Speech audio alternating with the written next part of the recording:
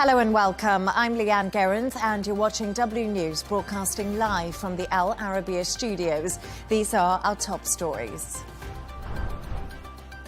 EU leaders are meeting in Brussels to decide whether frozen Russian assets confront Ukraine as US-Russia talks loom. Turning Point USA gathers in Arizona for the first big conference since Charlie Kirk's assassination. And Bank of England cuts interest rates, easing costs for borrowers.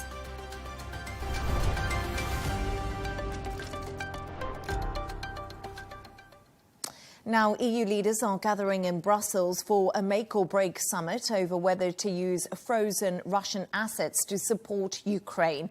Ukraine is now facing a foreign aid shortfall of about 50 billion euros next year, with President Zelensky warning today that drone production could be cut if the first loan tranche isn't received by spring. Both Russian and Ukrainian officials are heading to the US this weekend to discuss Trump's peace plan. For more on this, I'm joined by Ukrainian MP Kira Rada. Kira, it's always a pleasure to have you on the show. Thank you so much for joining me. One of the biggest hurdles is the frozen Russian money in Belgian bank accounts. How will European leaders get around accessing these sovereign funds, which are protected by international law? Hello, Leigh Ann, and thank you so much for having me. It's a pleasure to be back on the show. Of course, there are two sides of the story. The first point is a legal side of using Russian assets for the sake of Ukraine, for the sake of Europe. And second is a political side. And so, as for the legal side, our European partners have already found a way to use these money as a collateral for a loan to Ukraine that Ukraine will not have to pay back until Russia will pay the reparations for everything that they have destroyed. So it's basically Russia would either have to forfeit their frozen assets in Europe or will have to pay for the destructions that have happened in Ukraine because of Russia. And so right now what was missing was a political decision to go ahead and have a vote on using this for additional loans. I believe we need about 90 billion euros as of right now to have a forecast for the next 2 years that our main expenses will be covered, and so we can continue fighting against Russia. We can continue existing as a state without a threat that international support will be disrupted. And Kira, Russia's central bank says it will sue European banks over frozen assets. So Putin is clearly watching to see if this summit fails. Will this play right into Moscow's hands if a divided Europe fails to reach an agreement to fund Ukraine? Like you said, around 90 billion euros is needed. Of course, we are all watching closely. And I would say that the tensions are very similar to last year when we were watching how the Congress would vote to support the aid for Ukraine. Mm-hmm. So, of course, it's critical, and we hope that European leaders today will find strength and find wisdom in their hearts to go ahead and do this, to send strong signal to Moscow, to send strong signal to Ukraine, but also understand that that will be investment, first of all, in European security. Because what we have seen that the delays of the decision about these assets, and we are talking about 200 billion euros in Belgium right now. So the delays in the political decision have opened ideas, for example, for President Trump and his administration to have a very different usage. For example, in 28-point plan, we have seen that Russia and the United States will use the assets for their purposes, including United States receiving 50% of interest on those assets. So Europe realized at some point that they may stop being an object in the negotiations, so being subject in the negotiation and become object. And so they need to make the decisions because otherwise other big players will try to make the decisions for them. And Ukraine is forecast to run out of money by spring next year. How concerning is this for military personnel on the front lines and also civil servants, Kira, who need to receive a living wage to be able to keep on surviving and to keep on fighting for Ukraine? How desperate is the situation right now? Of course, situation is critical, but this is not the first time when it was critical for us. In 2022, when Russia first attacked us, we were not particularly ready for the expenses of the size of the war. We were not ready to keep our state going on. However, right now we figured out how to use the support of our partners in a distributed way so that situation can be more stable. Leigh Ann, situation is indeed very dire, but it is dire not because our partners did something wrong, but because Russia continues attacking us. They almost destroyed our energy infrastructure. For example, right now when we are speaking, I'm using diesel generator to provide the lights and internet. Otherwise, my home will be in complete darkness. And this is the reality of how Ukraine lives today. So we are going through a lot of struggles. However, we believe that we wouldn't get to this worst point. We will not have funds to pay our military, or we will not have the funds to pay our state workers. We hope that we will figure it out. And of course, this is why today is such a critical day. And I also just want to put some of the arguments that are coming from the US in some respects, Kira. They're saying right now, if Europe gives Ukraine this money, which is frozen Russian assets, which is obviously secured by international law, that will mean that Ukraine can keep on fighting on. But we know the US is desperate to reach an agreement. They're desperate for a peace deal between Russia and Ukraine. Do you think that more pressure is being put on Zelensky right now in order to give in and possibly agree to the 28-point plan that was presented? So let me address your questions one by one. The first is, it's very interesting how Russia has committed all kinds of the war crimes, have broken all kinds of the international laws, for example, of Ukraine's sovereignty and territorial integrity, all the agreements and ceasefires that we have since 2014. Right now, they are appealing to international laws when it is about their money. So they do not care, and they close their eyes on killing children and women every single day here in Ukraine, attacking kindergartens and hospitals. And when it comes to money, they, for some point, become such law-obedient entities that they say, oh, well, but everybody else needs to conduct according to the international laws. Well, no, it should not apply to the aggressor who has broken all kinds of laws. As for the United States pressuring Ukraine to make a deal, we would like to see United States, first of all, to put pressure on Russia, because Russia is an aggressor. And the problem about ending the war was never on Ukraine's side. I think President Zelensky was trying to get the deal very much from our side. However, President Trump and the American administration, including the partners in Europe, were not able to get Russia to a first step, which is a ceasefire. You cannot have negotiations under the fire, under the constant bombardment, because it just doesn't make any sense. So right now, I have a question. Does this honestly, any sort of deal, does it have a future if no of the partners are able to pressure Russia to anything or to agree with Russia and to anything? And how do we make sure that 15-point plan will be accepted by Russia if right now they're not agreeing basically to anything? Kira Ruddock, as always, thank you so much for joining me. Stay safe, and it's always a pleasure to have you on the show. Let's continue this conversation with Jim Townsend, former Deputy Assistant Secretary of Defense for European and NATO Policy, and he joins me from Washington, D.C. So, Jim, I was just talking to Kira Ruddock, a Ukrainian MP, a little bit earlier. But can you set the scene for everyone right now watching how crucial this summit is, not just for Ukraine, but also for Europe?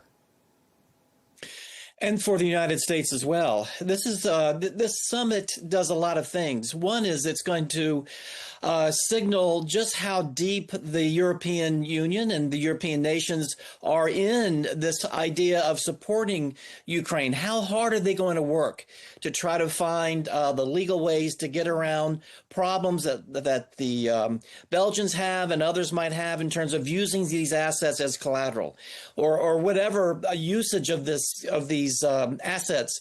This is something that is going to call for a lot of commitment and hard work on Europe.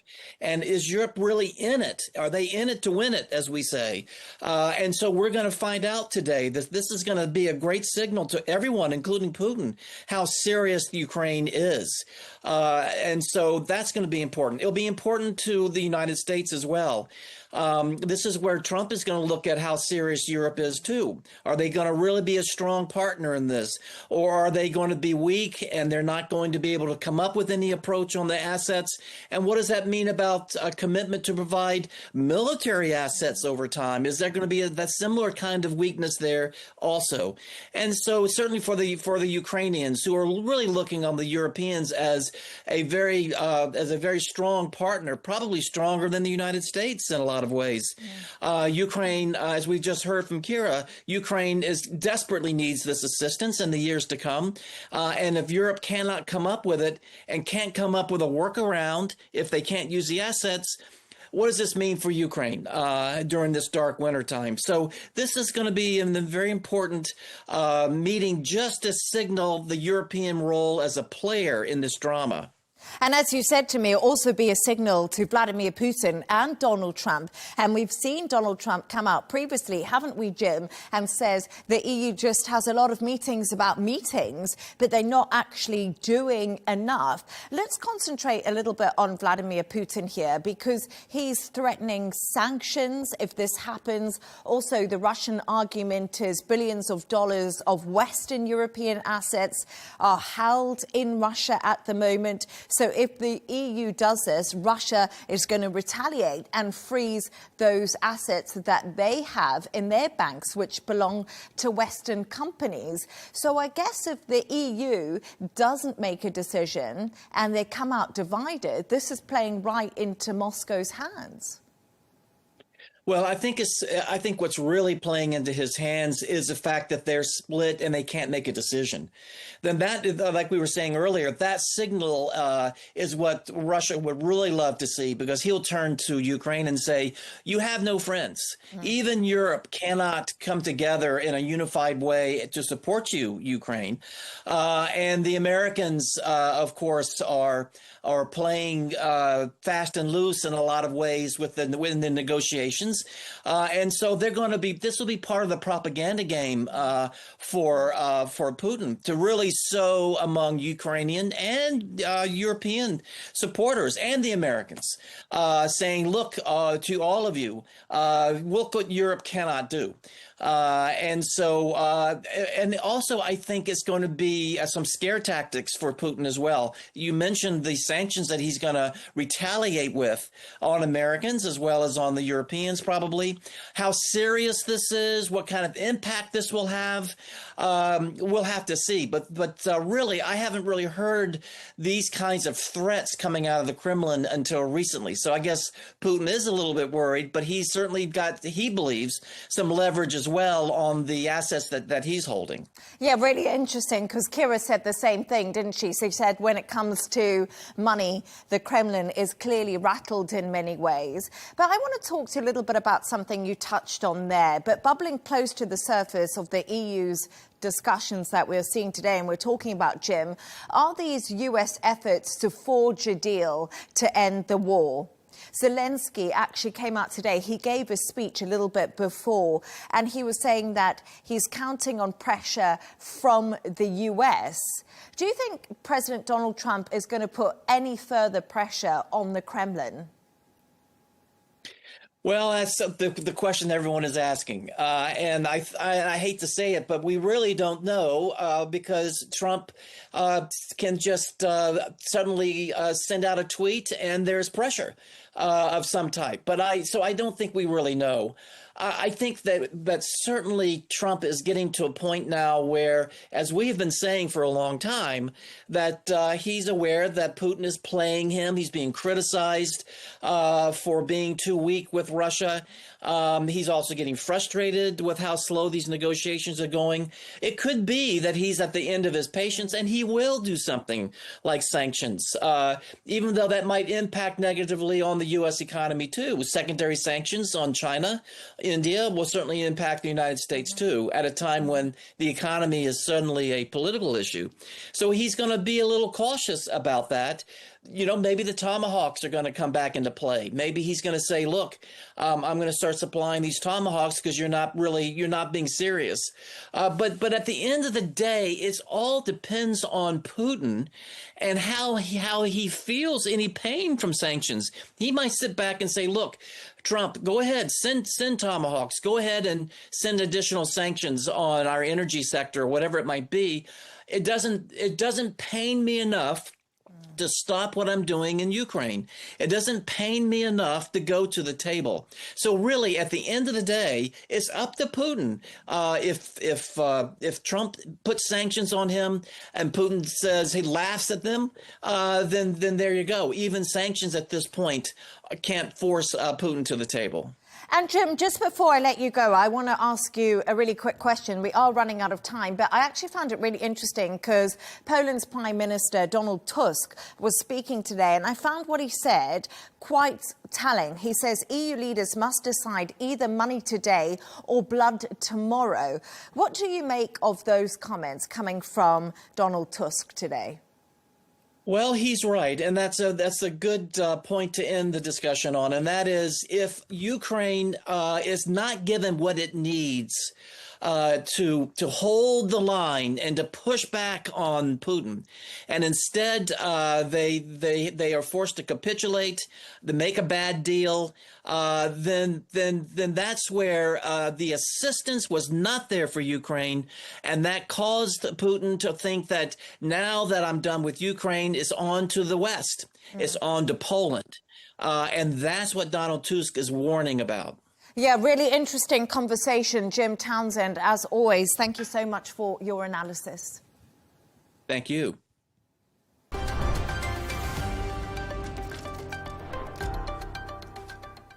Now, Turning Point USA kicks off its first big conference since the assassination of founder Charlie Kirk. Thousands are expected in Phoenix, with MAGA figures, Christian leaders, and Kirk's widow, Erica, taking the stage following her high-profile meeting with Candace Owens aimed at easing tensions over conspiracy claims. Take a listen to what Owens had to say following the meeting between the two yesterday. The amount of people who attacked me for sending out a tweet being like, hey, I'm good, I'm alive. We had a very productive conversation. And they were like, she got the call. She got the call. She's betrayed us. She's doing something else. I can't believe it. This has all just been a show. Calm down, okay? What do you think happened? Erica said, stop. And then I was frozen for 4 hours and 30 minutes, just like...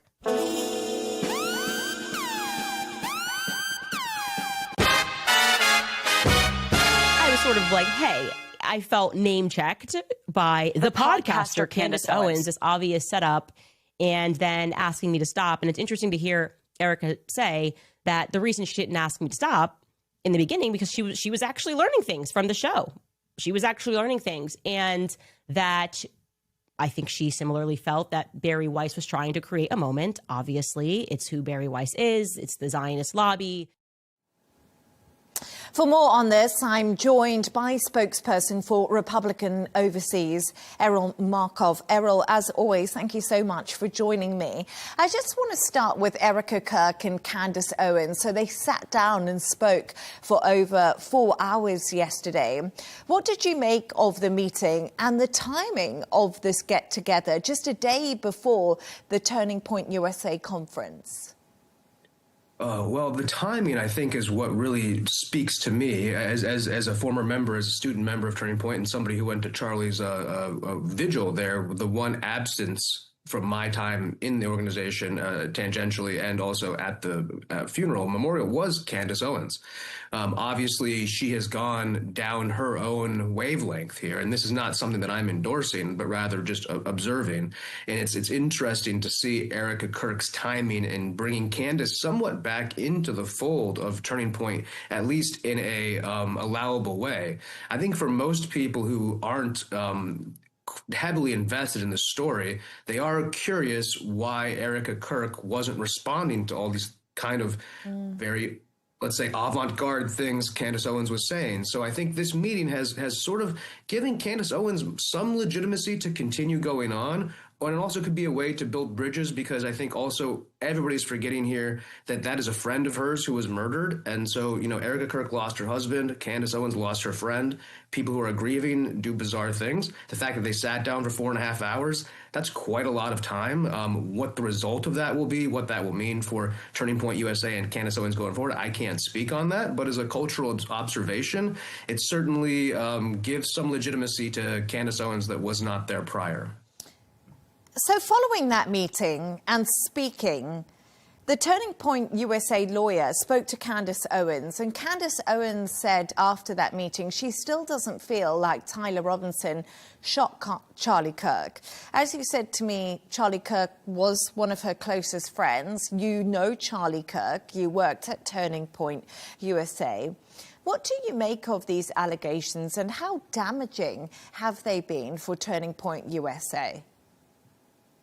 Well, they've been very damaging in the sense that this is an organization of good people, God-fearing Christians, and the implication that anybody internally in that organization has been involved in the murder of Charlie Kirk. Charlie Kirk is the reason why I'm married to my fiance. We met at a Turning Point USA event. I mean, Charlie Kirk is somebody who everybody around him loved. So the idea that he was surrounded by a Judas Iscariot type figure is something that is hard to reconcile without any proof. And I think that's the sort of the elephant in the room here is, where is the proof that this has happened? And is people's negligence proof of willful negligence? You know, oftentimes we can attribute to malice what can often be attributed to apathy.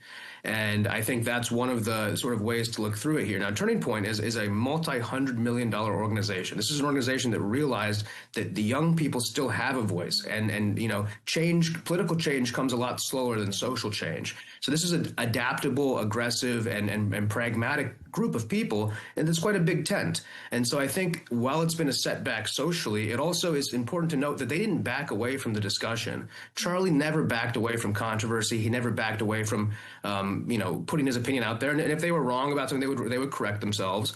So it does seem on brand, though, that they have kept the dialogue going. And as Candace hasn't given up, I mean, Erica is the CEO and head of that organization, and her word is final on this. So when Erica Kirk goes and does this, I think it's also patching up the brand to some degree, because you don't want people who love Charlie Kirk to feel like the organization he built hates him or them. And so I think the only thing we can have here is more reconciliation, and maybe if there's some proof of what Candace Owens is saying. And I'm not talking about the conspiracy and with some of these Egyptian airplanes and what she said about anti-Semitic things that I fully disavow completely. But if she can, in some ways, prove that maybe there was some internal situation, I think that that's maybe the best that can come from it. But certainly it hasn't helped the brand.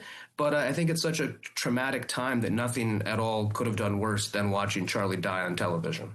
Yeah, absolutely. And like you said there, that was Charlie Kirk's brand. He spoke to everyone about everything. And of course, you know, wanted to go to college campuses and debate the difficult topics. But Errol, let's turn to this evening's events that will be happening. It's going to be a star-studded night with President Donald Trump in attendance, J.D. Vance. And you knew Charlie Kirk. What message will they be trying to send out tonight to the world about Charlie himself, about the organization? I think they're going to try to toe the line with Charlie's deep Christian belief. Charlie always wanted to be remembered above all else for his faith. He was an unapologetic Christian and somebody who put his faith at the center of who he was. And Erica Kirk came out and forgave the alleged killer, Tyler Robinson. I think the killer, but according to the documents alleged still, Tyler Robinson.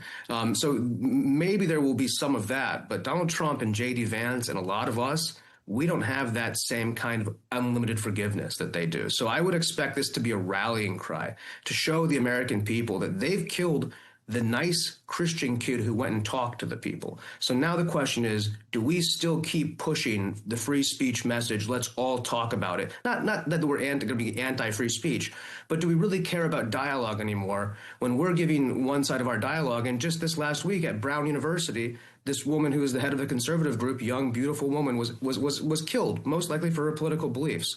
And so as this rhetoric ramps up, I think this might be a metaphorical call to defense for young conservatives. Like, hey, this is not a time to be complacent. This is a time for us to, circle the wagons. Our people are under attack, and we have the momentum now. The youth is coming with us. Gen Z is coming with us. There's no need to back down from this. We're a party of diverse individuals. I'm an immigrant to the United States of America. There's everybody welcome at Turning Point. Turning Point is the most egalitarian and welcoming organization I've ever been in. And just for your viewers to know, as on the inside, it's like 25% just policy nerds and like 80% really normal people. That was the coolest thing about Turning Point. It wasn't a bunch of far-right individuals. It was just normal people who finally got together and didn't have to share each other's pronouns. I didn't have to say, I'm Errol, he, him. I could just say, hey, I'm Errol. And nobody asked me where I came from or how I was being oppressed or whatnot. And it was just a group of cool people. So that's another thing to point out. It's a bunch of normal, cool people who are going there. And then some guys who are just too young to be into policy, but really are. And that's cool too. And if they come, it's a good time. So I think President Trump being there, all of the, head honchos of the administration being there, that gives the weight, that gives the gravity, that gives the respect that Charlie Kirk definitely deserves on this monumental memorial of the organization he has built that now will transgress what he has done and will become even bigger under Erica Kirk's leadership. Errol, it's always great to speak to you, and I always love the story that you tell me that Charlie Kirk introduced you to your wife. So that's such a nice thought. And as always, Errol Moorcouch, it's brilliant to have you on the show. Thank you. Thank you. Thank you for having me.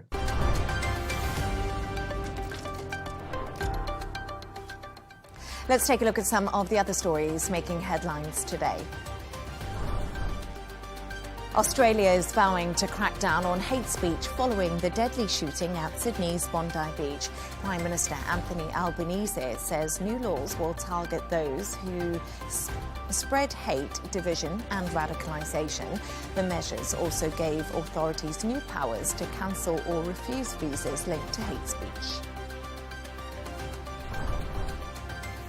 The US Congress has permanently ended sanctions on Syria. The Senate passed the repeal for the 2019 Caesar Act as part of an annual defense package. Supporters say the move could pave the way for investment and reconstruction in the war-torn country. Ghislaine Maxwell has asked a US federal court to vacate or reduce her 20-year prison sentence. Convicted in 2021 for sex trafficking linked to Jeffrey Epstein, Maxwell argues she did not receive a fair trial, citing what she says is new evidence.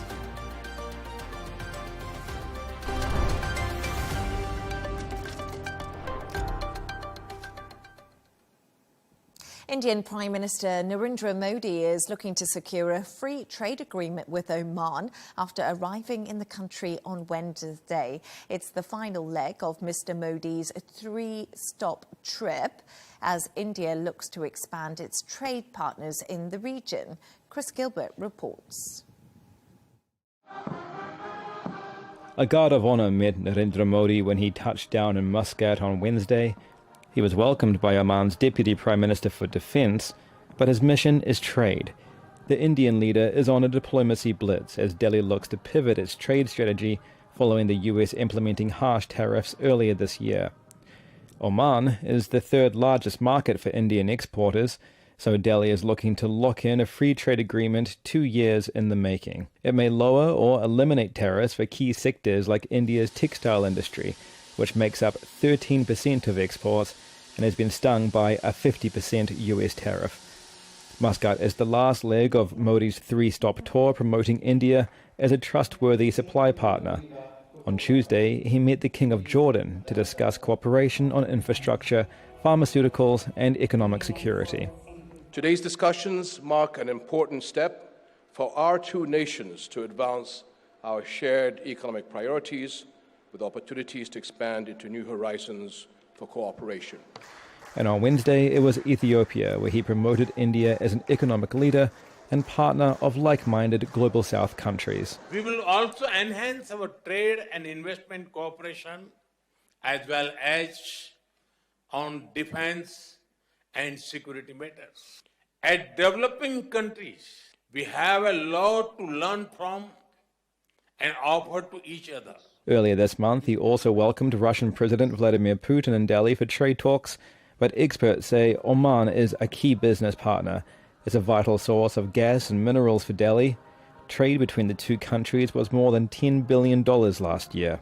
Mr. Modi is set to discuss this with Sultan Haitham bin Tariq and meet with a gathering of the Indian diaspora in Muscat.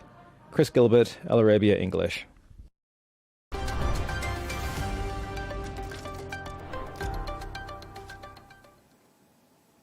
Now, the Bank of England has cut interest rates from 4% to 3.75%. It's 6 reductions since last summer, following a bigger-than-expected fall in inflation yesterday. The move could immediately lower monthly mortgage repayments. The bank, however, has warned that economic growth does indeed remain weak. For more on this, I'm joined from London by Allarbia senior correspondent and presenter Karina Kamel. Karina, always good to have you on the show. So, good evening, Leigh Ann. Hiya. So why will this interest rate cut bring early Christmas cheer for millions of Brits?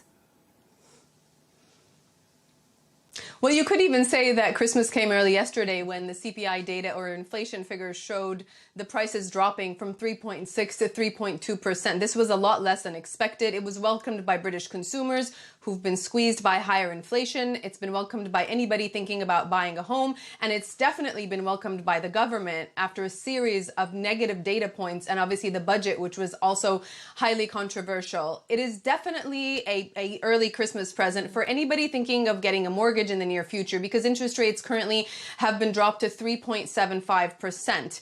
That's less than the 4% that they were at just yesterday, and it makes buying a home essentially easier in the UK. The problem is that going forward, there had been hopes that maybe interest rates would be cut perhaps twice, maybe even 3 times over the course of 2026.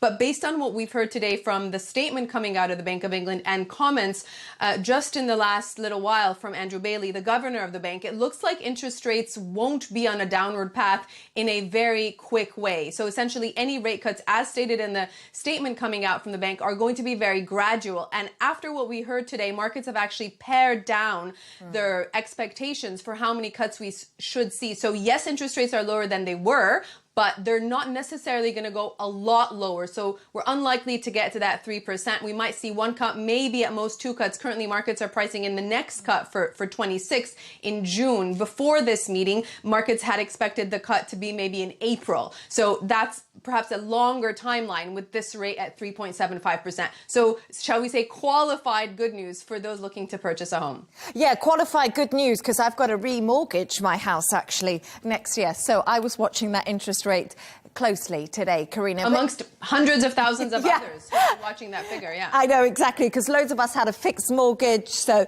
now we're moving into that position. But my big question is, OK, we've had lower inflation, which was a surprise yesterday, as you say, early Christmas present. We had a cut today. But why is there still uncertainty when it comes to the UK economy, like I said, despite this positivity that we are getting? Well, where to begin? We have had a slew of negative news over the past year. Firstly, on the economic front, certainly economic growth has been lower than expected. The latest figures for October on a monthly basis showed growth or GDP actually contracting by 0.1%. Expectations had been for a very slight growth of 0.1%. The economy the previous month also only grew by 0.1%. So weaker than expected economy. Again, inflation is still, even at 3.2%, it's a lot higher than the 2% targeted. We've heard some news from Andrew Bailey, who said that he now expects inflation to reach its target by April or May next year. So that's earlier than he had initially thought. So that's somewhat good as well. But on the other hand, we talk about wages. So services inflation, the cost of services in this country because of labor shortages are very high. People, because they've been expecting inflation to be high, have been demanding higher wages from their employers. The government has reached a number of settlements with labor unions. We're speaking as the doctors, the resident doctors, formerly known as junior doctors, are engaging in strike action, demanding even higher pay, even though they've received a higher pay packet from the government. So public sector pay packages, all of that has pushed wages much higher, and wages are one of the factors that lead to higher inflation. So all of that creates a picture of uncertainty. If the government gives in to renewed demand from the labor unions and increases wages again, we could see inflation head back up again. We also have uncertainty on the geopolitical front that's impacting the United Kingdom, external factors like the cost of energy. And last but certainly not least is the political situation. We have local elections coming up in May of next year, and the outlook is not great. Reform is looking to make massive gains across the country if predictions are correct. Opinion polls are showing Reform leading Labour in some opinion polls, certainly in certain areas. And we've talked a lot about perhaps leadership challenges to Keir Starmer, head of the Labour Party, Prime Minister of the UK. So all of that adds a lot of political uncertainty into the mix. And just finally, let's just remember also that a lot of the measures that were announced in the budget on the 26th of November don't come in till April of 26, including some tax hikes, although most of the tax hikes have been delayed even longer. But once some of the measures do come into effect, that also adds a lot of uncertainty because it's unclear what the impact will be on the economy. So a lot of issues going on, and that creates a very uncertain picture. But what we have heard from the bank is that as far as interest rates are concerned, they're on a very gradual path downward. Yeah, Karina, lots of complex issues, like you said, a very backloaded budget. But I just want to move on and speak to you about tech stocks, because actually they were gaining some ground after the declines we saw yesterday. Why did Oracle send the S&P 500 and the Nasdaq to 3-week lows in the markets yesterday? You know, it's so interesting because if we look at the losses that Oracle experienced just in yesterday's session on Wednesday, we're talking $69 billion were wiped off of Oracle's market value just in one day. Now, the stock's seen massive gains, obviously. And just to remind our viewers, Oracle is one of the companies that's leading in the AI infrastructure, specifically its cloud services. Its cloud infrastructure is really important to the AI ecosystem. The reason the stock dropped yesterday was because one of its main partners in building these AI infrastructure facilities backed out from developing a new facility worth $10 billion. Blue Owl is the company that had many partnerships with Oracle, but this time it said it's not going to go forward with this particular facility. Now, that reignited worries about the massive amounts of spending, not just by Oracle, but by many companies in the AI infrastructure over just money they're spending essentially to build the infrastructure for AI, artificial intelligence. Oracle specifically, also just to remember, its fortunes are very closely tied to OpenAI. And we've talked a lot about the level of debt that OpenAI is experiencing at the moment and the very high levels of spending. And the question is, when are these companies, be it OpenAI or Oracle, going to see the return on investment from these massive amounts? And just to give a really quick example, we have an expectation by 2030, $1 trillion will be spent by OpenAI to build more infrastructure for artificial intelligence. Where is the money going to come from? How is it going to fund it? And when is all that money going to be recouped in terms of actual productivity gains? And I think that comes back to the initial question when we talk about these high valuations for Oracle and other companies investing these vast amounts.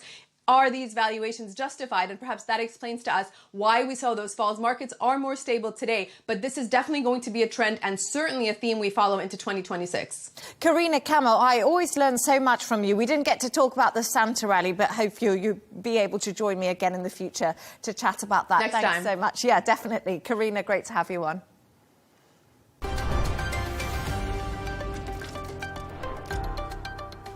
Now, we're getting new footage of an unusual winter scene in northern Saudi Arabia. Snow has blanketed the Torjina Highlands and parts of the Tabuk region, turning the desert-framed mountains into a winter wonderland. Temperatures reportedly dropped to -4 degrees Celsius with heavy snowfall, dense fog and also strong winds. Look at those pictures, absolutely brilliant, coming out of Saudi Arabia.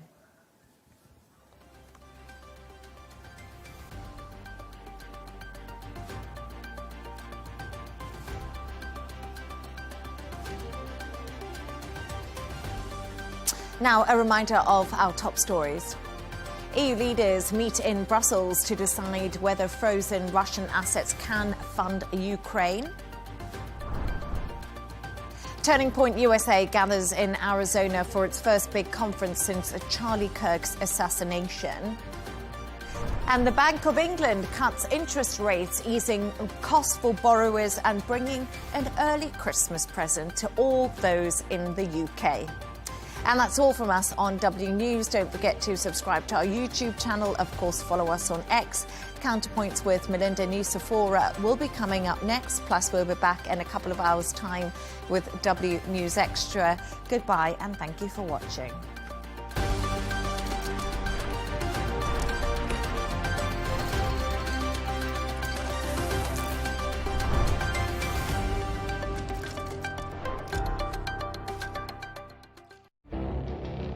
It feels like decades are passing by in a matter of weeks. Seismic shifts in the world order. Never, ever will be part of America. With so much happening and so much noise. Whether it's political upheaval, Canada has been ripping us off for years. Economic shifts or social movements. And no one wins from tariffs. I think America can be more friendly to the rest of the world. The in-depth analysis and all the latest developments across the globe. To have an inclusive policy together. The meetings with Hamas gave me some hope. We're in another nuclear arms race. The most important development straight to your screen. Welcome to the dressing room. I'm on my own. I need backup. And an insightful look at the issues shaping our world today. It was not going to happen, that war, and it happened. Join us on Allarbia News, where the world talks.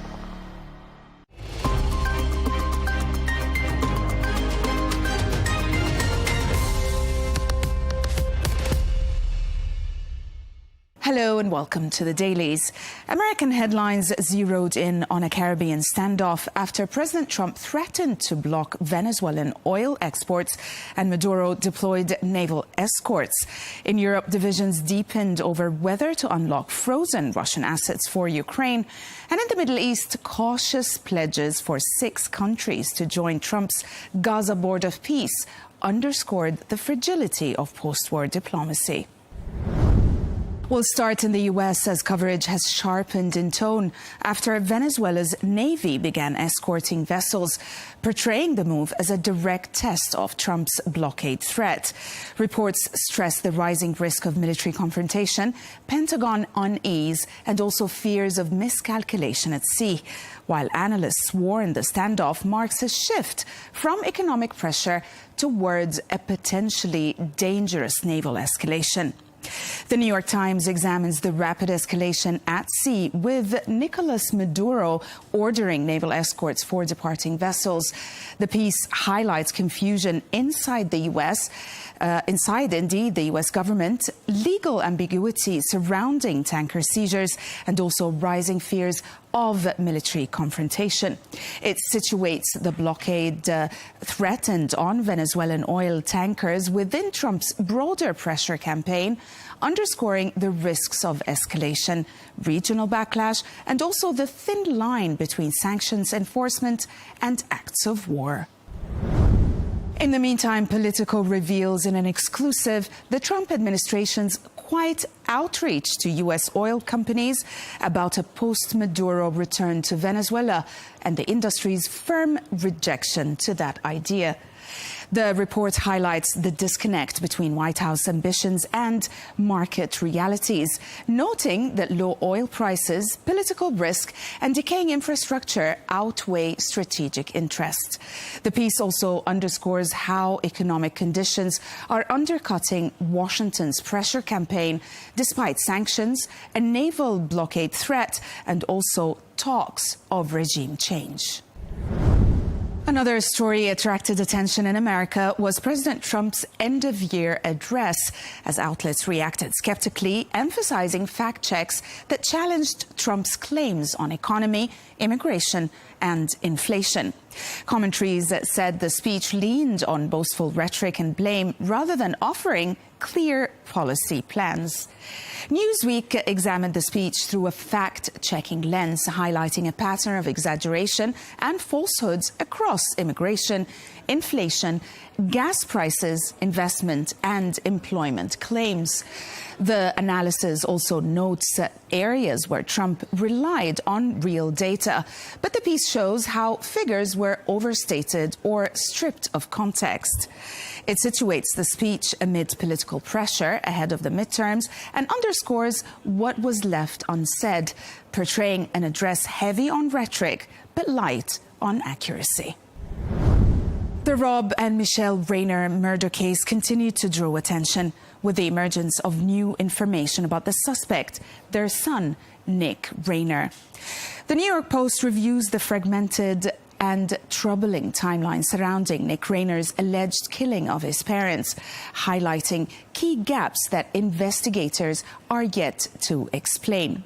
It focuses on explosive family disputes, also Rayner's unexplained movements overnight, as we are going to see, as well as a bloodied hotel room and his eventual arrest near USC.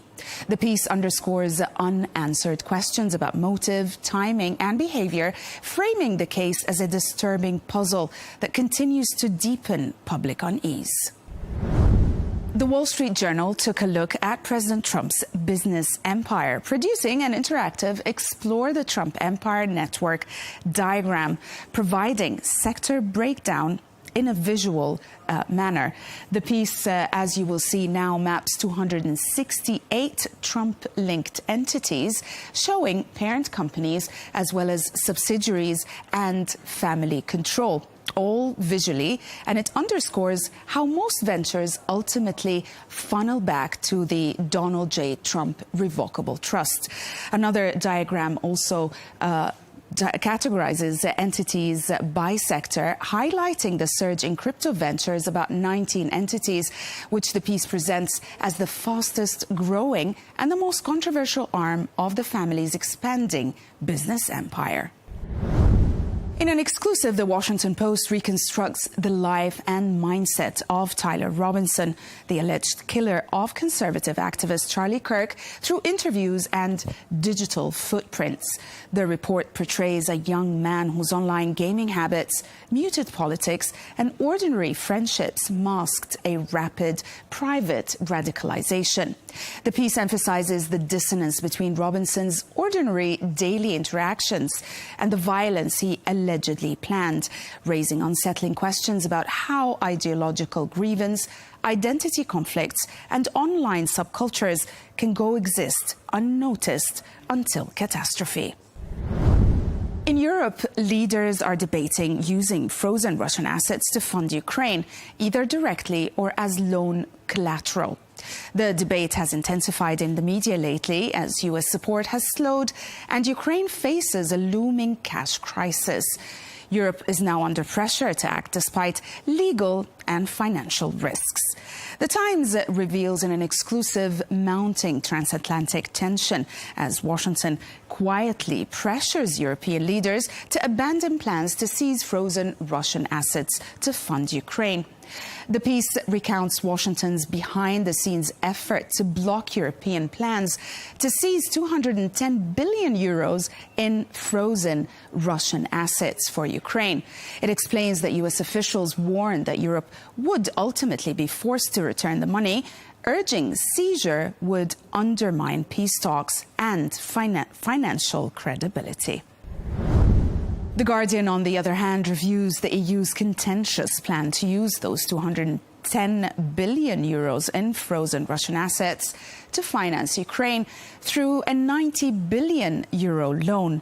The explainer outlines the legal, financial and political risks dividing member states, especially Belgium's opposition and Russia's retaliation threats. The piece situates the debate amid Ukraine's urgent funding crisis and reduced US support, warning that failure to agree would damage EU credibility, while success would still leave major legal and reconstruction challenges unresolved. The repercussions of the Bondi Beach attack in Australia were still grabbing headlines. The Sydney Morning Herald reviews Prime Minister Anthony Albanese's announcement of a 5-point reform plan to combat hate speech, anti-Semitism and radicalization in the wake of the terror attack. The report highlights cautious support from Jewish leaders alongside sharp criticism that action came too late.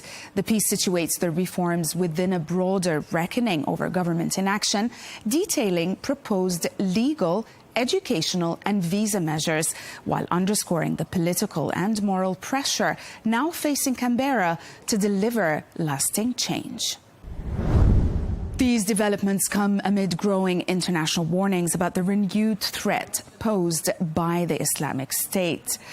Con Coughlin wrote in The Telegraph, arguing that the Islamic State remains a serious and underestimated threat, warning that Western governments have become dangerously distracted by conflicts in Ukraine and Gaza. The author contends that Islamic State has shifted from centralized operations to inspiring lone or small cell attacks.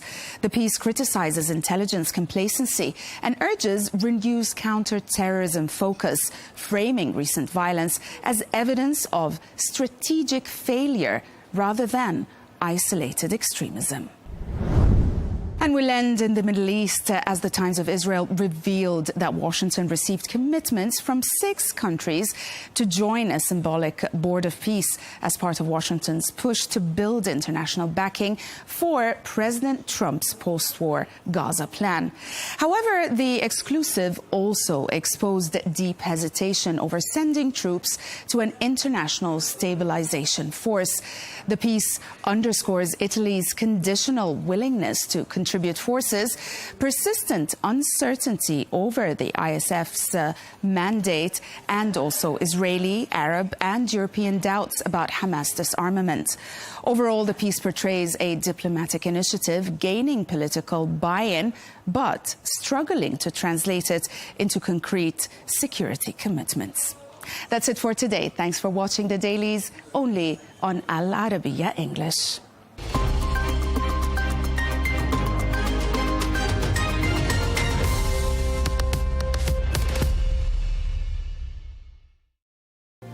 Civilizational collapse, identity erasure and democratic erosion. Is Europe really as bad as Donald Trump says? The White House has taken aim at its transatlantic allies, accusing EU leaders of letting migration threaten Europe's very existence. Will the US and EU go from friend to foe?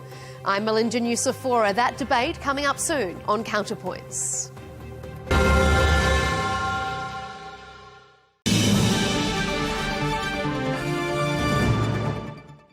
Hello and welcome to this special interview on Allarbia English. I'm Tom Burges Watson. Now today we are joined by Xander Evitts, who is one of the world's leading osteopaths and performance coaches. He's trusted by top athletes, actors and business leaders. And for over a decade, he's been the expert that high performers rely on for recovery, pain management and truly effective health strategies, cutting through wellness hype and methods that actually work. Well, with the Abu Dhabi Grand Prix this weekend, plus stress, travel and desk life taking a toll on all of us, there's no better time to learn what the world's top performers are getting right and perhaps what they're getting wrong as well. Xander, thank you very much indeed for coming to see us.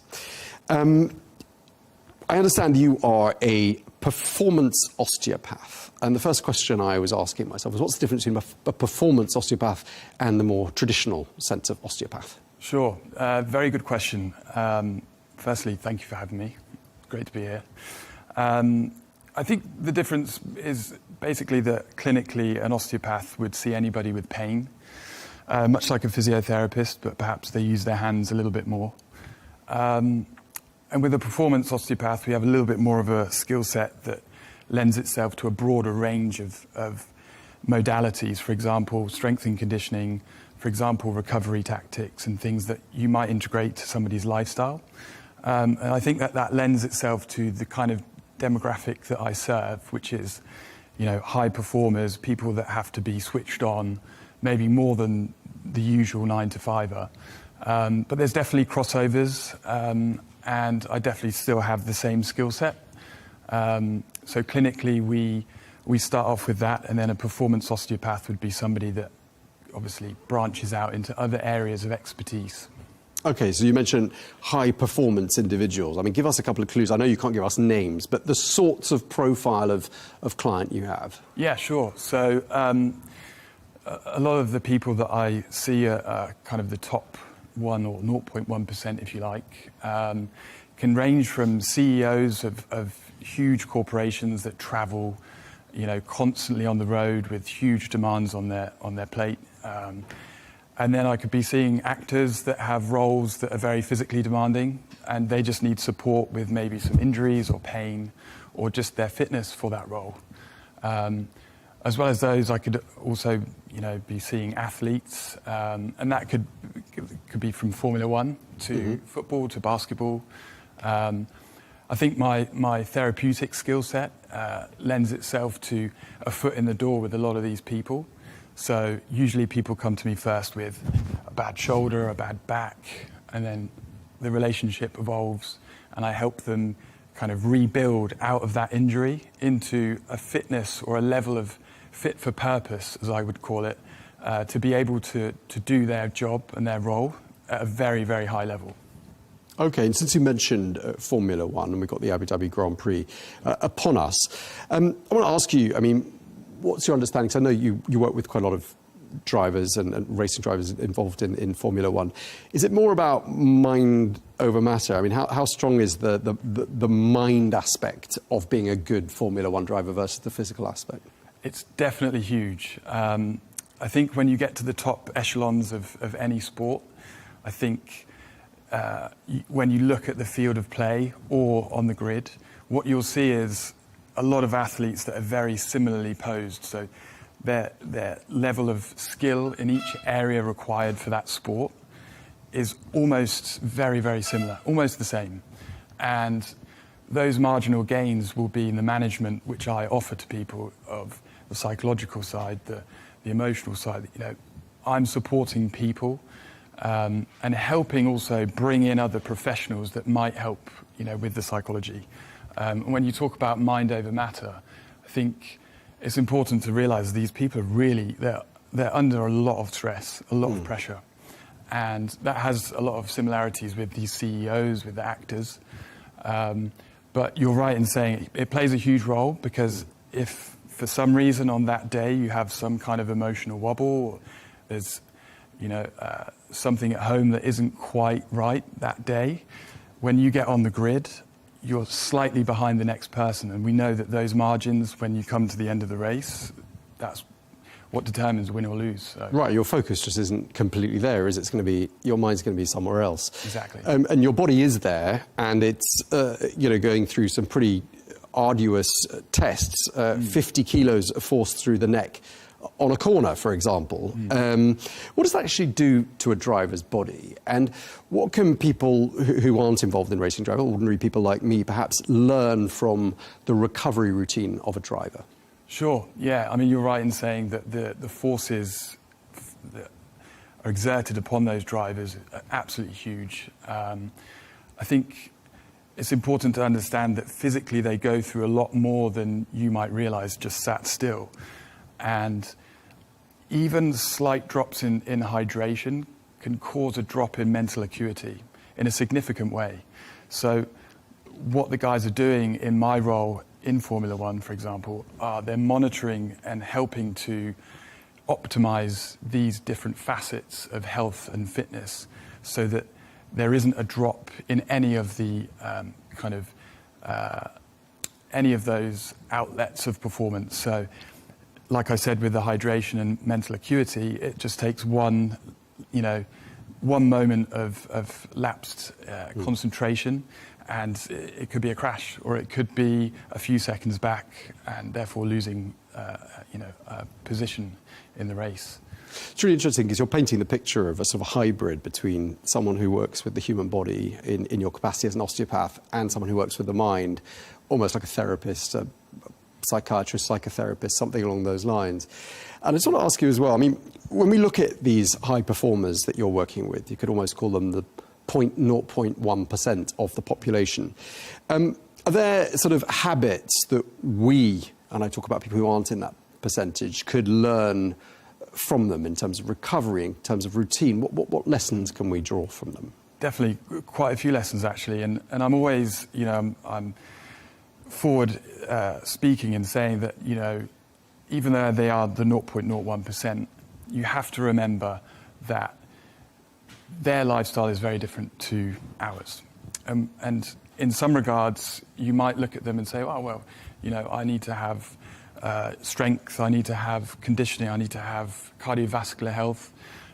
Yes, but your demands in a day are very different to theirs.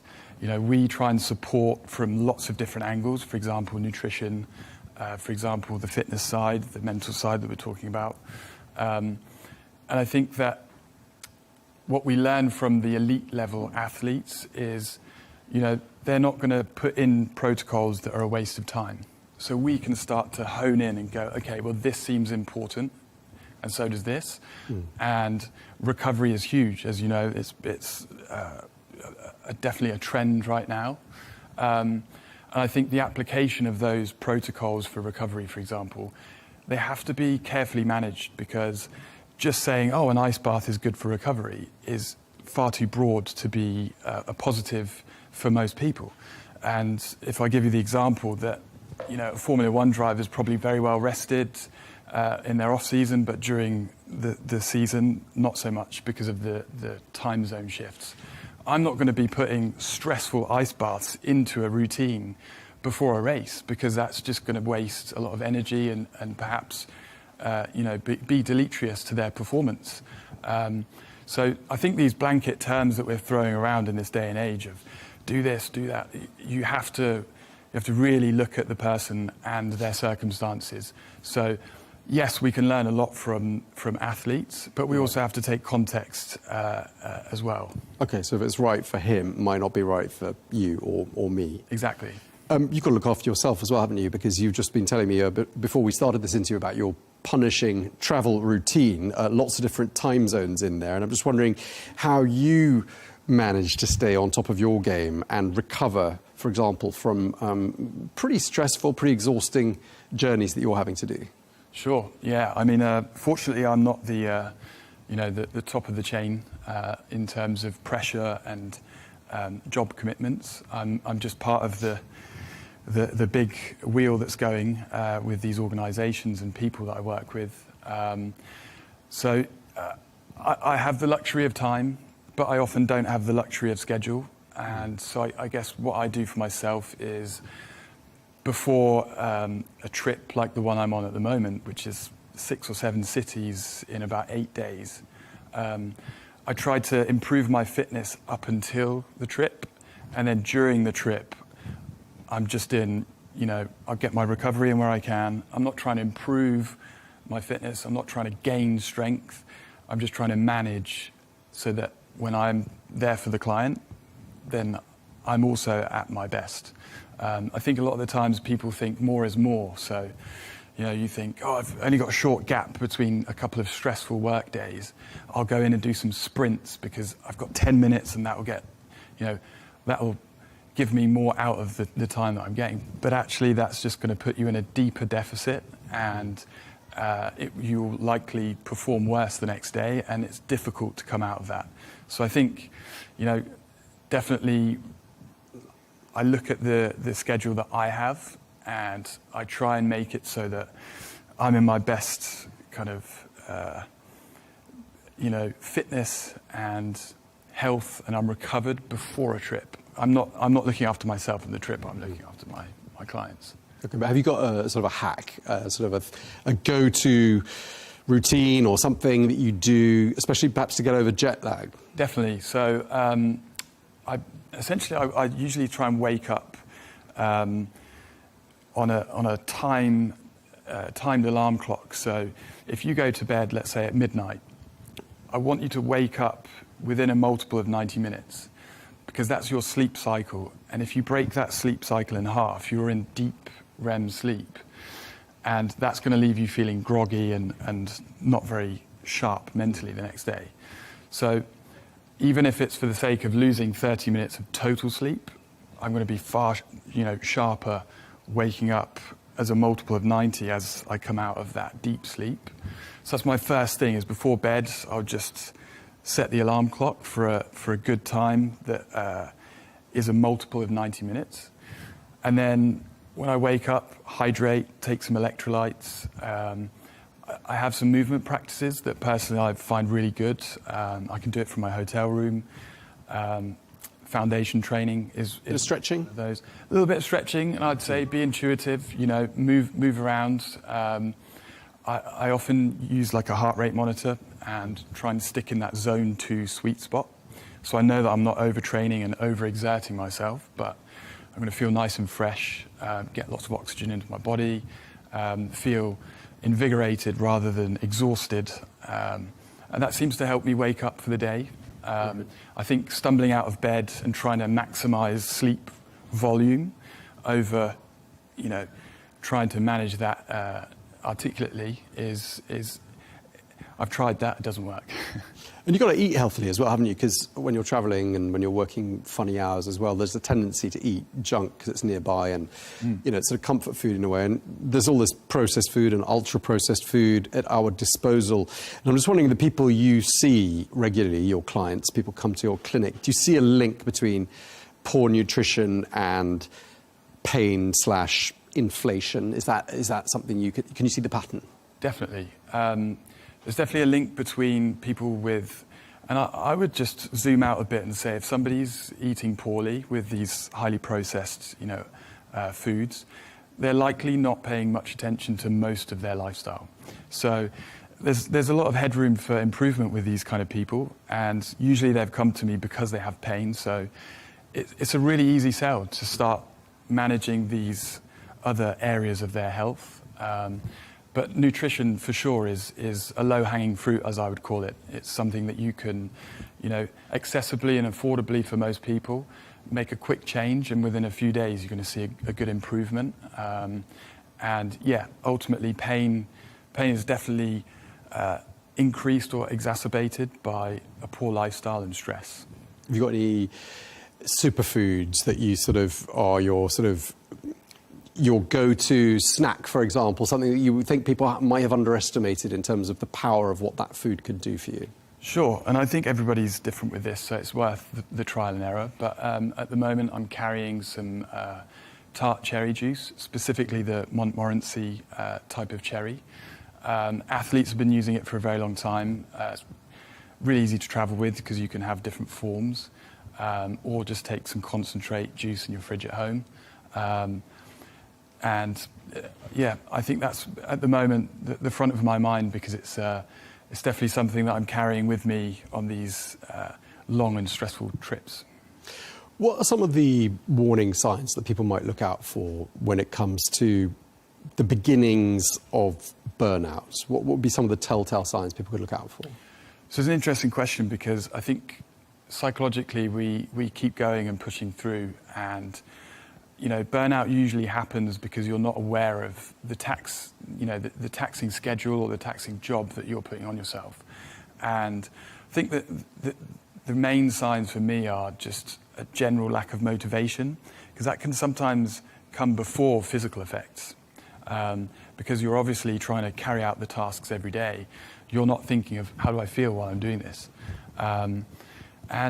Poor sleep, your appetite starts to change and you start to reach for more processed foods that are quicker hits, maybe a slump in mood. But I think, definitely using these wearables that we have, that are very broadly used now, I think you can get a lot of insights to how your health is going, and it's worth, even just for heart rate, it's worth keeping track of that, just as a barometer for your day-to-day health, and when to know when to push it. I think sometimes people wake up and they think, oh, it's Tuesday, that's the day I need to do my sprints and my leg presses and heavy lifts, and actually their body might be not prepared for that, and there's no point in doing that exercise. So if you find yourself in that position where you're not rested and recovered, you're not going to adapt from that workout. So maybe opt for something a little bit lighter. I'm being told we're nearly out of time, but I want to ask you about posture quickly, because people sit at their desks all day long, like me, and I can see my posture is getting worse. I mean, it's visible on a profile. Are there any quick fixes for that? I think the quick fix is a psychological one. If you just change your framing of how you perceive posture. First of all, we know that we've just spoken about stress being not great for pain. So somebody that's more stressed will feel more pain. If you're worrying about your posture and you have a slight ache and your day's long, but you can't stop because you've obviously got a job to do, the last thing you want to do is worry about it. And the thing with posture is it's just a moment in time. It's good that you can create these slouched positions, but I think the main thing is to have a strong posterior chain, so the muscles on the back of your body. And, when you have time and you're rested, work on strengthening that, because as the day or the week progresses, you're going to be able to uphold that posture without, exceeding what I would say is your tissue capacity. So if I could give an analogy of a marathon, at the beginning of the marathon, you're rested and strong, and you can hold good form while you're running. As the marathon goes on, maybe mile 20, fatigue is seriously set in, and you're struggling to hold good posture. And the worse it gets, the higher your risk potentially of an injury. So if you just applied that on a micro level in your day-to-day life, with a stronger back at the start of the day, you're less likely to default into a position at the end of the day because you're trained and you're prepared for that day. Okay, and just lastly, I'm being asked to ask you the number one mistake people make when they go to the gym. I think the number one mistake is to train too much like an athlete and not enough like somebody that is trying to train for health. And the reason I say that is because we learn a lot from people like bodybuilders. And at its roots, bodybuilding is a sport. You stand on stage and you're prepared to sacrifice your health to look great on the stage. So it's great that we learn some exercises from them, but let's just cherry pick from that and make it a bit more specific to your life. We just spoke about your posterior chain. So I might ask you to do some deadlifts a couple times a week so that we can strengthen that and help you not fall into those bad positions at the end of the day. So I think, try to train more like a healthy person rather than an athlete. These athletes have a very different lifestyle that we've kind of dipped into today with our discussion, but their lifestyle has lent itself so that they can perform at an optimum level for that specific task. And your specific task is not sat in a Formula One car, unfortunately. Well, or fortunately, as the case may be. Yeah, exactly, yes. And the other drivers, probably. Yeah, so definitely try to, look at your health from a holistic point. Don't try and, improve your muscle mass. We do want muscle mass. We do want cardiovascular fitness. We do want all the facets of what we can get from the gym, but we don't want to just stay railroaded in one direction and just add muscle. All right, we're going to have to leave it there. We're out of time. Thank you very much indeed. Really appreciate you coming in to see us. Xander Evitts, one of the world's leading osteopaths and performance coaches. Thank you very much indeed for your time. Thanks.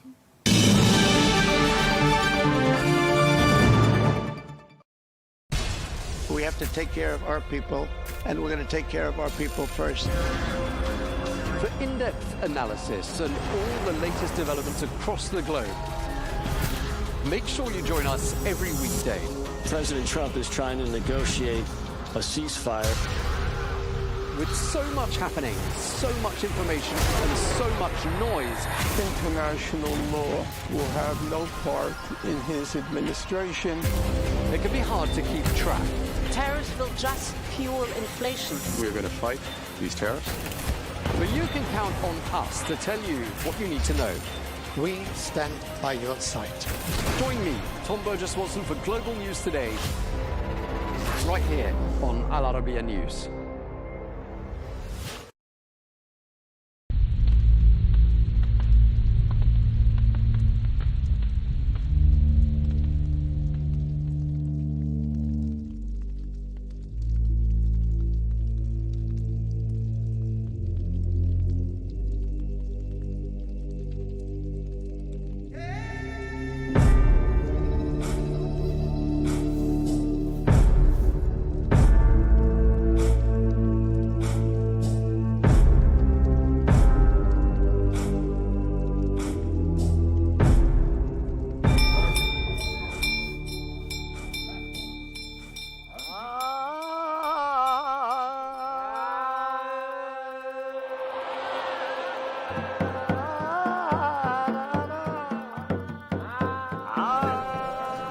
The first democracy in the world, the descendants of Alexander the Great, an isolated village.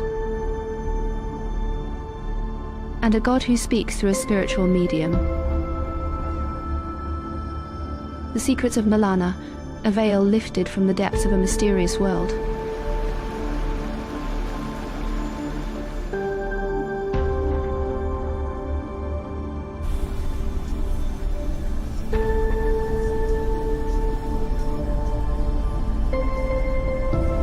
The village of Malana, nestled in the enchanting Himalayas, sits at a high altitude of about 2,652 meters above sea level in India's Himachal Pradesh state, surrounded by breathtaking beauty.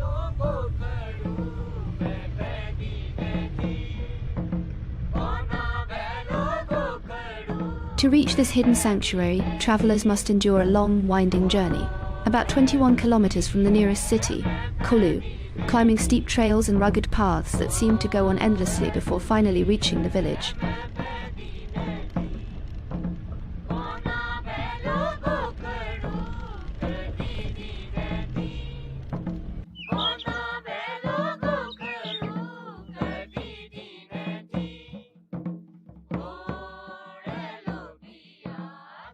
Tourists endure great hardship to reach this village due to its remote location, which modern transport cannot access. The only challenge which I felt was like trekking to Malana village from the parking, which is quite a lot. For me, it was around, it took me around an hour to reach over here. In this distant valley, there lies a rich history that stretches back thousands of years, a way of life deeply bound by its own unique traditions and laws. The beliefs of the Malanese, which often conflict with their economic needs, mean that although they strictly forbid physical contact with outsiders, they are nonetheless forced to rely mainly on tourism, a blessing, yet also a curse for them.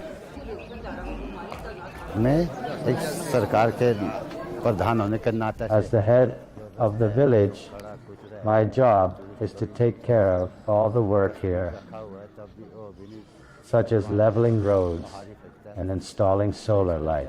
It is my duty to place trash bins in different parts of the village and to raise awareness among tourists to use them instead of throwing garbage anywhere.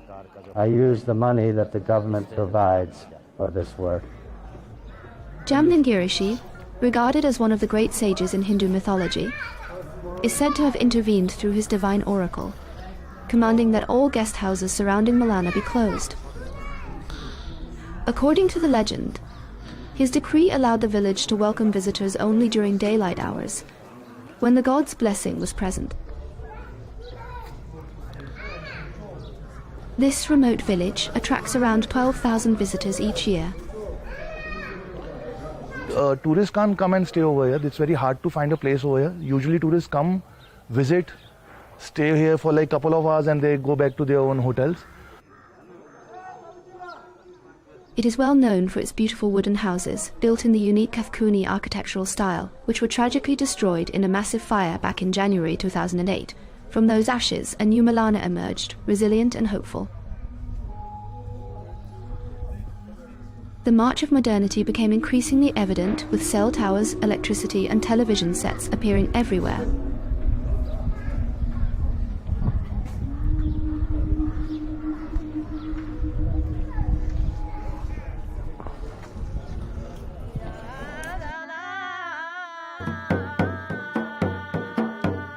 Throughout Himachal Pradesh, people will tell you that the residents of this ancient village, known for their deeply rooted customs, avoid even the lightest physical contact with outsiders. They remain cautious and distant, especially when it comes to any direct touch. The children of the village do not hesitate to hug or shake hands. But most of the people here still firmly uphold the rule of no physical contact with foreigners.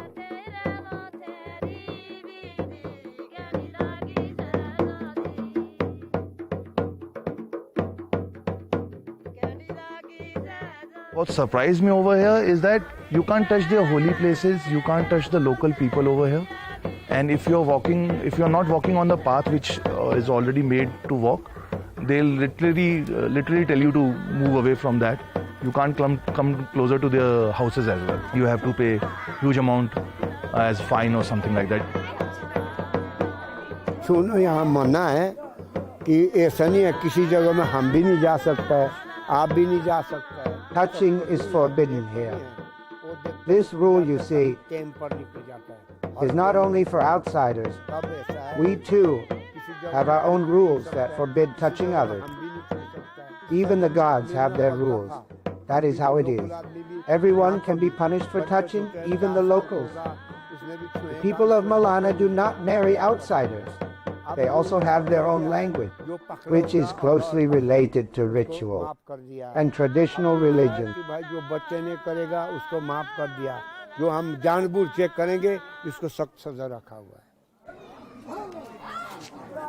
The people of Malana do not marry outsiders. They also have their own language, which is closely tied to their rituals and traditional faiths, deeply rooted in their culture.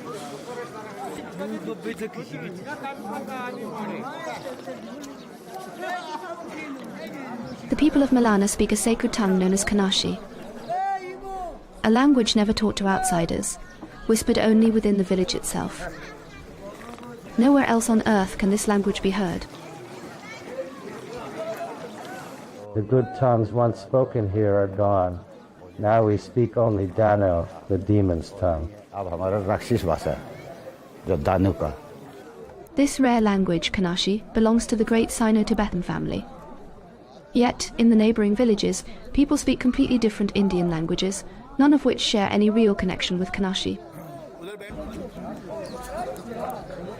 The current state of the Kanashi language, unfortunately, puts it at an inevitable risk of extinction. It is unwritten, and it has not been scientifically documented at all.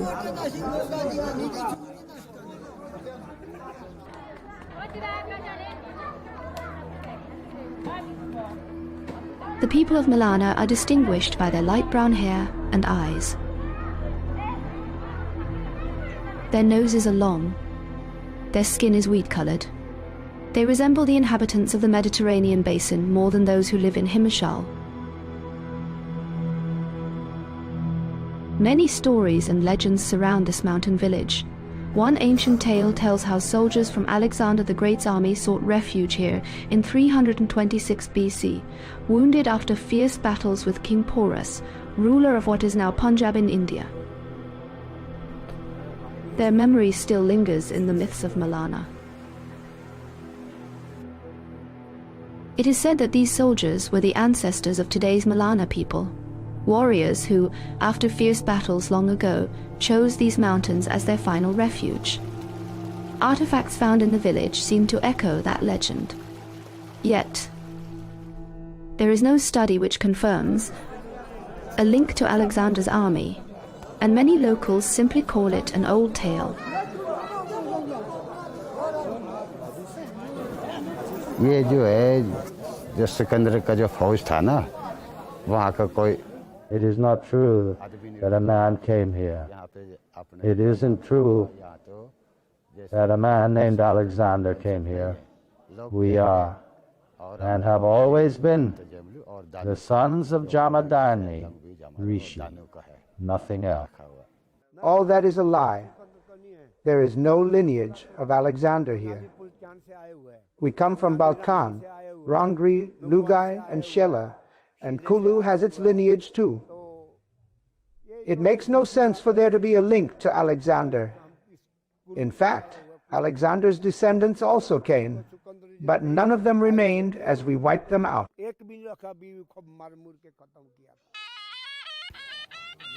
The village of Malana is renowned for its judicial and democratic system, marked by its unique and ancient traditions. The members of the village council, 11 in total, gather in the main square and are known as the Jamda. The council members listen patiently to every case brought before them. Disputes are discussed, voices are heard, and the village reaches its verdict by a vote of the majority, an enduring example of the living spirit of democracy that has guided Malana for centuries.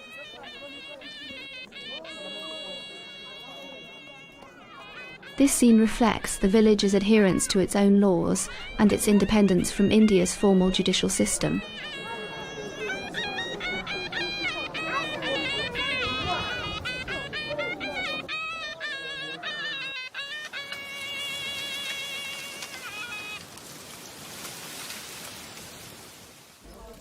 Malana is famous for cultivating a type of cannabis that bears its name, Malana cream, one of the region's main sources of income. Yet this crop brings not only legal challenges but also social consequences.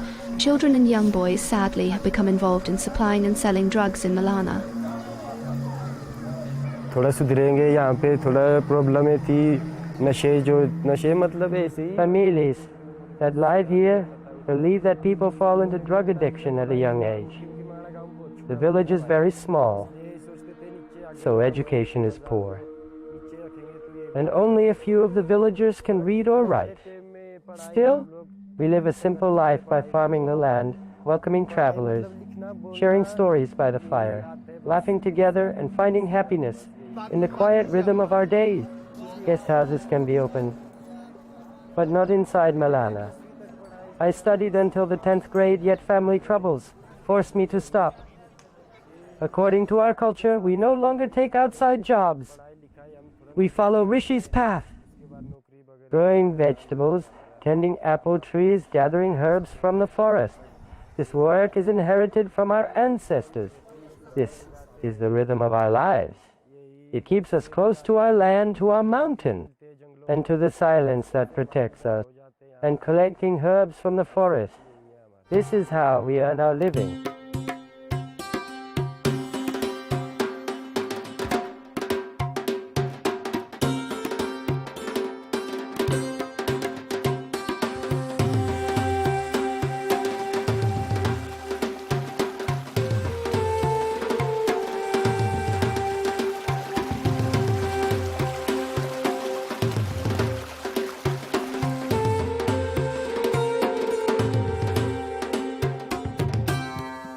Here, women work more, and men work less. Women do many tasks like collecting honey and going to the forest to gather herbs.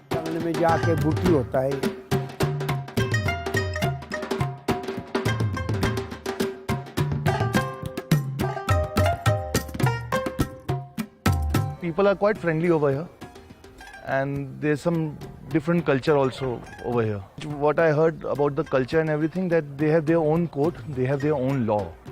They don't follow what you call Indian constitution. So this place is completely different compared to all over India, kind of, you can say that.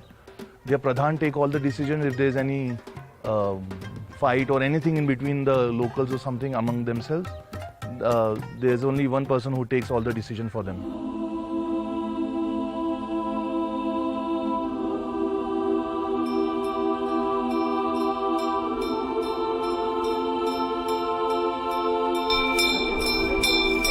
The unique democratic system practiced in Malana is considered one of the oldest in the world.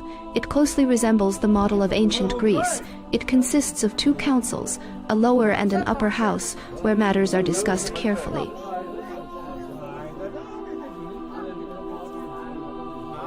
Final authority always rests with the upper house, which includes 3 respected figures, one serving as the voice of the local deity. The village's oral tradition tells of a sacred figure named Jamadan Girishi. He lived in this mountain village centuries ago, known for his wisdom and deep contemplation. He is believed to have helped establish the laws and customs that the people of Malana have followed through the ages. ऋषि आया ना इधर, जमदग्नि ने ऋषि आ गया तो इस करके इधर तपस्या की है इन्होंने. दानु का राज था.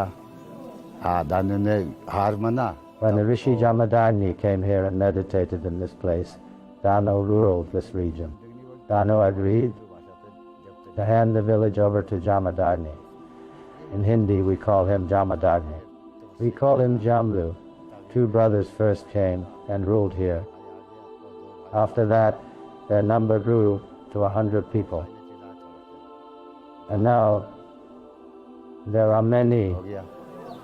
बात और भी आते आते आते आते तब इधर पूरा गाँव बस गया. यहाँ का कल्चर अलग ही है. The story of Jamdangir Rishi forms an inseparable part of Malana's rich cultural heritage. New generations are constantly reminded of the importance of wisdom and a deep reverence for history and tradition. This divine figure truly symbolizes a guiding spirit within Malana's unique system of governance.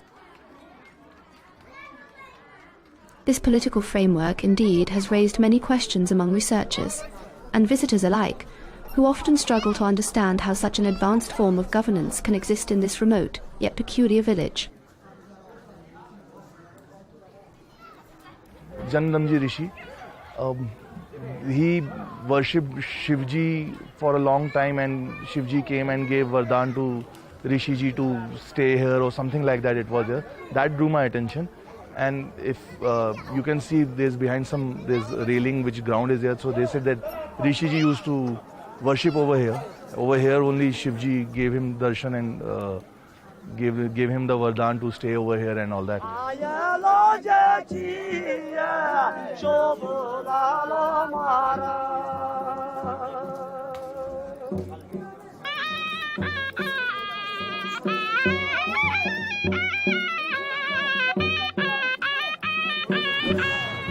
There's some festival today for which I came.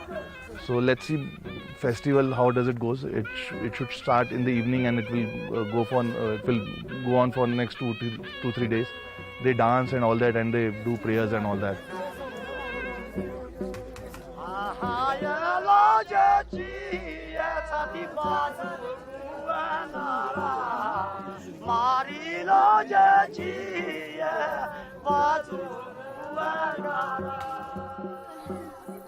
The young women adorn themselves with bright clothes and jewellery as they prepare for Phagli, the joyful festival celebrated across Himachal Pradesh. It marks the end of winter's chill and the warm, colourful arrival of spring. It is an important and colourful celebration of music and traditional dance that unites the community.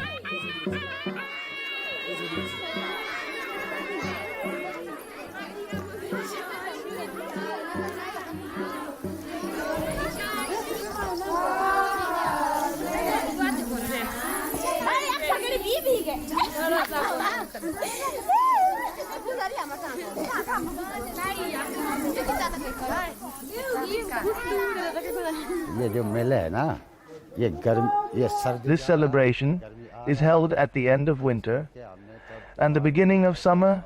Now we can plant the seeds in the fields. We will start by planting potatoes, kidney beans and other things.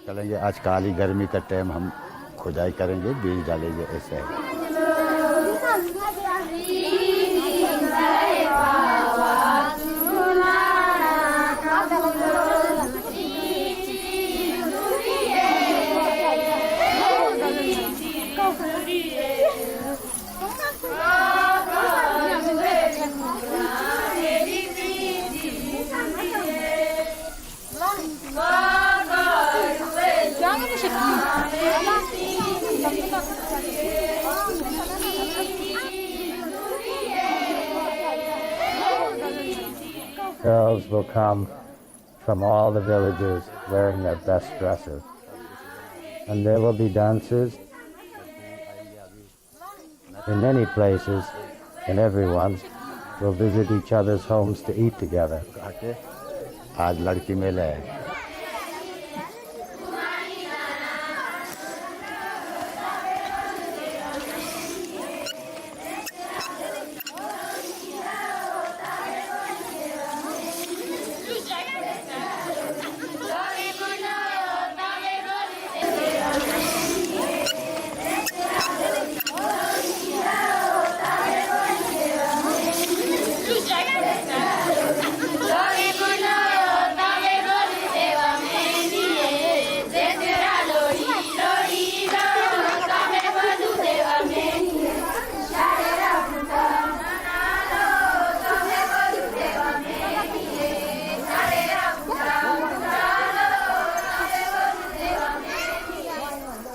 It is our tradition to celebrate after the snowfall that lasts for 6 months.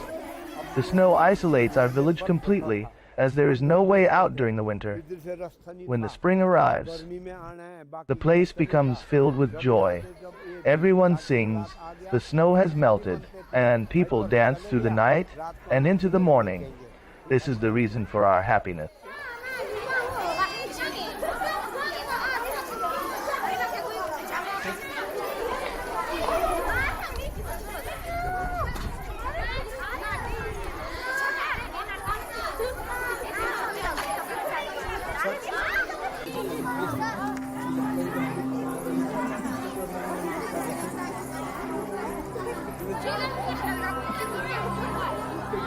I guess the village has to take care of the things. There are lots of garbage on the entrance of the village, and there are lots of stuff is scattered over here and there. So I guess it can get much better. They can clean it properly.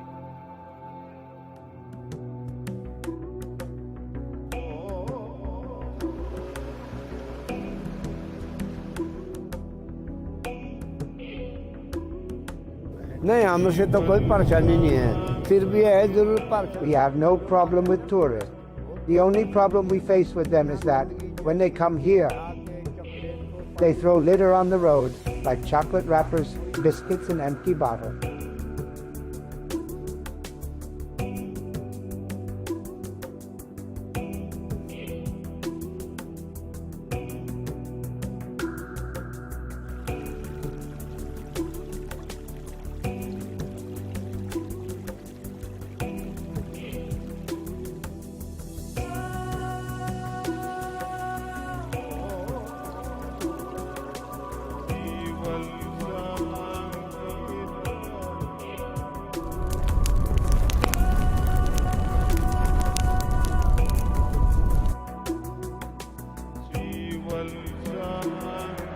This enchanting village has absorbed the essence of the Himalayas that surround it, its roots intertwined with the ancient heritage of its people.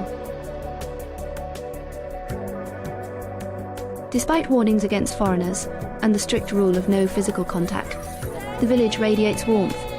It remains a mysterious haven for many adventure seekers.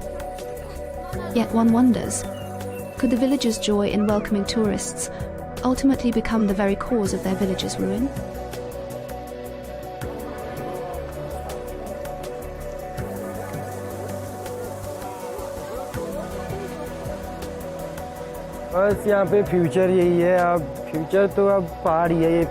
These mountains are our future, because in the days to come they will remain beautiful. The world below us is not so good. Tourism is not welcomed here. What can we do? We are the sons of the wise, and it is our duty to carry on the work of the sages. बस अपना खाते जीते बस यही है.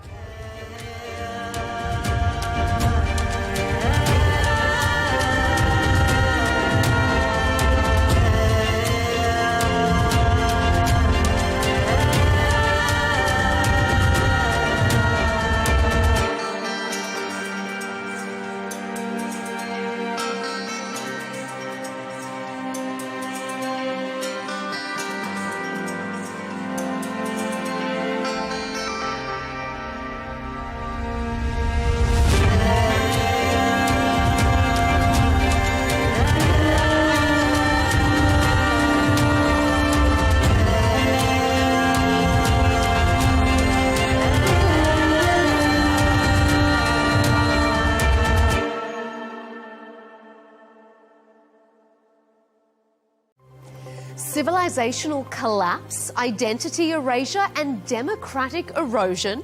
Is Europe really as bad as Donald Trump says? The White House has taken aim at its transatlantic allies, accusing EU leaders of letting migration threaten Europe's very existence. Will the US and the EU go from friend to foe? I'm Melinda Nucifora. You're watching Counterpoints.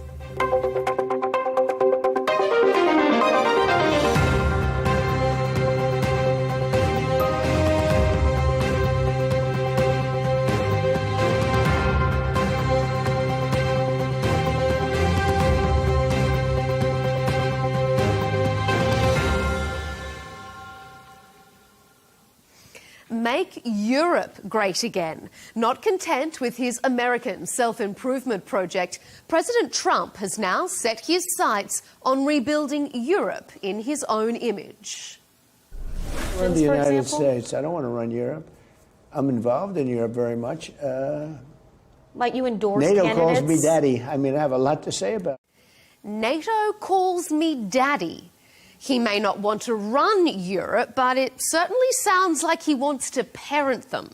A new White House national security document codifies the criticism levelled by Vice President J.D. Vance back in February. It reprimands EU leaders, calling the bloc a decaying group of nations led by weak people. Keeps going the way it's going. Europe will not be, in my opinion, many of those countries will not be viable countries any longer. The president even suggested the US should cultivate resistance to the EU in upcoming elections. His comments come after the bloc fined his mate Elon Musk's company X $140 million for breaching EU online content rules. Musk, in reply, is calling for the European Union to be abolished. Coming up, we'll debate if the EU is at risk of becoming non-European, if it's acceptable for the US to try to influence EU elections, and we'll ask, is the traditional US-EU relationship over?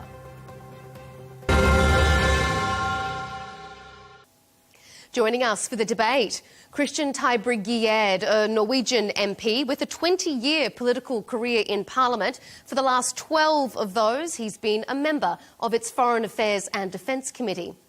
Femi Oluwole, British political campaigner, is joining us, hosts the F Politics YouTube channel.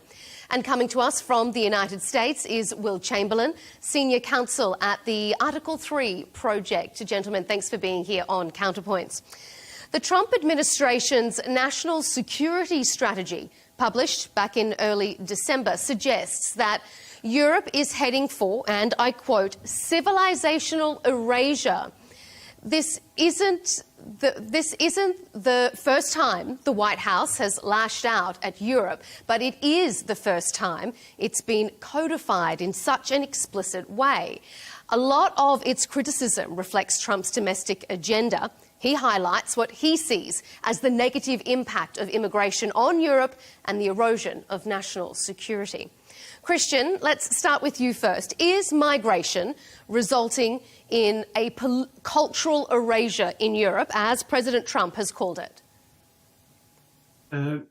Partially, yes. I think there's been a very large immigration to Europe the last 20, 30 years.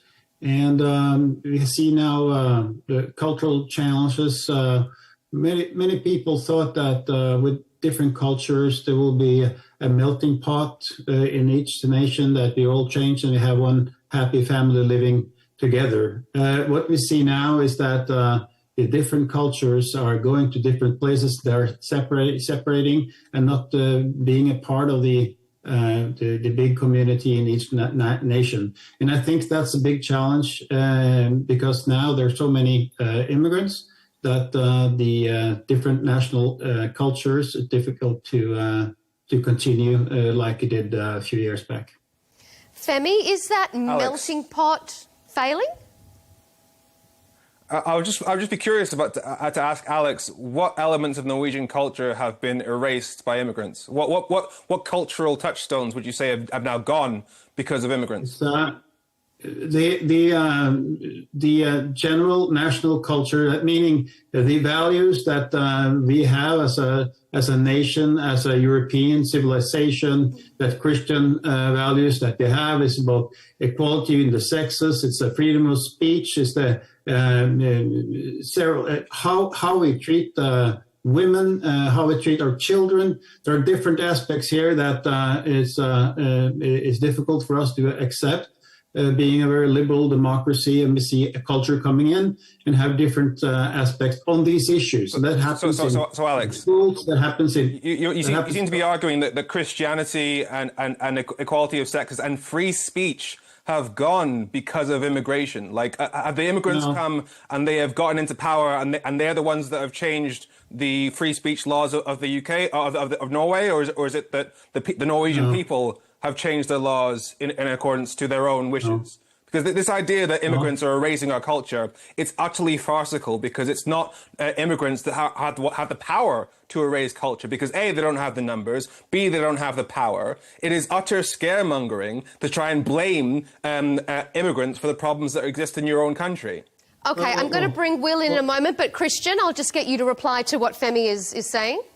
No, it's a totally misunderstanding what I'm saying. If you look at let's say the welfare system in Norway, on our state budget, national budget, 3/4 of the welfare programs is for immigrants, and the immigrants is now 20% of the population. And it's not that it's getting less; it's getting more on welfare in Norway. So they are not adapting to Norwegian culture. They're not adapting. They're not assimilating into Norwegian culture. And what we're asking for immigrants to come to Norway and actually being a part of our society and not stay outside. And it's not because we are racist or anything like that. It's because they don't want to be a part of it, because they bring in their own culture. We hear together in their own communities and their own places, and are not integrating into society. Okay, Femi, I'm just going to ask you to hold that thought for a moment. I'm just going to bring Will in to the conversation. Will, why do you think that President Trump is inserting himself into continental Europe's political kind of overview here? Why is the US president taking such an interest in the machinations of another continent? Well, we think it's pretty important that our European allies remain allies of Western civilization. And it's pretty easy to see a world in which, say, there's either the Muslim minority becomes a plurality, 30 to 40% of the country in London, and suddenly we have a Muslim majority country with nuclear weapons. The consequences of that could be enormous for American relations, and they could be enormous for Europe. And so I think it's very straightforward that, and we've already seen it in terms of the way that the Muslim minority has exerted its influence on the actions of the British and European governments, specifically vis-a-vis the recognition of the non-existent state of Palestine, contrary to the wishes of the American government. So I think, our interest is in seeing European allies who are actually allies, instead of people who are constantly working to undermine the United States. And so, our interest is also seeing in the protection of Western civilization, which, we come from the United Kingdom. We'd like the United Kingdom to still be what the United Kingdom is. And so we care very much about them getting control of their borders. Will, what do you think about the comment that Femi made about the fact that immigrants don't have the power to make these changes? So how is it the immigrants themselves that are responsible for the decisions that governments make? No, they certainly have democratic power now, and they're having influence on the Labour Party, certainly. You see deep fear from the Labour Party in terms of trying to confront migration, because they're very worried about being undercut by Muslim voters at the next election. I mean, this is the way democracy works. The more immigrants you get from a culture, the more democratic power they wield. And I think Femi is sort of trying to get this sort of binary look. Well, it's either they have power or they don't. And that's not the right way to look at it. If their people are part of governments, then they have influence on those governments. And the more voters they have, the more influence they have. And if you think that influence is a negative impact on the government, period, then you probably want to see migration restricted so that influence is constrained. Okay, Femi, respond directly to that. Is there undue pressure being put on governments? Is Europe at risk of what President Trump says becoming non-European? This is why this kind of narrative gets utterly farcical. The idea that we're at risk of becoming a Muslim majority country when the UK is about 87% white is laughable. As for the fact that our policy has changed on Palestine, roughly, I think it's like over 70% of the UK supports a ceasefire in Palestine, wants Israel to put their weapons down. The majority of the UK has more sympathy for Palestinians than for Israel because of what Israel has done. The idea that you would blame a decent policy on Muslims, actually, To be fair, let's give Muslims the credit for the fact that the UK as a whole is opposed to genocide. Let's not talk about I think that's a good thing. Genocide is a laughable claim. People who make it about what's going on in Israel are completely unserious. Alex, allow me to finish my point. It's 2-on-1 here. Let me finish my point. Alex, what you were saying about how they refuse to integrate, again, laughable, because it's not the fault of the immigrants that integration hasn't worked as well as it should have done. If you look at the UK, for example, in the UK, Oxford University sent out 3,200 job applications to various sectors of the UK economy, and they found that if you have an ethnic minority-sounding name, you have to send between 70 and 90% more applications to get a call back. There are so many issues being brought up here. I think we should discuss one issue at a time. So it's harder for minorities to get jobs, to get money, in order to afford to live in the richer, whiter areas. Also, directly when it comes to accommodation, Generation Rent, a housing charity, they found that if you have a black-sounding name, you're 37% less likely to receive a positive response when you're applying for landlords to find a place to live. So it's not the choice of the immigrants where they get to live, it's the choice of the people that actually have the power, namely the white majority country they've moved to. Okay, first of all, Christian, I'm going to bring you in here. Just Femi, just as a reminder, our guests, we've got Christian and Will, not Alex, just as a reminder there. Christian, go ahead. What's your response to Femi's points there, Christian? Well, you're taking out the statistics. You have to look at what's going down, what's the starting points. The education in Norway, the educational system in Norway is very inclusive. It's all adapted to immigrants coming to Norway. Still, we see that the community of immigrants are not doing well in school. They're not doing the schoolwork. They don't have the parents that tell them to do the schoolwork. This is how it started. When the parents are not trying to be a part of their young children, doing homework, for example, joining in different school activities, they're not following up their children at schooling and at different sports arrangements. It starts there. That's where the problem with the disintegration starts. It's not about percentages that lives in a nice area or not. Because if you're a private business and you're saying that you're not going to be accepted if you have a name that is different than from the majority, that makes no sense, because a business would like to make money. So they will hire the person that can create most money for the company. They don't care if you're from China or Africa or wherever you're from. If you make money for the company, they're going to hire you. True. And in the Norwegian government, you even have people being, if you have to speak one at a time, it's easier. You even have programs that let immigrants in, even though they're not qualified to be there. And also, if you look at another part of Norway, the crime rate is incredibly high. And why is it that the immigrants come to Norway for free with two empty hands, and they're still becoming many of them becomes criminals in Norway? And there's no reason for that. They have all the opportunities. They have the money. They have the welfare, free schooling, free healthcare, and they have all the benefits, but still they're not adapting to Norwegian culture and get integrated in Norway. Christian, this is where you lose. The moment you start to say things like ignore the statistics, you lose the argument. That's why when you start having to argue against what I've said, saying that, employers aren't discriminating against people based on their ethnic background, when I've just shown you the facts show that is true. Oxford University they did an experiment. They sent out 3,200 job applications to various sectors of the UK economy. It is a proven fact in the UK that your ability to get money, get a job, passes through a filter of racism. You saying things like ignore the statistics just shows that your ideology is divorced from reality. Femi, what do you make, though, of Christian's point, his assertion, that there's a lack of integration? In terms of a lack of integration, again, who has the power to control how much integration there is? It's not the immigrants who come to the country, because they don't have the power. In terms of who decides who lives where, that is people who own land, people that can make the decision. As I said, in the UK, the statistics show that if you have a name that sounds like you're from an ethnic minority, it is harder to get a landlord to actually take you on. And the thing that we're also missing here is not just a racial divide or a nationality divide; it is a class divide. If you have a system that will force ethnic minorities into poverty, that by not giving them jobs, not allowing them to live in the nicer areas, you create create the circumstances that then lead towards crime, because the link between criminality and desperation and poverty is as documented as anything else in sociology. Everybody knows that the poorer areas...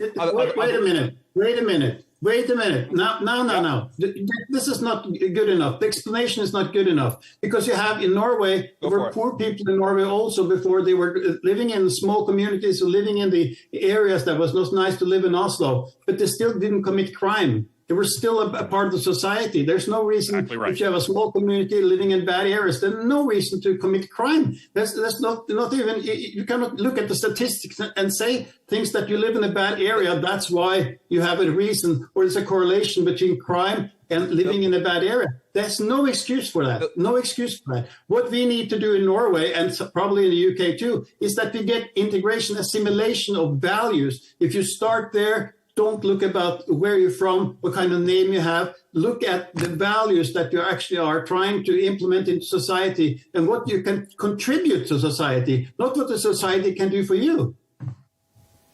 Well, I honestly don't think I need to even argue that the fact that there is a link between poverty, desperation, and crime. But let's talk about what you talk about values. Crime causes poverty, not the other way around.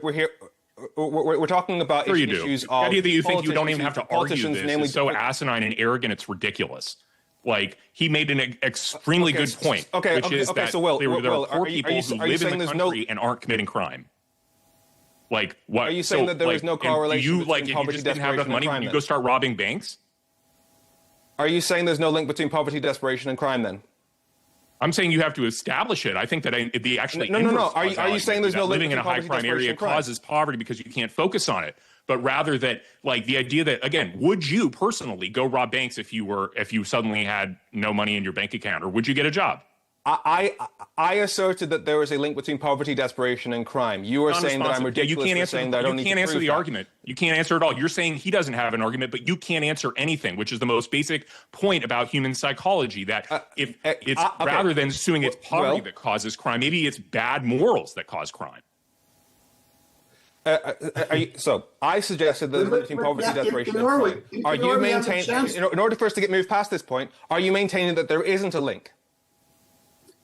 There might be a slight one. I'm not sure exactly what it is. Okay, so you admit that there's a link. So what are we Okay, all right. Let's let Femi respond to that response that you've given, that you say that there is no link. Femi, you respond. Christian and Will, then I have individual questions for you. Femi, just briefly, what's your response if Will's saying that, and Christian, that there is no link? Anybody that Femi, go ahead. Yeah, that's not my argument. Sorry, if your argument isn't that there isn't a link between poverty, desperation, and crime, then what are we even talking about here? I said that, and then you then... The argument is that the link is trivial in comparison to individual morals. Yeah, it's very easy if you're rich to say, well, you morally disgusting people who choose to commit crimes even though you're in poverty. Well, again, I ask you the exact same question. If you were poor, would you rob a bank? Yes or no? I couldn't tell you if I was in absolute poverty. Know? If I was in absolute poverty, you should be deported. If I was in absolute poverty, you don't know. And I had children that you shouldn't rob a bank. It's immoral. Why would you rob a bank? Okay. The idea. Have you ever been in poverty, my friend? Personally, no. But I'm pretty confident under any circumstances I would never rob a bank because it's wrong. Bank's money is not mine. It is very easy for somebody who has never experienced poverty to say that they would act in complete morality when put in a situation of desperation. It's very easy for you to do that. I think it's pretty easy to say I wouldn't steal from other people. Okay, I'm just going to turn us back to the point at hand, just because I need to make sure we cover our topics before we run out of time. Will, I want to ask you, is European civilization so fragile that it is under threat from a minority? Is the minority more powerful than continental Europe and its long history and its long civilizations? Isn't that Europe's problem then? It's getting more and more powerful every day. I mean, look at what happened in England and Birmingham, where you have a massive Muslim minority concentrated in that area, and they managed to convince the government to completely bar the attendance of Israeli fans from a stadium. I remember the United Kingdom taking the right side in World War II and being philo-Semitic, not anti-Semitic, but all of a sudden we have a concentrated minority of Muslims in a city, and they're able to bar the attendance of, essentially the fans of the Jewish state from coming into their city. I mean, that's wild. And that's just one. There's a bazillion examples. I mean, I'm sure Christian has plenty of more from what integration looks like in Norway. Again, if you increase the proportion of immigrants, you get increasing political power. Right. That's the way it works, especially in parliamentary democracies. Where, just to point out, in that example you gave there, Will, that wasn't Muslims forcing the government to do it. It was an independent police decision due to a public law and order threat. So I don't agree with that. The idea that there was independent and uninfluenced by the local MP making a big stink about it is okay. All right, Femi lives in Birmingham. So Femi, give us your point of view. I actually live in Birmingham, so I'm not going to allow you to talk absolute nonsense about my city, because it was a decision made by Birmingham City Council in coordination with the West Midlands Police that, given that the Israeli Maccabi Tel Aviv fans had committed acts of criminal violence in Amsterdam, that it was a security risk to the people of my city. That's the reason that they were banned. So to blame that on Muslims for the crimes committed by Israeli fans that, by the way, Israel recently had to ban themselves because when Maccabi Tel Aviv fans, during a derby match that happened in Israel, they started rioting. So it is not the fault of Muslims, it is the fault of Israeli fans. Christian, I want to ask you, President Trump also says the EU is undermining its own democracy. Is the EU doing that? Is it undermining democracy? That's got nothing to do with migrants. Is that a political way things are going? I think, of course, Norway is not a member of the EU. I think the reason for Norwegians to say no to the EU is that we feel that it's a power that we don't have influence on. There are actually standing at the European Parliament has taken over a lot of control from the national states. And of course, that's very critical for Norway will never accept that. We're trying to keep ourselves an independent country and not a EU country, a European country, but independent, have our national decisions. But this is actually, right now, this is a minor issue because we have the same challenges regarding immigration that Norway has to do to Europe. And if you listen to J.D. Vance when he was in Munich and at the security conference just a few months back, and he's saying that why should the United States save Europe? They don't want to save themselves. And of course, that's a very important point. And that's what the U.S. is actually saying. That's what Vance is saying, and Trump is saying also, that if he is not willing to save our own country, our own nationality, our own borders, spend enough on the defense, and actually looking at immigration in critical terms, U.S. not coming to Norway and save us through NATO. And that's a big concern for us. And we need to have an immigration policy that actually is able to care of our own culture, our own national culture. Norway, for 2,000 years, you have Norwegian culture. It has developed, but it has developed on Christian values. And the Christian values are different than the Muslim values. And in Oslo now, 25% of the population are Muslims. Meaning that happened only in 30, 40 years. And if you look at the statistics, of course, in due time, 10, 15, 20 years from now, there will be a 50% Muslim population in Oslo. So this is going to happen unless you change it. And of course, you're talking about Israel and the Jews. There are 50 million Jews in the world, and they are surrounded by 1 billion Muslims. And they seems to be the big problem for many people, that the Jews are 50 million people. And remember, there are very few. In Norway, there are 1,500 Jews. They still have a problem actually going out in the street and showing the signs of their faith. So this is. But, I mean, Muslims only make up less than 5% of the global population, where they're geographically spread out. I mean, why is that? That's not true. There are 1.6 billion Muslims in the world. in Norway. My apologies. I misspoke. I meant in Norway's population. So they're not overrunning.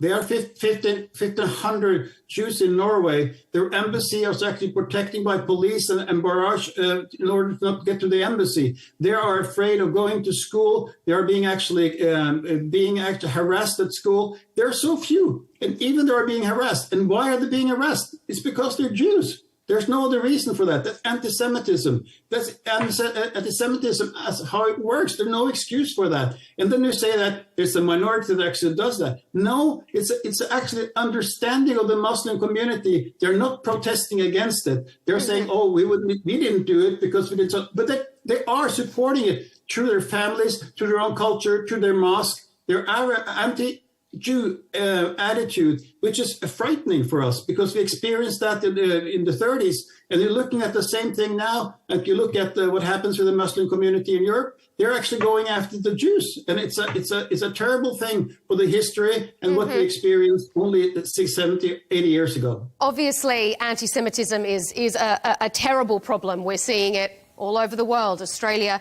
as an example. But I want to move us on, turning away from migration as we move through our debate now, focusing more on influence. Because at the start of this year, we saw Elon Musk addressing the campaign launch of German right-wing party, the ADF. He was, at the time, the head of President Trump's Department of Government Efficiency. The president himself recently boasted in an interview that he turned Argentina's Javier Milei's electoral fortunes around, helping him win the election in October. And now, President Trump says he'll turn his attention to European elections, where he wants to cultivate resistance to the direction the EU is heading in. Will, is it acceptable for the US to influence elections in another country? Sure. The Europeans have been doing it to us for quite some time. There's plenty of effort by Christopher Steele and British intelligence to try and intervene and meddle in the 2016 election. In general, the European Union is much more favorable towards Democratic candidates than Republican candidates. I don't see why what's good for the goose isn't good for the gander. Moreover, especially because we're footing the bill for continental security for European countries, I think we're quite tired of European posturing and adversarialness towards us, given that you're under our security umbrella. So I think we have an interest in seeing that friendly leaders are elected if we can. Obviously, it's ultimately up to the people of their own country to vote. We're not going to, meddle with your voting mechanisms, but certainly we're going to make clear what we would like to see. And I think, especially in, a case in the United Kingdom, we would like to see very clearly, I think we'd like to see Nigel Farage as the Prime Minister of the United Kingdom. I think that would be very, very good for United States relations. So why is it okay, Will, for the US to intervene in elections, but the world is up in arms if Russia is intervening in elections, if China is intervening in democracies? Why is it okay for the US but not okay for those sorts of countries? Well, we're the good guys and they're the bad guys. That sounds trite, but it's true in the sense that, Russia so says you. Russia and China are adversarial nations and adversarial to the entire European project, adversarial to the Western civilization more broadly. We should look at, that's not benign influence. That's hostile influence trying to undermine the civilizations, whereas we want to see European civilization, Western civilization preserved. I don't think it's, and moreover, they're not, again, if the European countries want to treat Russian and American influence the same way, they're welcome to go operate under the Russian security umbrella. Go for it. Femi, how does that sound to you? Is it not hostile influence if it's coming from the US? Because, as Will said, they're the good guys. Just say you hate democracy. Just come out and say you hate democracy. Because if you're okay for foreign countries to essentially severely influence and distort voting in another country, you don't care about the actual wishes of the people in that country. Are we changing the voting machines? Just say speaking. If your idea is it's upsetting to you to hear American speech in your elections, then who actually really doesn't like democracy here? Maybe it's you who don't like democracy because you think people are so stupid they'll just they'll be irrational with regards to what Americans say and what President Trump says. It's President Trump said this. Well, I guess I'm an automaton and I'll vote for it. That seems to be your view. Okay, Femi, respond, and then I'll hand it over to Christian. Yes. Just a moment, Christian. We'll let Femi respond first. We know that the history of elections... People can only make... democratic elections... Christian, just a moment. Let's let Femi respond to what Will was saying, and then I'll hand it over to you. People can only make the decisions based on the information that's provided. Free elections, we know that has happened in Europe. Wait your turn. Free elections. Wait your turn, Christian. We have free elections. Christian. Just a moment, Christian. Let's let Femi respond first to what Will was directly saying to him, and then I'll hand it over to you. Femi, go ahead.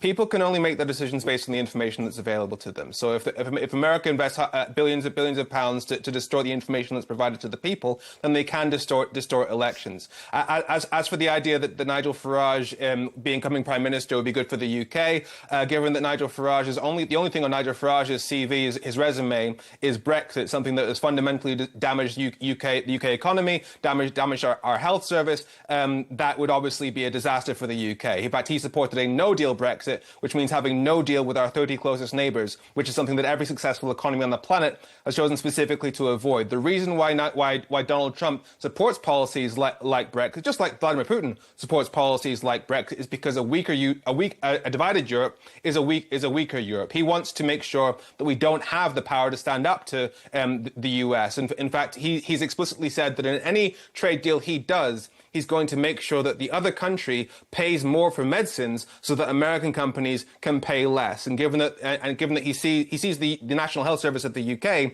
as an enemy because we pay about a third of the price for our drugs as America pays. So if Donald Trump was to get his way in terms of influencing our democracy, that would damage our National Health Service, putting UK lives at risk. So the idea that the influence of America is benign because you're the good guys, laughable, especially because right now, America definitely not the good guys, supporting genocide in the Middle East, that they are not the good guys. We're dealing with a man who's recently been found to be in the Epstein list. He's somebody who committed a sexual assault against E. Jean Carroll. This is not a good position. Okay, Femi. All right, Christian, go ahead. No, I'm saying it's very interesting to see how people are defending democracy and free elections. When you look at all the nations that do not have free elections, that do not have democracy, where are they located? They're not located in Europe. They're located everywhere else in the world, and in Africa and the Middle East, where you don't have free elections. And what you're afraid of in Europe is that if you don't support the original cultures and the nationals for the original cultures, you reintroduce democracy and change democracy by its own terms. You see that they are voting in blocks. They are not doing representative by parties. They are voting for issues together and not by different divisions within the parliament. You see that all over they are standing together. They're not trying to have different point of views on different issues. And that's very important, that in a democracy, you need to have different ideas and different opinions on different issues. And you Christian, I want to ask you, though, do you welcome American intervention in European elections? Would you like to see President Trump or Elon Musk having a say and influencing elections in Norway?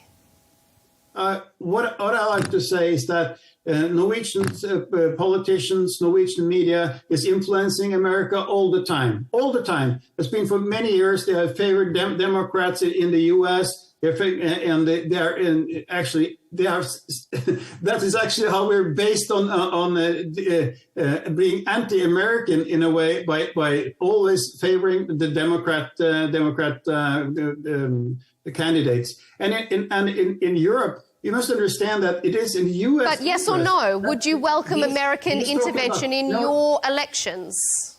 No, yes, because the U.S. is looking at its national interest.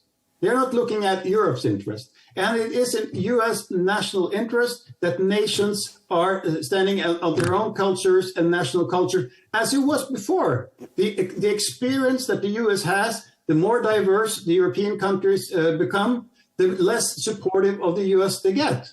And that's a fact. That's just how it is. Wait. Look at one of the opponents. Look at one of the people you welcome Donald Trump's we are discussing right now. Okay, Femi? But you welcome Donald Trump's influence in Norwegian elections because Donald Trump has America's interests at heart and not Europe's interests. So you welcome the influence of somebody who doesn't have your interests at heart, and will put his own interests above those of your continent. What? I look at America's interest as Norway's interest. I look at Norway and America as two partners. I support the Republicans in the U.S., and I think it's a good thing that the Republicans in the U.S. are trying to influence the European elections. I have nothing against that. I understand that because that happens all over the world. The Russians are trying to influence our elections. They are doing that. All other tyrants is also trying to influence elections in Europe.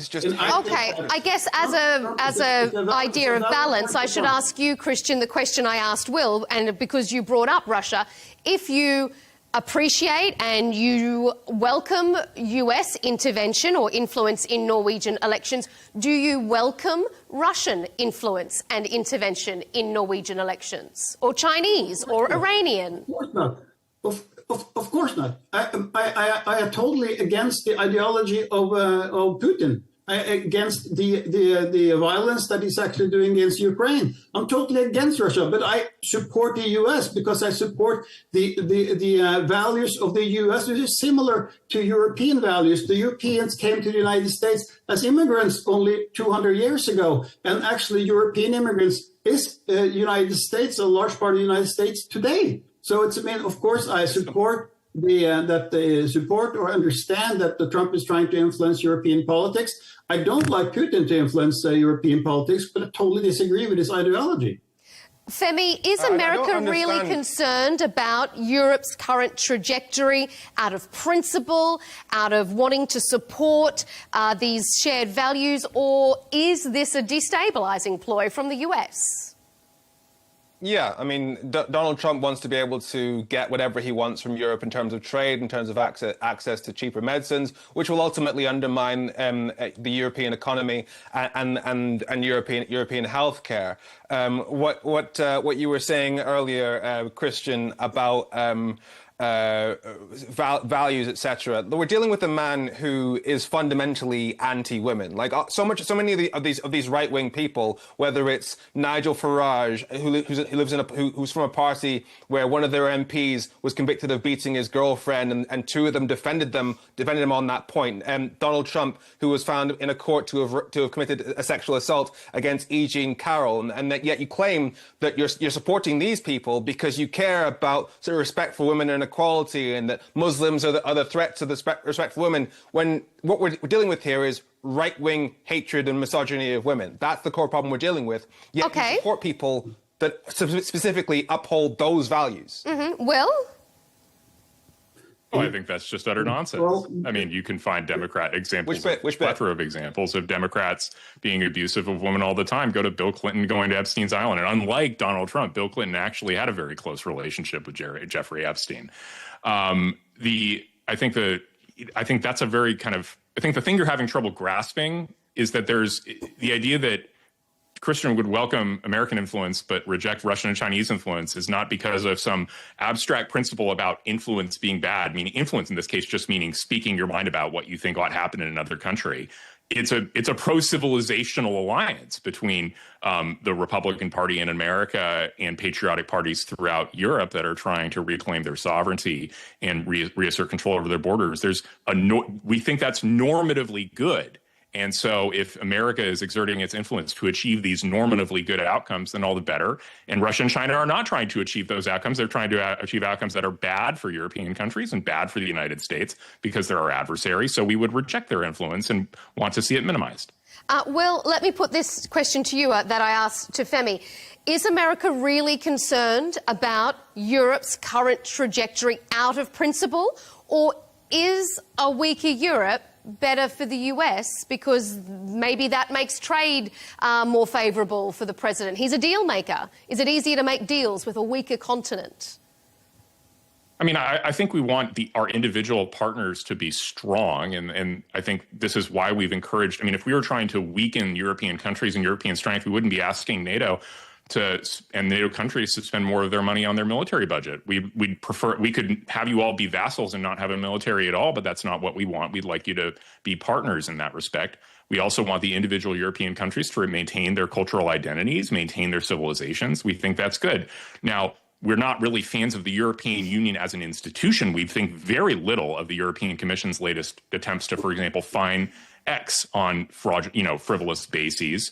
And we look at we're not happy with the tension between when European countries put on their NATO hat and are extremely solicitous of the United States, and then turn around and put on their EU hat and are suddenly aggressive and adversarial in trying to undermine American interests. We don't like that because as Americans, we know that we're bearing the lion's share of the security responsibility. So we'd like a little more friendliness. But so we want strong European countries. That doesn't mean we want a strong EU, because especially given the current way that the EU is structured in deeply anti-democratic institution. Okay, let's move on to Femi. Do you want to have a response to that before I move us on to our final section? Yeah, it's just a lie. If the EU didn't exist, then America would be able to deal with each individual European country on their own. Whereas right now, we're able to say, hey, America, give us whatever trade deal we want, and you can have access to this market of 500 million people. Whereas if it was dealing with individual countries, they would have a lot less leverage in trade negotiations. He wants European countries to be divided. He doesn't like the EU because the EU can negotiate as a massive trading bloc. That's why the same reason why Putin wants to break up the EU, same reason why Donald Trump wants to break up the EU. They want a weaker Europe, and it's what confuses me about this idea that you're okay with Trump's influence but not Putin's influence, as if they don't have the same kind of ideology. Both of them are pro-colonial. Putin wants to take over Ukraine. Trump wants to take over Gaza. Both of them hate democracy. Trump explicitly told a governor to find an extra 11,000 votes so that he could win an election. Putin rigs his elections. I struggle to see the difference between Trump and Putin from an ideological standpoint. Okay, all right, I'm going to move us on and then I'm going to come to Christian for a response to that. All of this has not surprisingly sent shockwaves through Europe. The European Council President has said the EU cannot accept the threat to interfere in European politics. France's Emmanuel Macron has reportedly warned Ukraine that the US could betray it, and the German Chancellor has called parts of this national security strategy unacceptable. Let's take a listen to this short statement from Friedrich Merz. It's not really that big a surprise after the American Vice President gave his speech at the Munich Security Conference, which you probably all heard and remember. In this respect, we are preparing ourselves for the fact that transatlantic relations will change. Christian, even though you may welcome US influence in Europe at the moment, by and large, it's not being welcomed. Is the traditional US-EU relationship over? Well, I hope not, but I understand Trump's point of view here. Europe, if it's individual or is it combined, or in totality, is weak. We don't have strong leaders in Europe that's strong enough to stand up to Trump if you wanted to do that. And if you want Trump to be in charge of the free world and save Europe through NATO, you cannot do both. You cannot criticize Trump on one hand and saying that we need you on the other hand because we are afraid of Russia. If Trump has that leverage to actually tell Europeans what to do in some cases, we either say, yes, we will do it, or we say that we will save our own nations through our own defense. Our own security could be our own matters. We are not able to do it. We need United States. In order to do that, you have some trade issues. I would like to have favorable trade policies towards the U.S. It's a trade-off. And if you say that, okay, we don't accept that, then the Trump is saying, well, then we will not protect you or protect NATO. And it makes total sense. And of course, he's trying to be a businessman. He's trying to make the best for America. He's trying to make America great again. And of course, that's why he wants to have tariffs. He wants to have good trade terms. He wants to buy U.S. weapons. That's his job. And if he has the leverage, is he strong enough to tell Europeans to do that? Of course he will do that. And if he deals with the weak leaders, he will say, well, stand up to me and spend money on your own defense, your own security, or don't change your demographics in your country day by day, making it weaker and telling the United States to defend you. I totally understand what Trump is saying and the United States is saying. And I think Europe is weak and we're not able to act either together or individually. And then again, we have a demographics working against us. It's going to be very difficult for Europe to stay together and very difficult for each individual nations to stay together, how this develops. If you look 10 years from now, 20 years from now, it's going to be very difficult. It's difficult now. It's going to be worse. Femi, is the US and EU relationship over? Are they now adversaries, not allies? Well, I think while Trump is in the White House, I don't think things are going to ever be okay, because his intentions are clearly not to look to support the actual the well-being of any European country. He doesn't care. He's just doing whatever he can for his own interests. And I think one point that's missing from this, especially given the direction that's been pushed, and when you talk about why is so much immigration happening, you talk about demographics and us being weak, skill issue.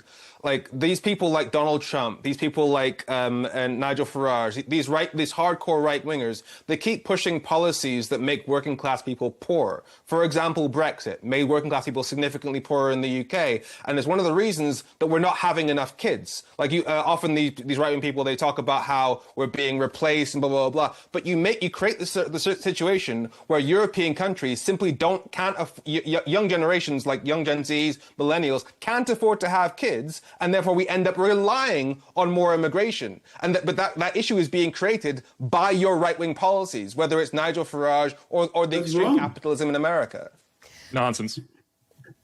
But what you're arguing there is actually wrong. In Norway, you have welfare up our ears. And you can have as many children as you want, and you get welfare from the government. But still, they're not giving birth to enough children in Norway. So it's not about money. You're talking about money and you're talking about statistics. We're talking about facts here. If you look out of the window, you see changes in Oslo all the time. And you see that the different communities are sticking together. They're not trying to melt the melting pot. That was the idea about immigration. They came with two empty hands from all over the world. They came to Norway, in my case, and there was supposed to be a melting pot that we all stick together with our values. They adapt to the Norwegian culture. They came to Norway, but now they are actually sticking to their own culture, also in Norway. Again, Muslims make up 5% of your country, and you're blaming them for all your problems. Skill issue. 25%. 25%. Will, I want you. Oslo, yes, but in your country, no. Will, you jumped in there and said nonsense before. I want to bring you back in. You also said you're not a big fan of the European Union. Do you consider the EU as a bloc to be an adversary of the United States? I don't consider the countries of the EU to be an adversary. I think that the EU as an institution is becoming increasingly adversarial to the United States. I think that's what's demonstrated by the European Commission's fine against American companies. I mean, I think they were having some talk about becoming a regulatory superpower, which is really embarrassing when you think about it. I mean, the idea that your superpower would not be your economic might or your ability to produce or innovate new things, but rather to regulate American companies and extract fines from them is not impressive as a bloc, and I don't think they should do it. To answer Femi's broader point about this sort of like the idea that it's a skill issue, that right-wing parties' policies are responsible for immiserating right-wing people. In the United Kingdom specifically, Nigel Farage put in place Brexit, but it's Boris Johnson that implemented the Boris wave and massively increased immigration into the United Kingdom of people who are not economically net productive and who are extracting more in benefits from the state than they were producing. That's why things are worse in Britain. The social strain on social services is enormous. And we've already seen things in the United States, things are actually dramatically improving in a lot of places. The fisc is improving because of President Trump's immigration policies, and we're seeing massive amounts of self-deportation, finally a decrease in net migration in the United States, the first time that's happened in 50 years or something like that, and things are improving dramatically here. And I think that the idea that it's Brexit that's to blame for the United Kingdom's problem is not an opinion shared by the British public, because if it were, then Boris Johnson's Conservative Party would be in much better shape than Nigel Farage, who is leading the polls in the United Kingdom and has led them for something like a year straight. So I think what people are asking for, they realize the Conservative Party wouldn't deliver immigration restrictions, so they're going with reform. Well, okay, Femi? Allow me to correct you, because you're going to talk about Brexit.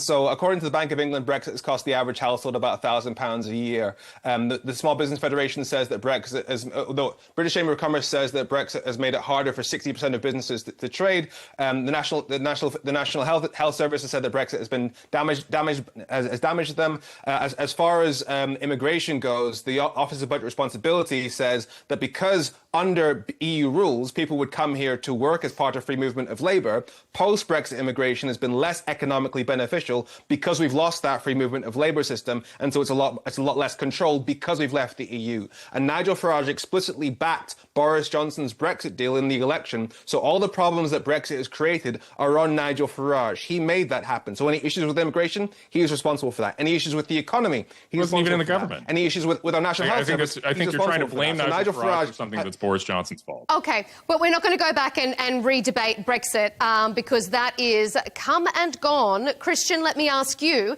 the EU as a bloc, is it over? Has the EU experiment failed? And do you think, as Elon Musk has said, it should be abolished?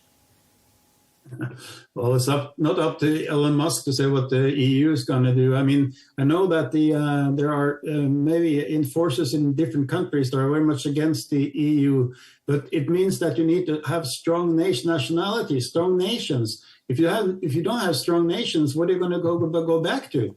So in that case, it's better to have a strong EU based on democratic values, and then have strict immigration policies for all of Europe, because we have to change our immigration policies. And this debate is about how immigrants is not able to integrate into society, and why European countries become weaker. And they are becoming weaker. You cannot deny that. We are becoming weaker, relatively speaking, and also in terms of our influence in the world. And the numbers of Europeans are much less than they were only a few years ago, and it is decreasing. And you may say, "Oh, who cares?" And many people shouldn't care, but I think the Europeans' history, we are actually bringing a lot of history to the world that is worthwhile to take care of. And also, just to have my last point, immigration to Norway and Europe. The idea was to help the immigrants when they come to Norway or to Europe,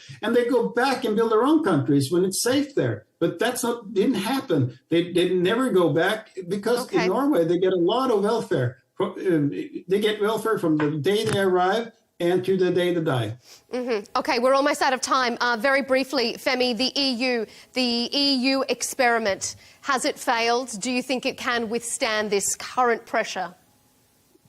Yeah, you said that the Brexit debate is over. It's always, the reason why the EU will never fully collapse is because it's always going to be in the interest of European countries to have the same laws, because the biggest barrier to trade is having to adapt your products to the legislation of different countries when you're trying to operate. So it's always going to be in their interest to make laws together. As for the notion that Brexit is over and a debate that's over, the majority of people in the UK want to rejoin the EU. That's been shown in every poll that's been taken since 2018. So Brexit is not a debate that's over, especially because Brexit is currently making our businesses, making our economy worse. And so if we were to rejoin the EU or release the single market and customs union of the EU, so basically the rules-based system of the EU, then that would significantly improve the quality of life of people in the UK. And as for the idea that I'm blaming Nigel Farage for the problems created by Boris Johnson, the only reason there was a referendum on leaving the EU in the first place was because David Cameron, as Prime Minister, was scared of losing votes to Nigel Farage's UKIP. So he called the referendum because of Nigel Farage. And then when it came to actually going through with Brexit, Nigel Farage stood down 300 candidates of his party in order to help Boris Johnson deliver this specific version of Brexit. So Nigel Farage helped make Brexit happen in the first place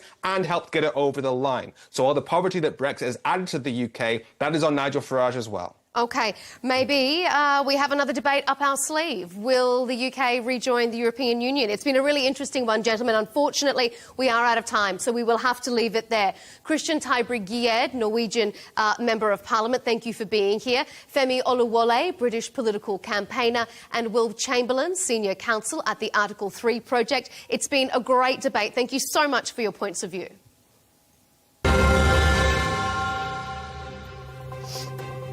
And as always, thank you to you for tuning in to this episode of Counterpoints. Be sure to keep up to date with our latest debates and interviews. You can subscribe to Allarbia English on YouTube and catch us on X and TikTok. We'll see you for the next episode.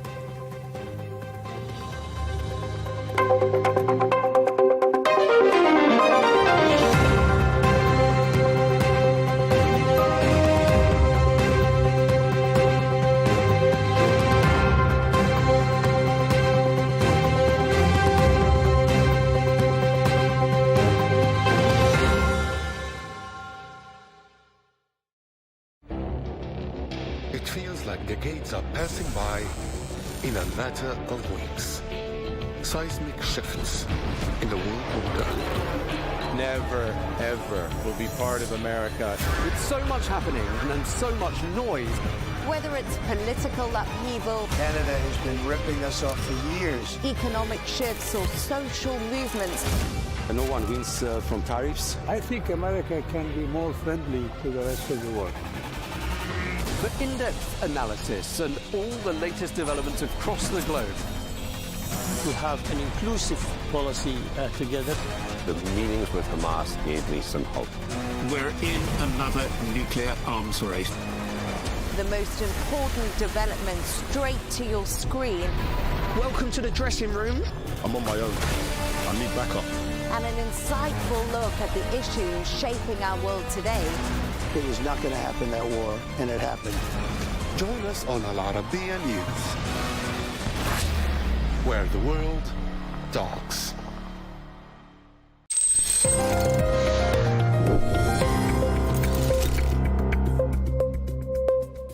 I am Catalina Marchand-Abreu, and you are watching Arabiya English.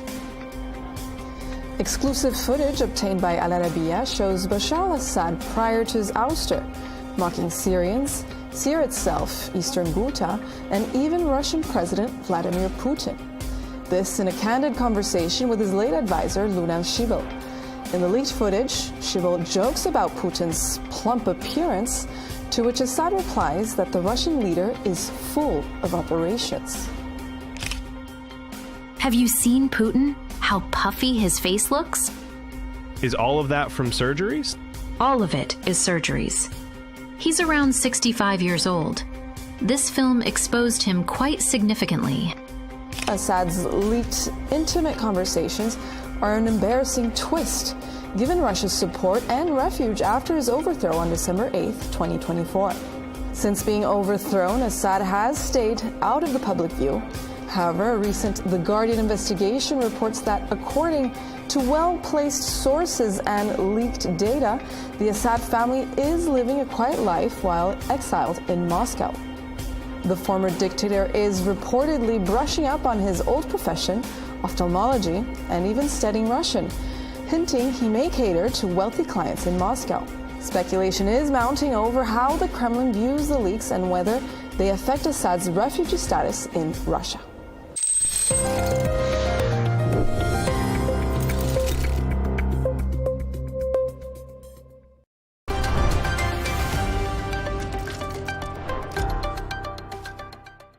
Ons Jabeur, professional tennis player and all-round inspiration. You're opening your academy in Dubai today. How does this moment feel to you? It's a dream come true, really. I always wanted to have my academy. You know, to be honest, want to start in Tunisia, but in Dubai they opened the doors for me, and you know how they encourage sports here. So it was great to just have my first academy here. I would say create champions. You know, if we can say that. From my region, from the Arab world, I feel like we have a lot of talented people that they can achieve, you know, and be, why not, number one in the world. So we hope we can do that. It's not about doing a business, but it's really about creating champions. You've been a very, very successful tennis player from the Arab and African world, ranked world number 2, and you've inspired so many people. How difficult was it to get in the top 10 coming from Tunisia? It's definitely more difficult than coming from like Europe or US, you know. Usually they have the experience with sponsors as well. It's much easier to sponsor someone from that country than from my country, unfortunately. But, you know, I think the tennis is evolving. People start to know more about, you know, the African Arab region, which is, you know, that's what I wanted, you know. So I hope we can change that perspective. I hope I can share my experience with the young kids and really inspire them to become, you know, champions. They are little champions, and hopefully they become big champions, you know. I feel like it's very important to do that for sure. Ons, you've taken a little bit of a break away from tennis and you're really concentrating on the humanitarian side of things. You've spoken out about how difficult it is for people in Gaza. How are you helping them with your foundation, and is the world doing enough? It's always not enough. As long as, you know, the war is still going there, it's always not enough. I think every human being deserves to live, deserves to survive. You know, unfortunately, we're talking about surviving, which is the minimum thing that anybody could have, you know. And unfortunately, I really hate politics, and I wish we can end this and everybody would live in peace. But through my foundation, I'm trying to help a little bit in my country, in Tunisia, and hopefully in the future in Africa. Through WFP, we're trying to help a lot in Gaza, and there is a lot of exciting projects. Since I'm not, you know, playing right now, I would love to take this opportunity and really speak out more and do more humanitarian things. This is what I feel like defines me. I'm not just a tennis player, but also I'm a human being. And I want to talk to you a little bit about life off the tennis court. You're due to become a mother. Yes. Congratulations to that. Thank you. And I've always sort of admired you because your fitness coach is actually my husband. Yes. And I think about how I would work with the person I loved. Ons, how does it work? Is it difficult? Do you fight? Do you want to fire him some days, but are really excited? I think I fire him every day. No, it was more difficult at the beginning, you know. We didn't know how to work with each other. He tells me to run. I was like, don't tell me what to do, you know, as a woman with her ego, you know. But he's such a sweetheart, you know. He has a strong character, but he knows when to go up and with me and when not. So it's fun to work with him, and he's you know, half Russian, so he has that discipline in him, you know, more. So that helps me, you know, be you know, the woman that I am today, and really thanks to him I achieved to that. We, you know, in Arabic we say behind every a strong man is a woman, but in this case, behind, you know, a strong woman is a man. So he's unbelievable, and I really love this relationship. And you know, we took this decision together to have a baby. We both want to be a parent. It's very tough when you play tennis, but he's very supportive, and I know he's going to be behind me to come back stronger for sure. And I wanted to ask you a little bit about that, you know, motherhood and playing tennis and how difficult it is to come back, because this has been a question that surrounded the sport for so many years, and lots of women do come back after they have children, sometimes successfully, sometimes not. Have you been speaking to other players on the circuit who have done it, and how are you feeling about that? I did. A lot of amazing women, they gave birth and they came back, which unbelievable, you know. I've always dreamed of having a baby and coming back. To be honest with you, I have no idea how my body would react. I hope my baby is listening and he you know, gives me a easier comeback. But you know, if I'll try my best, you know, to be ready as soon as I can. And I really, one thing, I don't want to end my career like I, you know, played last few months. So I hope I've just come back and you know, end it in the right way. So it's good news, me hearing you say you want to come back, because you've obviously taken a little bit of time out, and that was really to reconnect to the game and to find yourself again, because it must be so difficult when you're not feeling that connection on a tennis court. How are you feeling now? Do you think that you've refound the love for tennis? Definitely, I'm feeling much better. You know, I had to take a break. I wasn't feeling happy on the court, which is, you know, kind of a bit surprising, because, you know, tennis court is my happy place. But I'm glad that I did that. I'm glad that I put myself first. And, you know, with doing that, I'm having a cute little surprise. So I hope that will motivate me even more to come back. I want my baby boy to watch me, you know, play. So that's a moment I'm really excited to have. What would you say to anyone who's a little bit nervous to come to the tennis court, but they really want to try out the sport or get their child involved? What's the main inspiration behind it? I heard a lot of, I saw a lot of articles that tennis is one of the healthiest sports. So that's one thing. And plus, when you move in tennis, you move everything, you know. So it's a full body sport. Definitely don't go and play paddle, go and play tennis, you know. And just enjoy, you know. As long as you enjoy with your friends is the most important thing.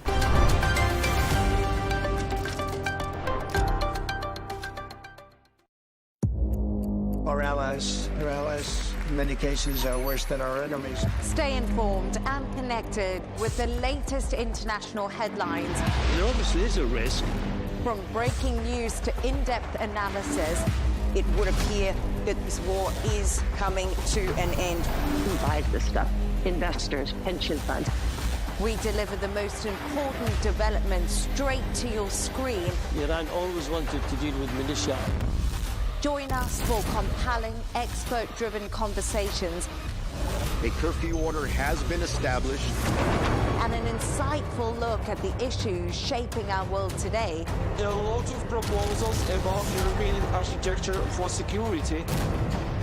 I'm Leigh Ann Gerrans, and this is W News. We dealt with this when I was Chief of Staff in the first term. Where you don't just hear the headlines, you get the full story.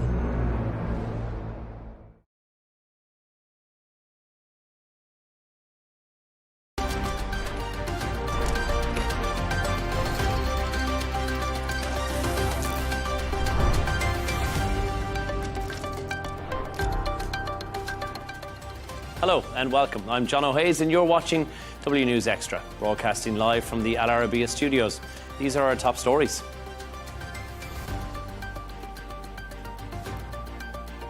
Susie Wiles pushes back on a Vanity Fair profile defending her comments on Trump and JD Vance. Families mourn the victims of Sydney's Bondi Beach attacks as police charge the surviving gunman. And Warner Brothers stakeholders have rejected Paramount's $108 billion takeover bid.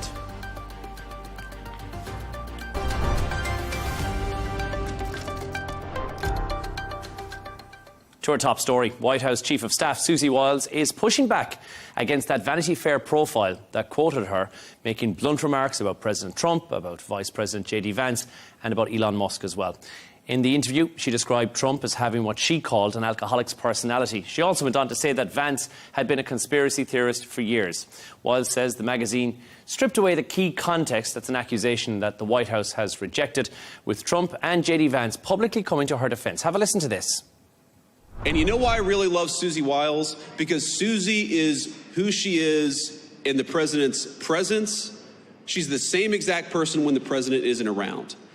I've never seen Susie Wiles say something to the president and then go and counteract him or subvert his will behind the scenes.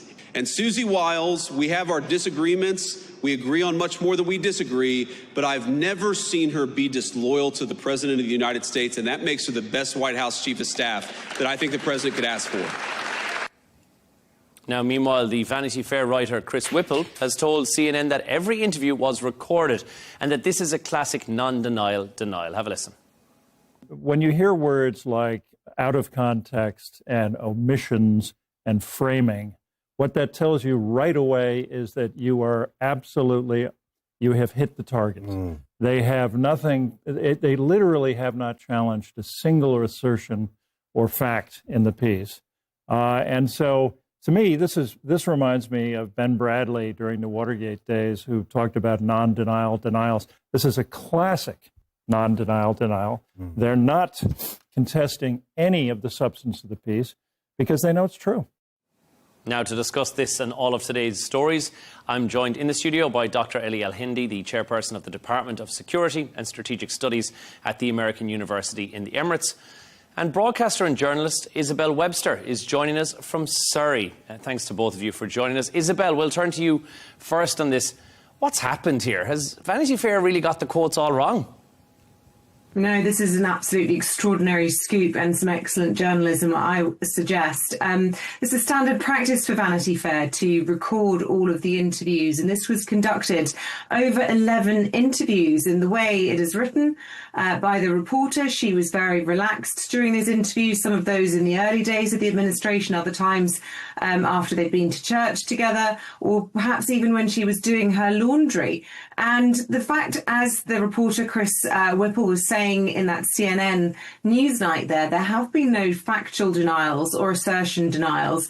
You know, it is extraordinary, really, that the president and indeed key members of the Trump administration are still falling in behind her and loyal to her, because what she said, and just to remind the viewers, was pretty damaging. I mean, she described President Trump, who, by the way, is one of the most easily offended individuals in the modern world. She described him as being a high-functioning alcoholic personality. Now, he is teetotal, but what she meant by that, and she has some experience in this because her own father, who was an incredible footballer and then went on to be a sports pundit, was an alcoholic. And she said she has a bit of a history of coping with big personalities. Now, she said that this was all taken out of context and that this was, trying to paint a narrative of chaos. But I would argue, what context would make it sound okay to describe somebody as an alcoholic? To my mind, someone when they're drunk, and this is her words as well, is that they think they're invincible. There's nothing they can't do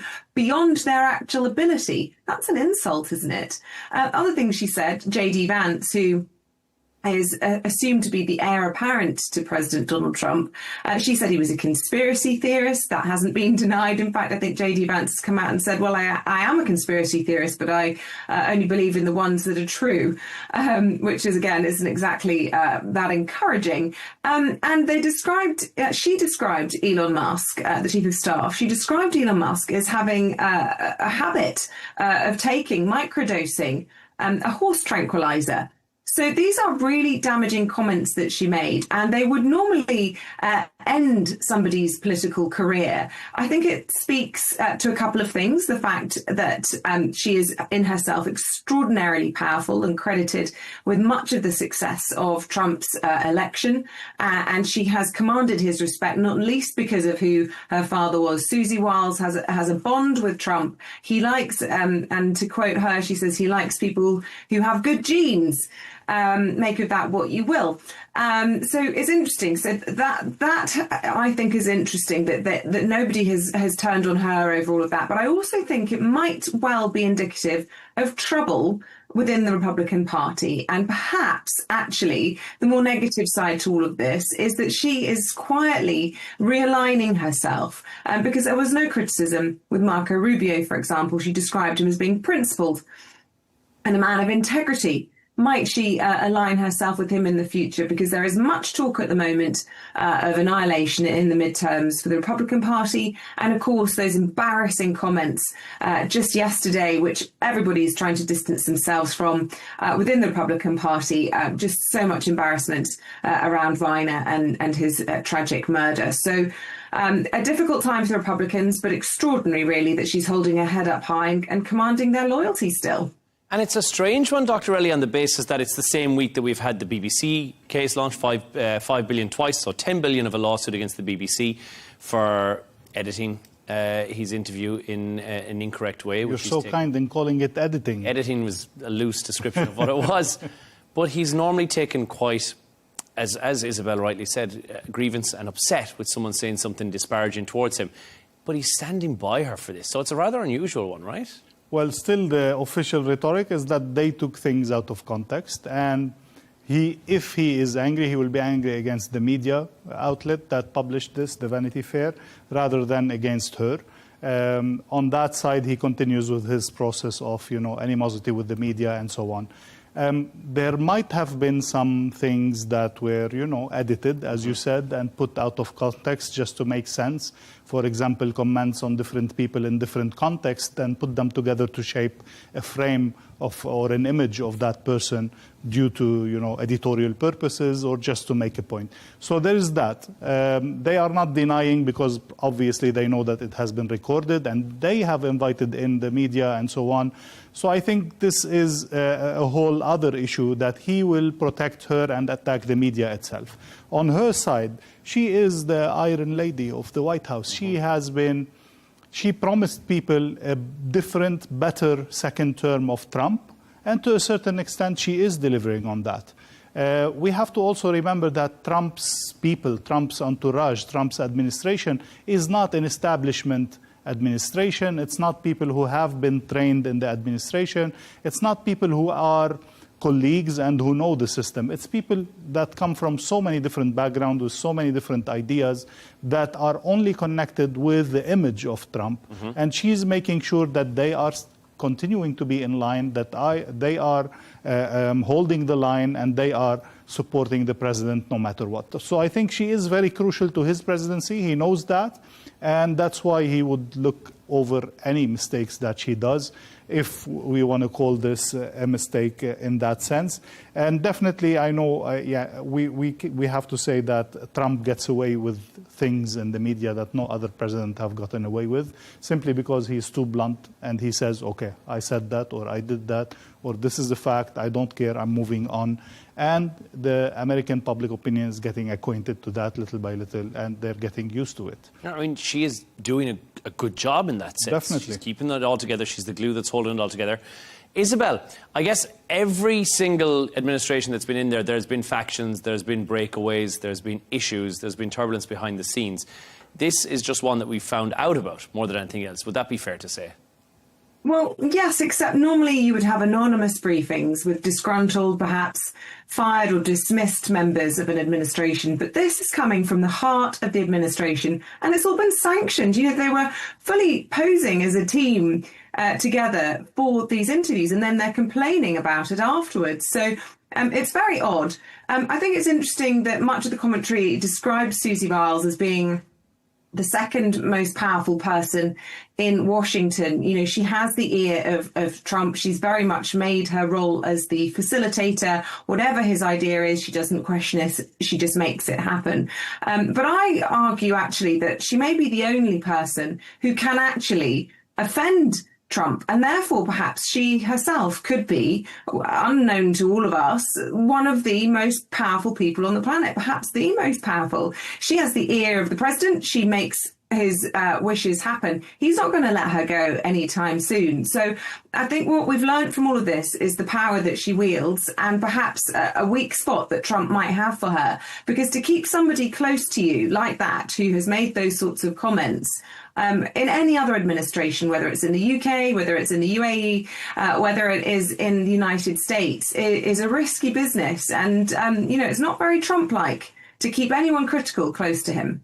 Let me just be the conspiracy theorist for once and say maybe, because she has never given, very rarely given statements to the media, maybe this is a kind of tribute to show what kind of legacy she has, what kind of, great work she is doing in the White House, especially that all the team, all the administration actually posed for the pictures and gave the glory of her and so on.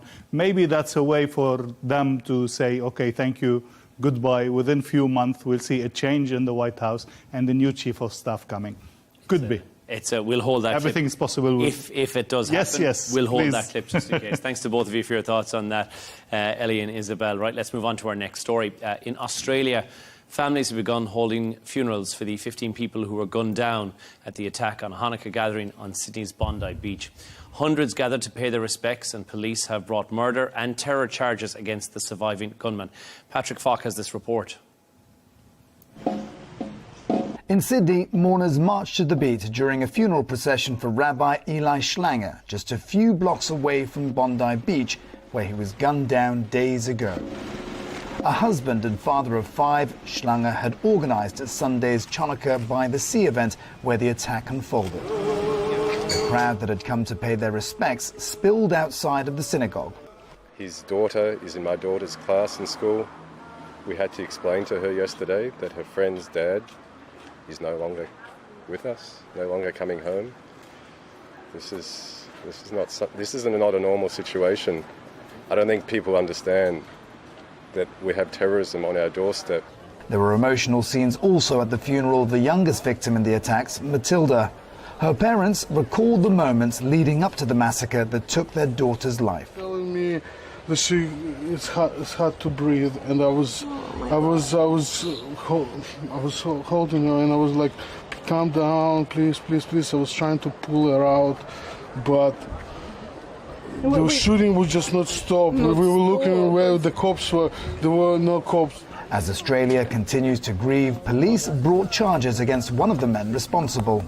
24-year-old Naveed Akram faces 15 counts of murder, 40 counts of attempted murder, as well as other charges of terrorism. Police say his car, found at the crime scene, contained improvised explosive devices. He's expected to remain in hospital until he's well enough to be transferred to prison. Reports saying the suspects were inspired by ISIS have prompted questions about whether authorities in Australia did enough to prevent hate-fueled crimes. We want to stamp out and eradicate anti-Semitism from our society. We want to also stamp out the evil ideology of what would appear to be, from the investigators, an ISIS-inspired attack. That has no place, that sort of hatred. Meanwhile, investigations are ongoing to try and determine how deep any links with ISIS may have been.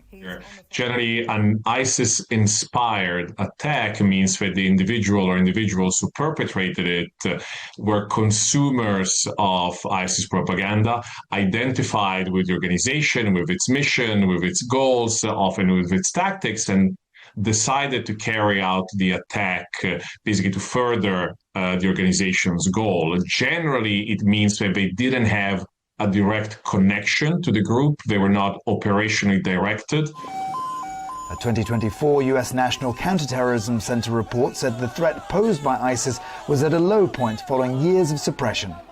But the Bondi Beach massacre may show its followers remain active and pose a threat wherever communities fail to eradicate them. Patrick Falk, Allarbia English. Dr. Ellie, first to you on this. This arrest comes as mourners are gathering for the funerals of victims. It is of no consolation whatsoever for the families of these victims that an arrest has been made, but at least one of the gunmen has been brought to justice, or will be brought to justice once he's well enough to be released from prison. Nothing brings back your child. Nothing brings back the parent or the person that you have lost. This is an awful thing, no matter how you put it, no matter what is the context before, during, and after.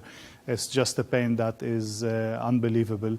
And the idea that it comes from Australian against Australian is just so confusing to the Australian society, is just so overwhelming to the Australian society that is suffering over the past couple of years from extremely divided opinions and radicalization on all sides. We've seen a recent call for a big demonstration to bash the Middle Easterns as a reaction to this. We've seen neo-Nazi groups being organized. The Australian society definitely is taking a strong turn, and I think now, after things calm down a little bit and the lost ones have been put to rest, there's some serious questioning that needs to be done. There's some serious thinking that needs to be done on where is Australia heading from here on. And I don't think that the day before can be like the day after. Something significant, I think, will need to change if we are to protect Australia from future actions and reactions on both sides. We know that the biggest previous event of shooting led to a major change in the gun ownership policy. I think this one also will do the same towards more restrictions. It will be challenged in Parliament, but I guess after such an atrocity, things will be maybe heading in more and more restrictions on gun ownership and so on. But also, I think, just on a short note, the government will hold the consequences of this. It will be a real challenge to it, although they are trying to say, we didn't do anything wrong, but definitely many people, many parties are holding it accountable, and it might be a big shock to the current Labour government that have also recognized Palestine, that have also taken different decisions related to that whole division in the society. It might be paying the price for that soon. We'll come back to some of those regulations that you mentioned as well following the 1986 mass shooting. But Isabel, we heard there one 10-year-old victim's mum speaking out about this atrocity. It's really heartbreaking to see this on our screens. Yeah, I mean, my heart goes out to her. I have a 10-year-old child. I can't even imagine the pain she's feeling. I think her name was Valentina, and she was describing how they'd left their home country of Ukraine 10 years ago because they felt it was unsafe. That was around the time of Russia's first invasion when they stole Crimea. And they moved to Australia thinking that it would be a safe and a better future for their children. They even chose the name Matilda because, of course, It is the most Australian name that anyone could think up, Waltzing Matilda, and they've urged people, please just remember her name. But it's so senseless, you know, the arbitrary killing of innocent people, Holocaust survivors, elderly people, children, innocent people coming together in the most harmless and beautiful way to celebrate a religious festival is absolutely abhorrent, and I'm pleased to see the international condemnation. But I do think there are serious questions about how this happened. I think the security services can be forgiven when these sorts of atrocities happen, and there was absolutely no record of those individuals. You know, there's always the lone wolf argument. How on earth are we supposed to monitor everyone every minute? These things are virtually impossible to protect yourself against. But we know that these two were on the radar, that they had a history that had flagged up concerns, and for them to then be able to get their hands on not just ordinary weapons, but semi-automatic, long-barreled weapons that were able to cause mass murder in a short space of time. They also travelled to an ISIS hotspot. You know, why on earth is anybody able to travel to an ISIS hotspot when they're on a watch list? I think there are some really difficult questions to be asked. We know that the particular individual, Naveed Akram, who survived of the perpetrators, only just woke up from a coma last night. He's refusing to cooperate with police. But the court hearing's now being delayed until April because of the complexity of this case and, of course, the huge number of victims. And I think it's something like 59 counts he's facing, including 15 counts of murder. So an absolutely horrific situation in Bondi. And as for the mother, Valentina, my heart absolutely breaks for her and for all of the victims. And of course, we mustn't forget, I think there are 22 who were injured, who are still seriously unwell in hospital. So our thoughts with them as well. Dr. Ellie, before we move on, as someone who's got family in Sydney, and I think Sydney's always been seen the world over as a place to go for a fresh start, regardless of where you're from. Sure. The majority of people who are there have immigrated to Australia, have gone to Sydney in search of a fresh start, a better life. And now we're seeing this rise in anti-Semitism. We're seeing this rise in Islamophobia. And you lived there for the longest time. Do you see that as a concern? Do you see it as no longer the welcoming safe haven it once was? It's definitely a concern, and this is a continuously rising concern. People are not, let me say, leaving their past behind and engaging in what's common in the national identity, in the national Australian pride, and the national way of life. And bringing this into Australia is the biggest threat that this can be. On a positive note, though, we have seen that the person who stopped the shooter is also a migrant or an Australian from Syrian origin. So there's definitely all kinds of people in all different communities. The main concern is, do we know what unites us? Do we know what are the values that make us Australian in a sense? And are we willing to adopt these values? And is the government willing to... Is the government willing to punish whoever does not abide by these common values and common identity, if I may say? Well, thank you both for your thoughts on that. The story, honestly, every time we cover this, my heart breaks for all of the victims and their families. Let's move on to our next story. Warner Brothers Discovery's board has rejected Paramount Skydance's $108.4 billion takeover bid. Now, it says it failed to provide adequate financing assurances. The board has called Paramount's offer inferior to Netflix's $72 billion merger agreement. So they've said there's significant risk, there's uncertain backing from the Ellison family as well. Let's turn to you first of all, Isabel. Why would Warner Brothers reject such a huge offer? It's far above what Netflix had offered and put on the table in the first place, but there's probably a good reason for this. Yes, there's lots of mind-boggling numbers floating around, which are enough to sort of bamboozle anyone. The offer, let's not forget, from Paramount Skydance was $108 billion, which is more than the GDP of some small countries like Morocco and Ecuador. But this is a huge legacy studio wanting to acquire and take over another legacy studio. But of course, that would mean probably, I'm no expert in this, but I believe a huge amount of debt. It would be amalgamating two businesses in a structurally highly complex way, which possibly could not only be fraught with lots of bureaucracy, but also debt, taking on lots of debt. So Netflix, we know, is going great guns. Just as recently as earlier this year, I think the boss there was saying we're not interested in acquiring any studios. We're happy on our own, but obviously that's changed. The offer that they're making, there is a lot for Netflix to gain from this, but what is in it for Warner Brothers? Well, they don't have a huge amount of choice, really, when it comes down to a hostile takeover, but I can see that Netflix is a more favourable proposition. They are less of a legacy studio, but they are, there's no huge debt to take over, and I think I'd have made the same decision if I was fortunate enough to be on the board of one of these enormous multi-billion-dollar organisations. Well, look, I think it's going to come down to the shareholders as well. They'll vote in spring, summer of next year, but the difference, $30 a share would have been what the Skydance Paramount offer would have got them, $27 for Netflix. So unless you're a large amount of shares into this company, you're not going to notice too much of a difference. But Dr. Ellie, probably one of the reasons that this fell down is Jared Kushner and his, I'm going to call it pulling out, I don't know if it was forceful or otherwise, from the deal, and the fact that he had a backing in there in the first place. Indeed. I think we're seeing in the US in general, with the divide that has been, the main stream in the US politics for the past few years, I think there has been concerns on both sides of who controls the media and who controls, in general, production of movies. And we have to recognize how much these big studios and big companies do influence the public opinion and do shape the public opinion in a certain way.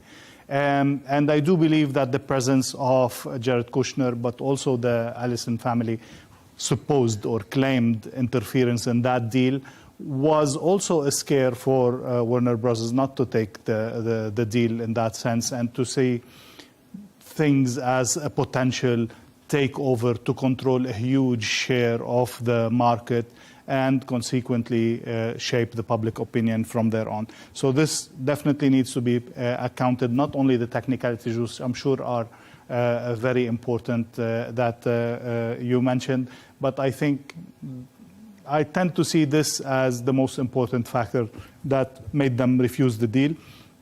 Jared Kushner withdrawing and saying, no, I have nothing to do with that, and this is them on their own, was, I think, an attempt to save the deal and to push it to go through. But then this will make any potential new offers that they will give even more difficult without his support and his financial presence in that sense. So they've said yes to the Netflix deal.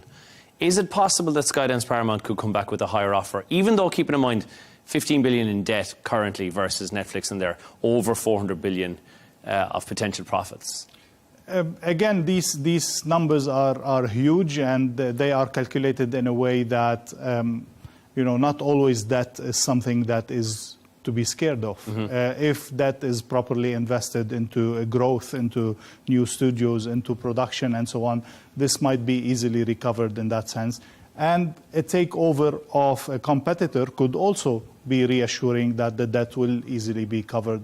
But definitely it is one of the factors that have been considered, I'm sure, by Warner Brothers in their decision. Isabel, if this merger goes ahead, and we'll, as I said, know that in early 2026, then we'll see this huge conglomeration. Netflix becomes this massive beast, bigger than it currently is. Does that then spark a bit of a concern that you've got this one big player who's got so much of a stake, and every single award show ends up just being Netflix? Of course it does. I mean, competition is a wonderful thing for multiple reasons, and not least because opportunities are broader. It always worries artists and, independent production teams, actors, when you have these sort of huge corporate powers that make all the decisions. You never want to have a sort of monolith, really. Everybody would like to see the sort of hybrid situation, or ideally a bit of cross-pollination. But I do think it is worrying when you have these hugely powerful, hugely valuable sort of unilateral companies, if you like. So, yeah, I think it's a shame, but I can see why it's happening. Well, thanks to both of you for your thoughts on that. We're going to move on to our next story. A photo that's been posted by Finland's Miss Universe delegate has sparked international backlash, and it's reopened debate over racism and also cultural awareness. The image shows her pulling the corners of her eyes, a gesture that is widely regarded in most of East Asia as a racist stereotype. Alongside it was a caption that referenced eating with the Chinese. The post went viral, prompting outrage across Japan, South Korea, China, and ultimately it actually cost Miss Finland the title. Dr. Ellie, we'll turn to you first on this. A social media post has caused outrage very quickly, making headlines once again. This happens all too often, but when someone is in this sort of position of prominence, I guess it can't afford to happen. Exactly. I think the social media has become such a big influence in everyday's life, in everyone's life, and it goes viral around the whole world, which becomes also a national issue in that sense that the government could not afford to disregard. It was a racist comment. I tried to give her the benefit of the doubt and actually look at the picture, see the context. It cannot be saved. It can't be misconstrued as anything No, it was actually a very racist comment, and she did pay the price for it. But we've also seen diplomats, politicians, different kind of people paying the price for their mistakes that happened to have been caught on social media and went viral after that. Definitely, as a person representing your country in any capacity, you have to be 10 times more careful. You have to be 10 times more aware that you are being watched all the time, and to be careful of every message that you send, whether it was intended or unintended. Look, we've seen, as I said, you've seen many political figures, and even Prince Harry has fallen foul of this in the past as well with his choice Halloween outfits. So that has happened to many people, and they've bounced back from it. But I think she's too fresh into the fore to be able to bounce back, because she has been stripped of her Miss Finland title, Isabel. Is that enough, do you think, or does more need to be done?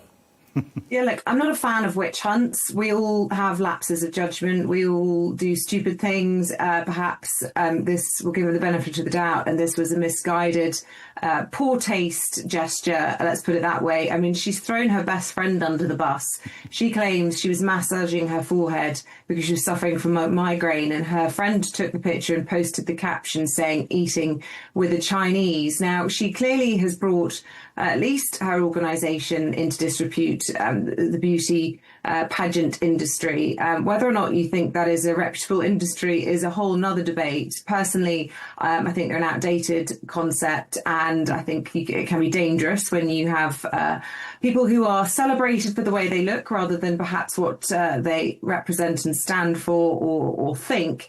Is not necessarily a great message to send to our young people. But, you know, I don't want to see her cast out of society and, you know, in the doldrums for this. She's made a mistake. I'd like a bit of a mea culpa, a bit more sort of recognition of the offence she's caused, because this is not just racist. This is deeply racist, to the extent where even Finnair, the airline of her country, has faced negative consequences because Japanese people have taken such offence at it. They have been commenting on Finnair on X to boycott the country, to boycott the airline. It took the Prime Minister to come out and say that, you know, this has been detrimental to the country. And then you get the hard right MPs in Finland coming out and mirroring the gesture and pulling their eyes into a racist slant as well, in solidarity with her, saying that, you know, having her title as Miss Finland was disproportionately harsh.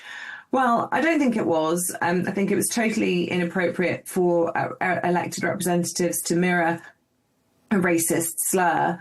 But as I said, you know, she's a human being. It's not exactly, you know, she hasn't committed a crime, but she has caused offence, and I wish she would apologise for it. Yeah, look, and even the PM has said this was stupid, this was a misjudgment, it was damaging to the country as well. Should public figures, Dr. Ellie, be judged more on intent, or is impact the standard that really matters here? How can you judge intent? That's the question. How can you say what was the intention behind this. If she had apologized, if she had said, okay, this was inappropriate, guys, okay, it was a mistake, I wouldn't be so harsh on her.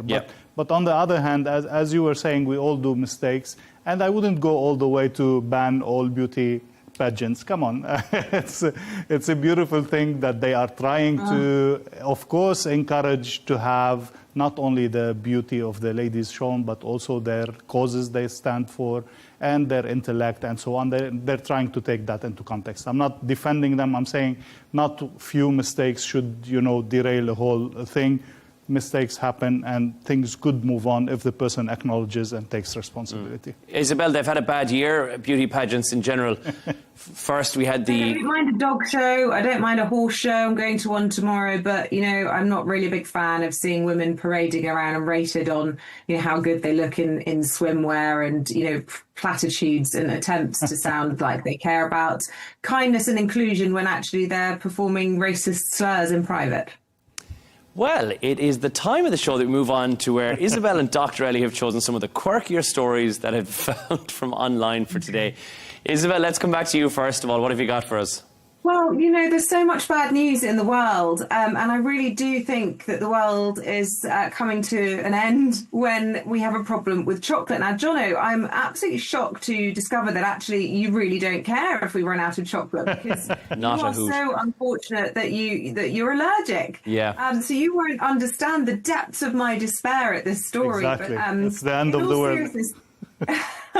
It's the end of the world. There really is a global crisis with cocoa. There's been a number of poor harvests and drought-related problems, which has seen the price of producing chocolate skyrocket. Now, there is a brand here in the United Kingdom, which is 4 generations in one family. It's called Whittaker's, and he's known as William Whittaker, the 4th generation chap, is known as the real deal Willy Wonka.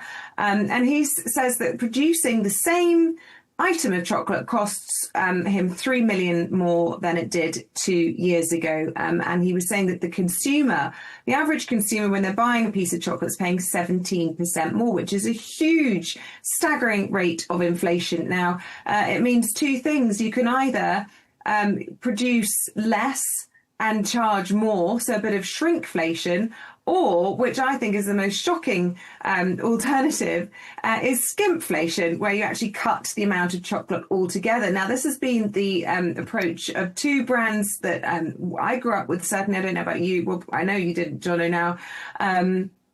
Penguin and Club. I mean, Club chocolate was just an absolute iconic part of my childhood, but apparently they've reduced the cocoa content so much they can't even legally advertise themselves as chocolate anymore. So I just think, whatever next, really and truly, if this wasn't a call to arms to sort out climate change, I don't know what is. I mean, it feels like this comes around every couple of years. There's a cycle where they say we're having a cocoa crisis, so it's an issue once again. And we want to raise the prices. It seems like a really good reason to bring your Quality Street box down every single Christmas. And I don't know if that's necessarily the concern. But have you tried dates? Dates are a very good alternative to chocolate. It's sweet. It's very nice. Maybe give that a try this holiday season, a nice box of dates instead. It's the creaminess. I mean, I do love a date, don't get me wrong. It does get rid of that sugar urge, but it's the creaminess of chocolate and the richness. But do you care how much cocoa is there? As long as they advertise it properly, if it tastes good, who cares? I actually like I like quite dark chocolate as well. And it's actually better for you. The higher the cocoa content, the less rubbish is in it. So the less fun it tastes as well. So there's also that. Dr. Ellie, we'll turn to your story. Lionel Messi's been on a visit to India. He's been on, and I thought it was start of a world tour that a lot of people are going to get excited about. The GOAT tour is what he's currently been on. The GOAT tour, yeah. But it's been fraught with a bit of couple of issues. Unfortunately, in India, nothing has went as it's supposed to be. It has been a series of unfortunate events, one after the other. Things are simply did not go well for that trip. Just to name few things of the things that didn't go well.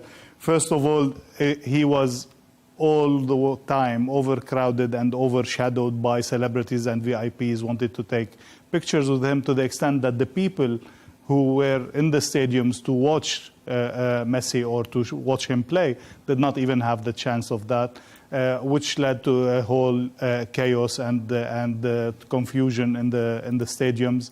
The police, unable to stop them, stopped the whole event. This made them destroy the whole stadium, so it turned into a whole chaos in that sense. Another event is what we just saw. It's the main, national player, Revant, unable to even give a proper pass to Messi while he was, with him in the field. A third thing that didn't happen properly is the unveiling of his statue, which, because they couldn't keep the people away, had to do it remotely. But then it appeared that the remote they gave him was a fake remote, and somebody was actually pulling the sheets from beneath the statue. And even worse than everything, the statue didn't even look like Messi. So a whole series of unfortunate events. It has been so embarrassing for India. It has been all over the social media. A very, very bad trip for India altogether. In terms Messi has said it's been a wonder. Messi said it was a wonderful trip. He's really enjoyed it. I'm sure he got paid. Yeah, I'm sure he enjoyed it. It looks like they rolled out the red carpet, and I think a lot of pressure from anyone. I know that certainly when somebody who's of authority walks in, if my big boss walks in, I have a panic attack almost instantly. Yeah. And so maybe that was a nerves issue. That's what happened with everyone that was involved. Definitely. They might have had a bit of a panic moment. You know what it's like when the big boss is there. You don't want to make a mistake. Did you see the footage over the last couple of days of the fake Statue of Liberty in Brazil that got blown over in high winds? Yes. Fortunately, nobody got killed. But when I was watching that Messi statue being unveiled, I was sort of wincing. It could have been worse. And India's the most incredible country for sports tours. And yeah, I'm sure he wasn't just thinking about the money when he was reflecting on the trip. It might not have been perfect, but things are a little bit more loosey-goosey sometimes in India than we might Some be used people to. said that the statue even looks more like Ronaldo rather than Messi. I'm sure he did not like that comment. It may have been a different schedule that was happening initially. Well, listen, thanks to both of our guests so much for those stories. First of all, to Dr. Ellie Al-Hindi, the chairperson of Department of Security and Strategic Studies at the American University in the Emirates, and broadcaster and journalist Isabel Webster from Surrey. Thank you so much to both of you. And that is all from us on W News Extra. As always, you can subscribe to our YouTube channel and follow us on X. Leigh Ann is back with you tomorrow evening, and G&T with Tom Burges Watson is on the way. But for now, goodbye.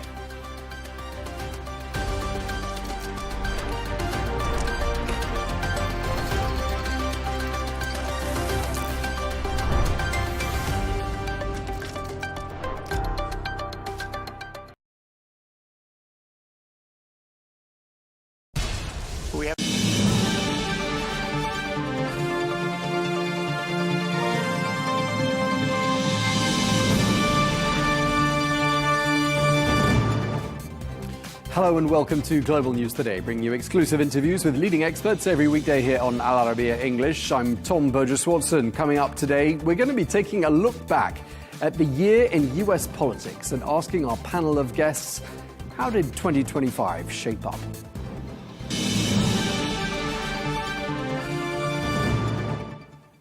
Hello, and thank you very much indeed for joining us. Now, with 2025 fast drawing to a close, today we're going to look back at some of the main political developments of the year. Well, President Donald Trump himself has also been reflecting on the first 10 months of his second term in the White House. In a pre-holiday address, the president framed 2025 as a turnaround year for the United States, outlining his main accomplishments and promising that the economy would be even stronger next year. But for the setbacks and the challenges facing the United States, notably high prices, crime and immigration, President Trump laid blame squarely on his predecessor, President Joe Biden. I've restored American strength, settled 8 wars in 10 months, destroyed the Iran nuclear threat, and ended the war in Gaza, bringing for the first time in 3,000 years peace to the Middle East, and secured the release of the hostages, both living and dead. Here at home, we're bringing our economy back from the brink of ruin. The last administration and their allies in Congress looted our Treasury for trillions of dollars, driving up prices and everything at levels never seen before. I am bringing those high prices down and bringing them down very fast.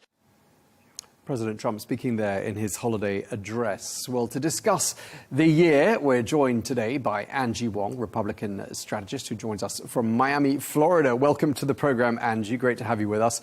We're also joined by Greg Swenson, chair of Republicans Overseas, who joins us from Washington. Great to have you with us as well. Both familiar faces on Allarbia English. We speak to you both often. Now, let me start by asking you, Angie, why don't we start with you?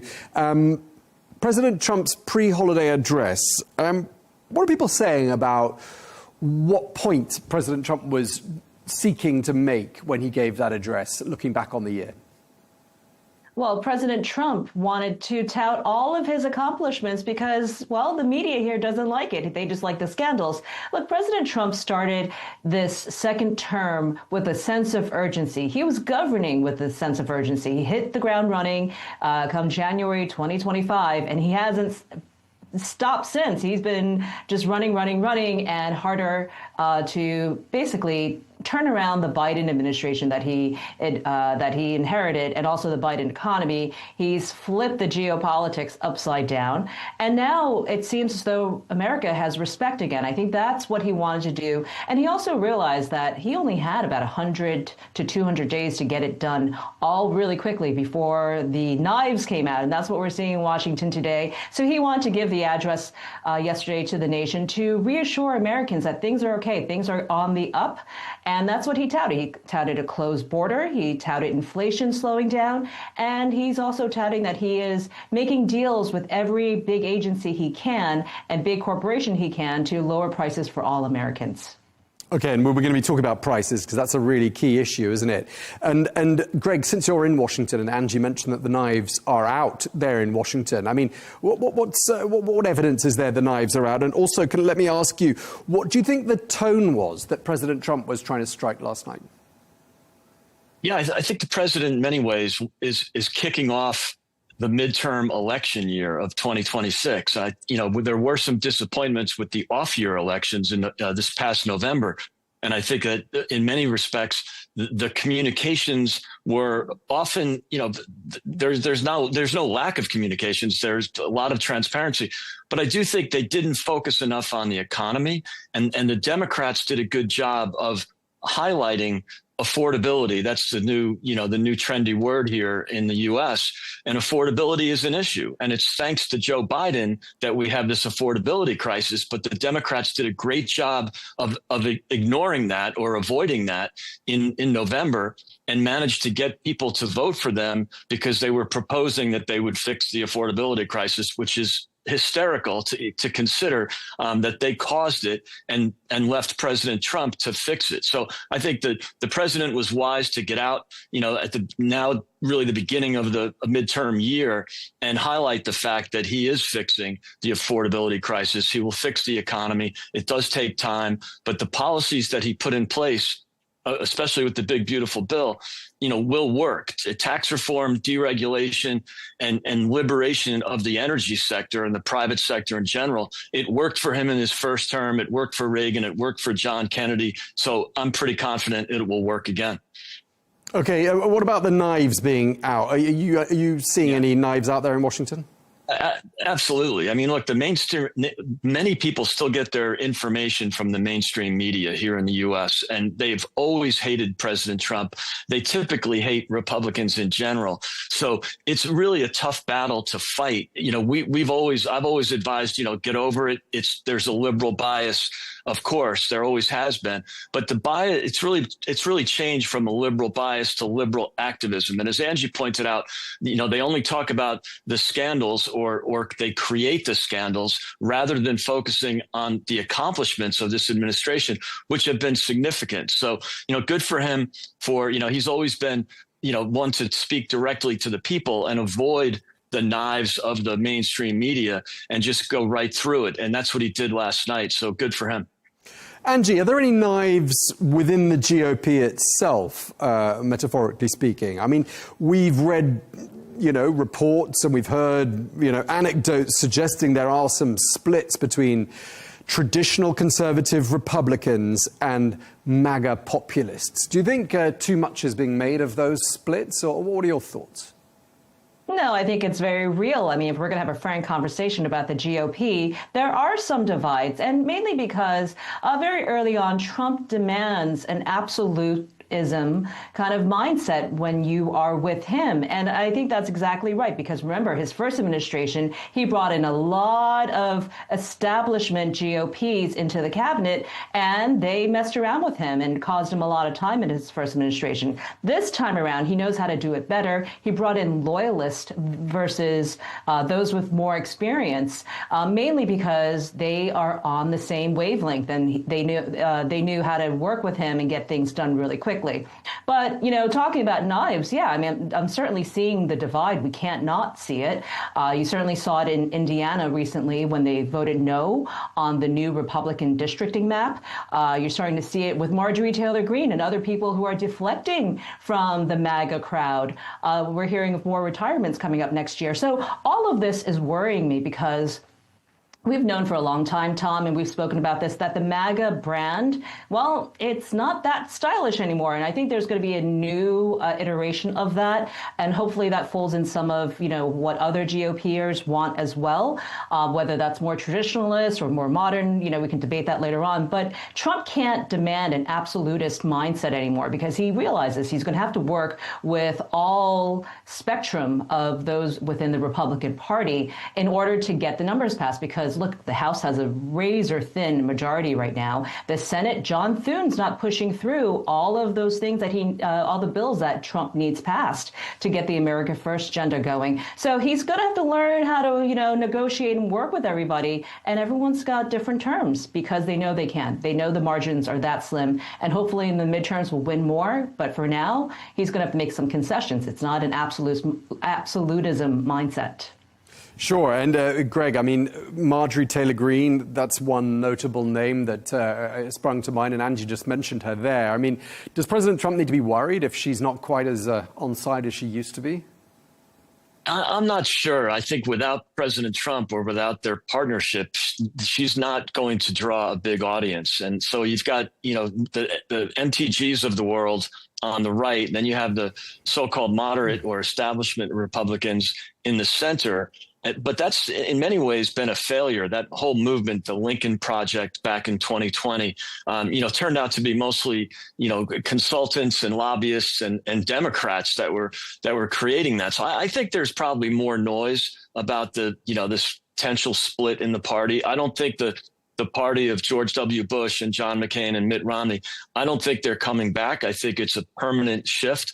And so, you know, whether depending on who the heir is to the MAGA movement, I think I don't imagine it's going back to the country club Republican. Right, but we are ending the year with a slightly worrying rating. The latest Reuters Ipsos poll, I don't know if you believe them, I don't know if you look at them, shows that President Trump's approval rating is at the lowest level of his second term in office. 39% of US adults approving of his job performance. Angie, is that something that the GOP and President Trump's inner sanctum need to be worried about? Well, I certainly am not worried about it, because these polls, I've seen numbers anywhere in the 30s to the 40s. I mean, they're still a lot better than when the previous administration, like Biden, was at this very time of his presidency. So I'm not really relying on the numbers as much as I am on what's to come and what President Trump is trying to accomplish. Look, the first 11 months of his presidency has been nothing but just hard work, determination, and making the impossible possible. He's, you know, certainly put a pause on a lot of the world conflicts, and he's going after terrorist groups. He's doing things domestically. I mean, this man doesn't sleep, right? So I think a lot of it just has to take time for it to come to fruition, where you and I can see the accomplishments really affect whether it's our pocketbooks, our, you know, national security or otherwise. But, you know, I think President Trump's frustrated that more and more Americans are not feeling feeling, I guess, the benefits of all the hard work just yet. And, you know, I'm very optimistic. I think by quarter 2, quarter 3 of next year, we're going to start seeing the real effects of the tariffs. We're going to start seeing more and more of the effects of what it means to stop some of the terrorist groups that President Trump is trying to cut pipelines for, and other good things that the Trump administration is doing. But it does need more time and, you know, just clear runway in order for that to happen. Hopefully it happens before the midterms. Right. And Greg, I mean, just listening to the president's pre-holiday address, all 18 minutes of it, I mean, there wasn't much in there about international relations, even though that has been quite a dominant feature of his first year of the second term. Do you think there was a conscious decision made, right, time to get back to these so-called kitchen table issues ahead of the midterms? Without a doubt, Tom. Great question or great comment. And that's absolutely the case. He didn't mention foreign policy at all. I think one small reference to the Middle East. But, you know, what he's done has been fantastic for world peace. He's an anti-war president. He's a peace president. But that's not what people vote for. The reality is in America, people vote on economic issues and pocketbook issues. So, yeah, there's clearly a shift. And I think, you know, back to the polls, remember 45 years ago, Ronald Reagan was polling at 35 in January of 1983. And less than 2 years later, he won 49 states. So, you know, this is a turnaround in the making, but economic policy usually takes 9 to 12 months to really see any effects from it. We're seeing some good things so far, but I think the president was wise to highlight the fact that, you know, we have a turnaround coming and just be patient. Right. And Angie, the president was probably thinking back, wasn't he, to the off-season elections and electoral races that happened in the last couple of months. I mean, not to mention New York, where Mamdani came out as the city mayor. But in all of those races, it sounds like, you know, the economy, this issue of affordability that we've already talked about, really were the main weapons and the drums that the Democrats were beating in those electoral campaigns. We're going to see more of this next year, aren't we? Absolutely. And whoever owns the messaging on affordability will win the midterms in 2026. That is what all Americans care about. It affects every single person, everything from the health care insurance all the way down to grocery bills to insurance, everything like that. So President Trump understands that. Right after Zoran Mamdani won the New York mayoralship, the very next morning, President Trump went to a senatorial breakfast and started using the word affordability. And now he's even calling himself the affordability president. He's named Scott Bessent the affordability czar. He is going to do everything he can between now and November 2026 to lower prices and make sure that you and I actually feel the effects of that. Right now, the American consumer doesn't actually see it or feel it. And I think that is critical here, is whether or not you and I feel secure in our savings, whether or not you and I are buried under debt, and whether or not this administration can do something about it. Because right now, the American dream is getting harder and harder to attain. And if you do try to attain it, you are signing up for a lifetime full of debt. So I think President Trump wants to address that, because young voters can't jump in without signing their lives away to the 30-year mortgage or to a college degree that, you know, spends decades paying off a college loan, or even getting a car, things like that. So these are real issues that I think the federal government can take care of. And I know President Trump would love to do that, especially for young Americans. Greg, just looking back at the year, do you think the Zoran Mamdani electoral win in New York was a bit of a pivotal moment? Because in the campaign, President Trump was, you know, not particularly, let's say, complimentary about Mayor-elect Mamdani. But then they had that Oval Office meeting, and they seemed to get along pretty well. And I'm wondering, just listening to what Angie was saying as well, whether perhaps a bit of the Mamdani effect rubbed off on President Trump. Do you think that there's an argument there? Yeah, there is, because, you know, they are similar in a certain way in the fact that they both ran on sort of a populist message, and Mamdani, you know, he embraced the affordability issue and took it head on. And, you know, his solutions are quite different than what President Trump's solutions are. President Trump wants to fix that problem by liberating the private sector, which he did in the first term quite successfully. And you had a fantastic increase in real wages. Wages adjusted for inflation were fantastic in the first term. Real wages adjusted for inflation were down in the Biden years. So wages went down 4% under Biden. So the average American lost buying power to the tune of $3,300 a year. And now we've recovered $1,200 in real wage increases this year, but that's a long way to go. We've only recovered around a third of the losses suffered under the Biden administration. So I think the Democrats were quite cheeky to avoid that topic during the campaign in November.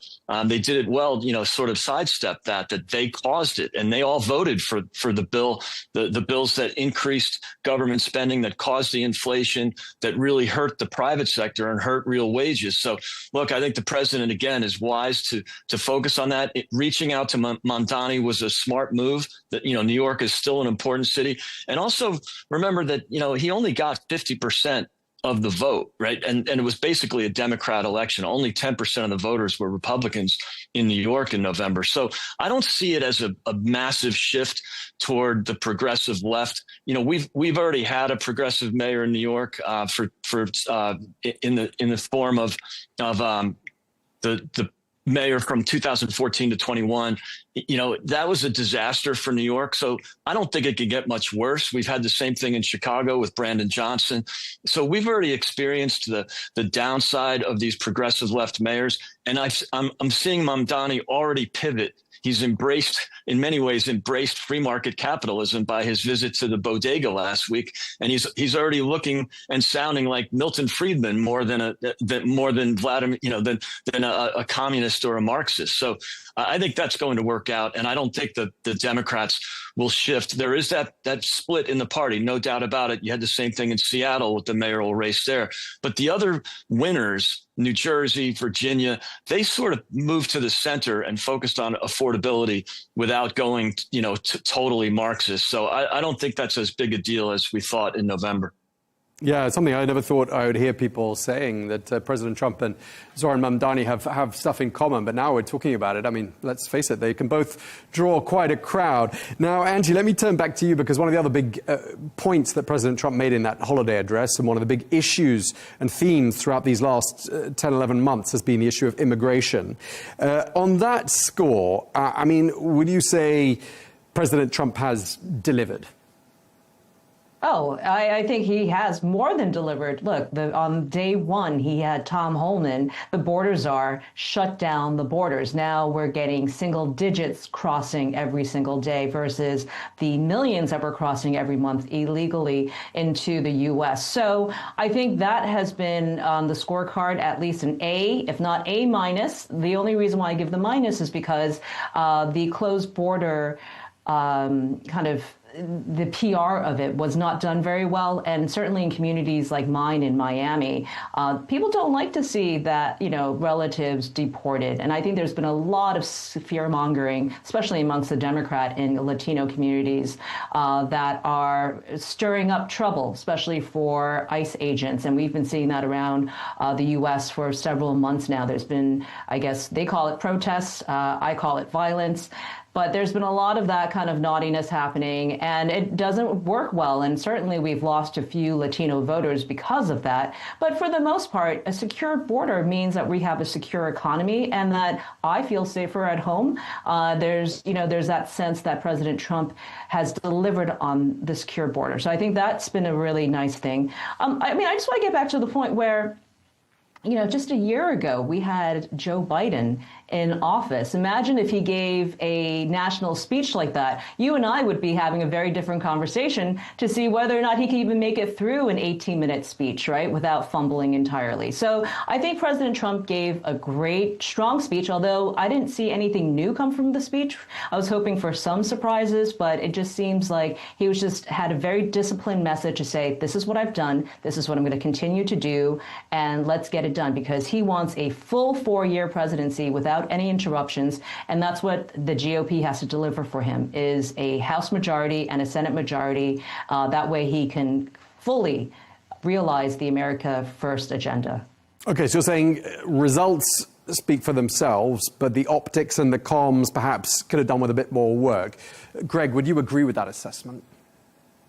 Yeah, I think so. Look, even though this administration is completely, perhaps the most transparent administration ever and great communicators, I do think they took their eye away from the messaging on the economy and on affordability, and the Democrats embraced it. So, again, good for the Democrats for doing that and ignoring the fact that they caused it. But I do think you've seen a major change since early November. They've come out of the gates really focused on it. You'll see a lot more of the Treasury Secretary, Scott Bessent.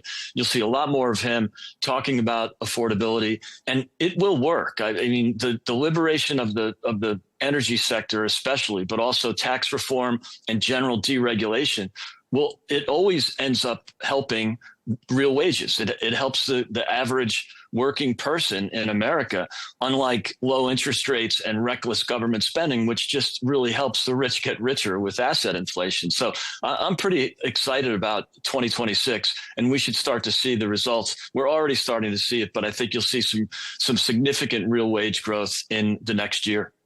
And on the issue of immigration, Greg, I mean, do you feel like perhaps there have been some PR disasters on this particular issue? I mean, for example, perhaps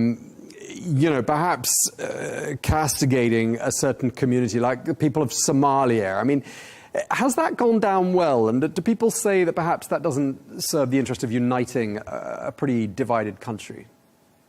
Yeah, I think there's some merit to that. And I do think that the messaging has to be really delicate because, again, the mainstream media is always going to be against anything the president does. But he's also reflecting the concerns that people have. And in cities like Chicago, where I live, it's really difficult. Women can't go out after dark, period. Like it's unless they're in an Uber or maybe not even driving their own car. It's really dangerous. And part of the reason for that is the mass migration crisis, illegal migration crisis, with all the unemployed illegal migrants running around Chicago. And then, of course, the mayor and the governor pushing back against the administration. So, yeah, it's a difficult optic. But I do think that the concern about crime, especially from illegal migrants, is probably more significant than the bad optics of ICE, the immigration enforcement people removing illegal migrants. I mean, if you look at, Laken Riley getting killed at the University of Georgia, that's just a classic example of reckless policy where an illegal migrant was arrested in New York and given that New York is a so-called sanctuary city, he was released the next day by another Soros-backed DA that chose to reduce his felony to a misdemeanor. He takes a bus to Georgia, another sanctuary city, or sanctuary city in sense of Athens, Georgia, where the university is. So those are examples that people look at, and I think the president feels compelled to do something about it, regardless of the optics. Okay, let's pivot across to foreign policy. As we've said, not much mention of foreign policy in the pre-holiday address, but there has been no shortage of foreign policy activity from this administration during these last 10 or 11 months. Angie, I mean, out of all of the foreign policy issues, and we've talked about them a lot on this channel, Ukraine, Gaza, Syria, the situation regarding Greenland, the brewing situation off the coast of Venezuela. What stands out for you as being perhaps the most significant, perhaps the most, the greatest accomplishment for the Trump administration?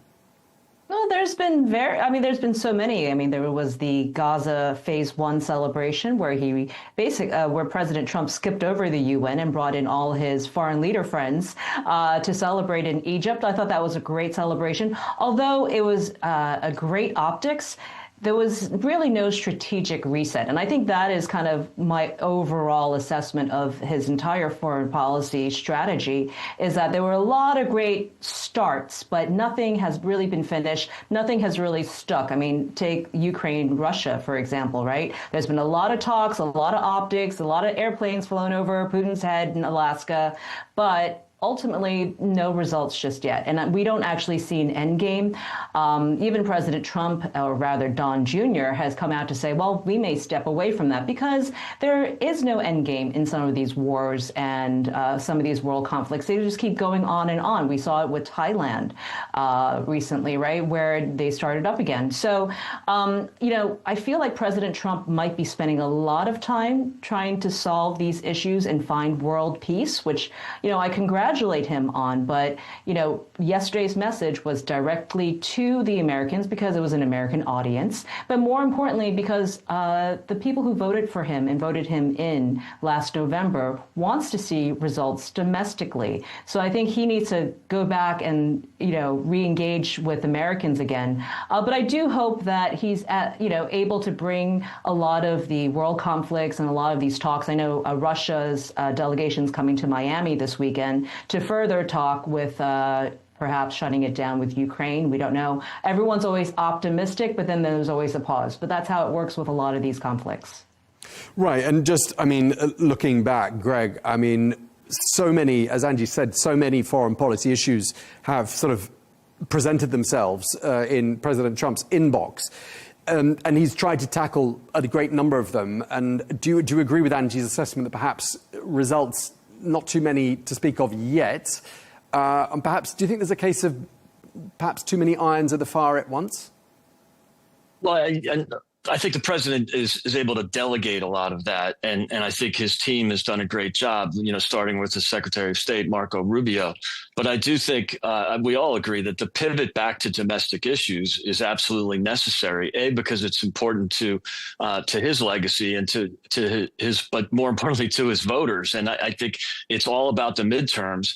And as Angie pointed out, whoever fixes whoever can claim that issue and claim to have fixed the problem is going to win here.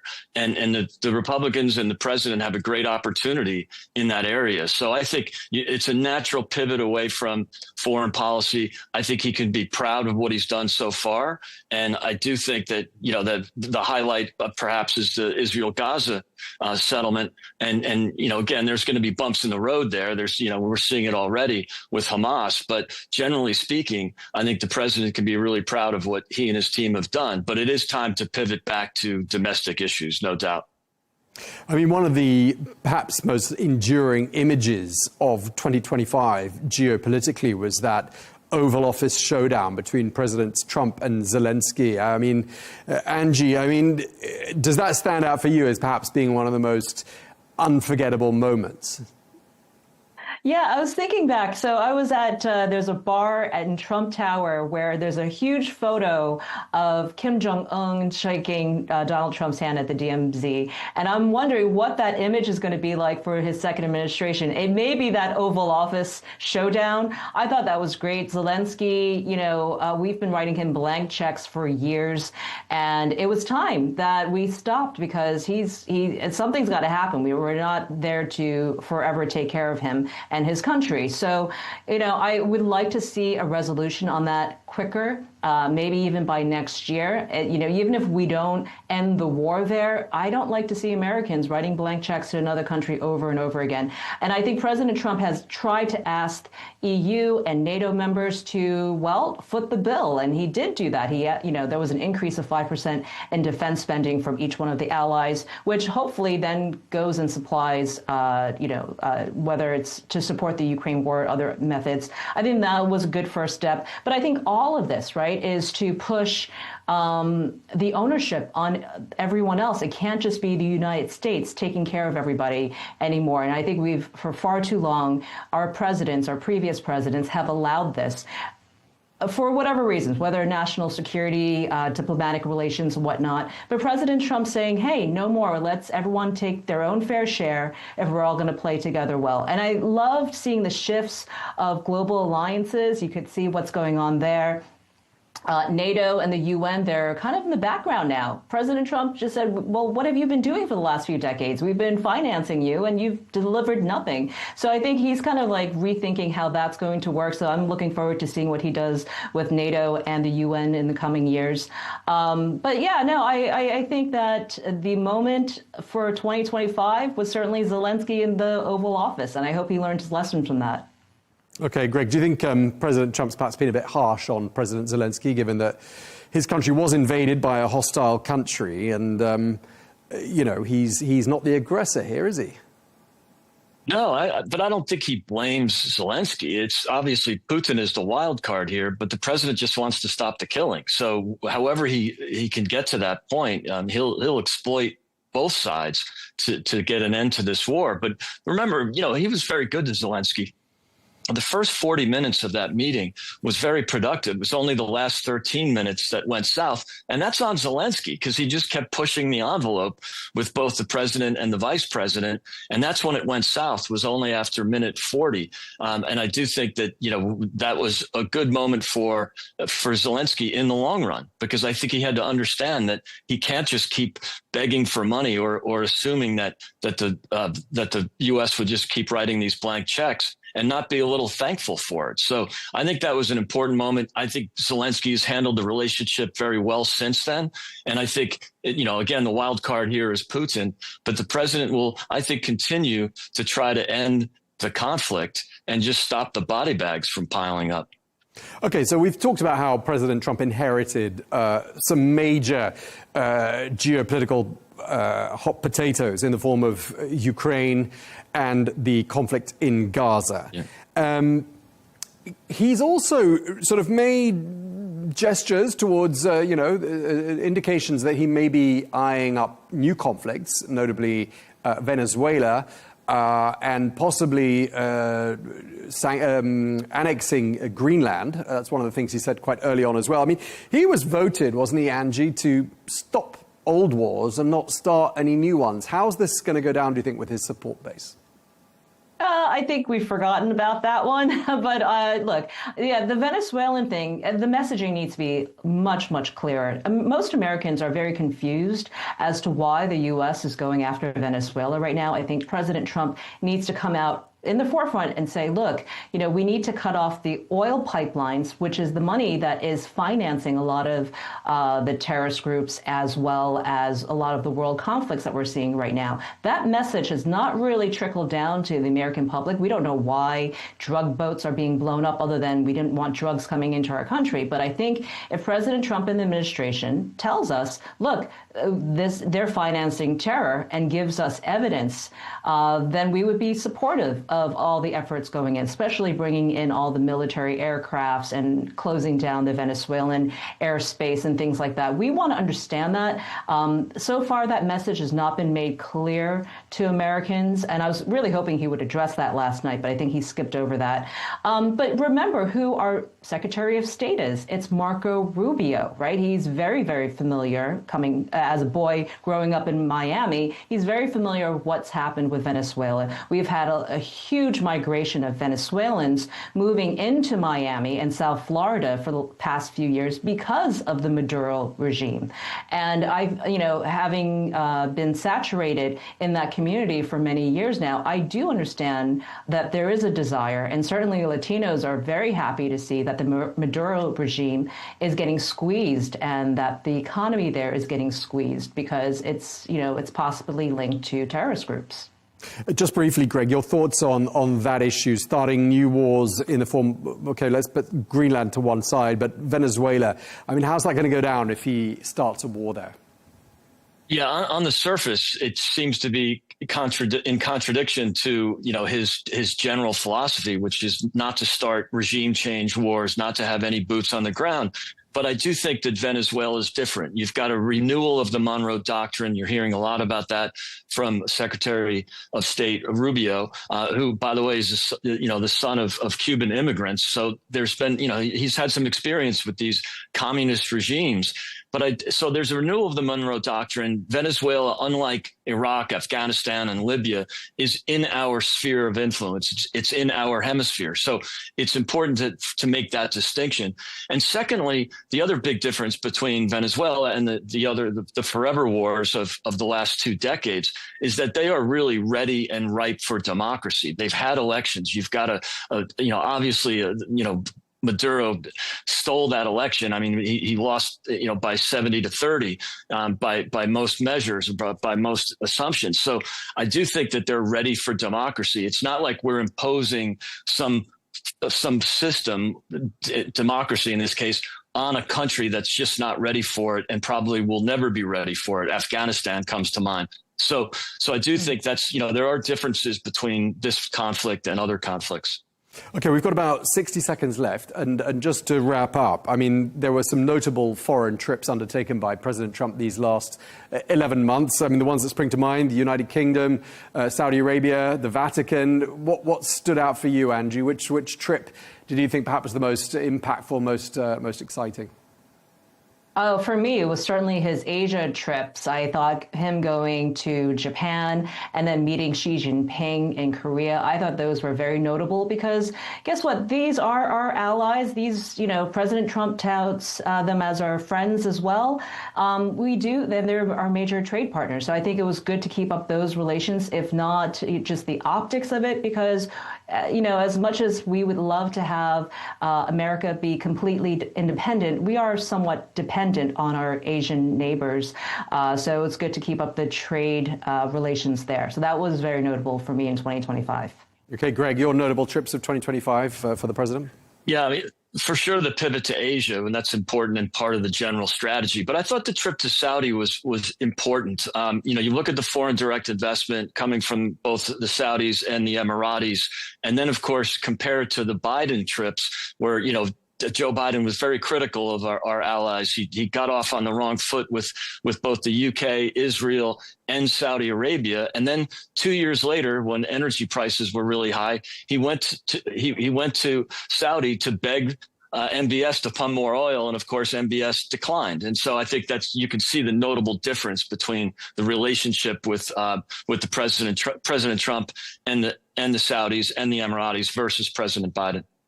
Okay, Greg, you've had the last word. We're out of time. Greg Swenson, Chair of Republicans Overseas, thank you very much indeed to you. Thank you as well to Angie Wong, Republican strategist. Thank you both very much indeed for joining us for this look back on the year in US politics.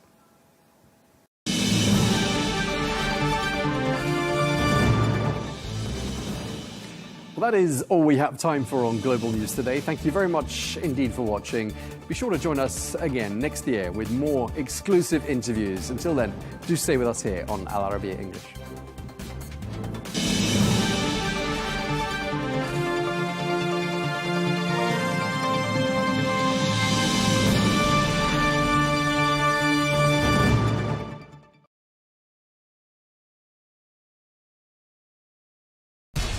We have to take care of our people, and we're going to take care of our people first. For in-depth analysis and all the latest developments across the globe, make sure you join us every weekday. President Trump is trying to negotiate a ceasefire.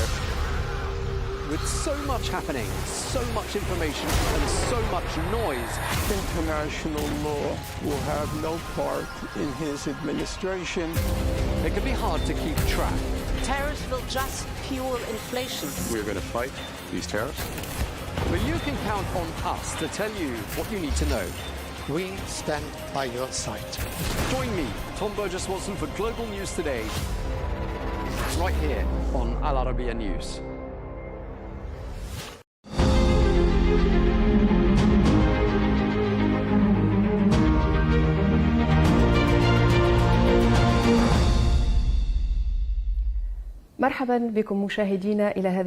Welcome, dear viewers, to this special interview with the President of Somalia, His Excellency Hassan Sheikh Mohamud, conducted from inside the presidential palace in Mogadishu, the Somali capital.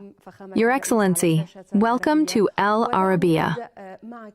Let me begin with your recent visit to Ethiopia to attend the official inauguration of the Grand Ethiopian Renaissance Dam at the invitation of Prime Minister Abiy Ahmed. How does Somalia view the inauguration of the Renaissance Dam?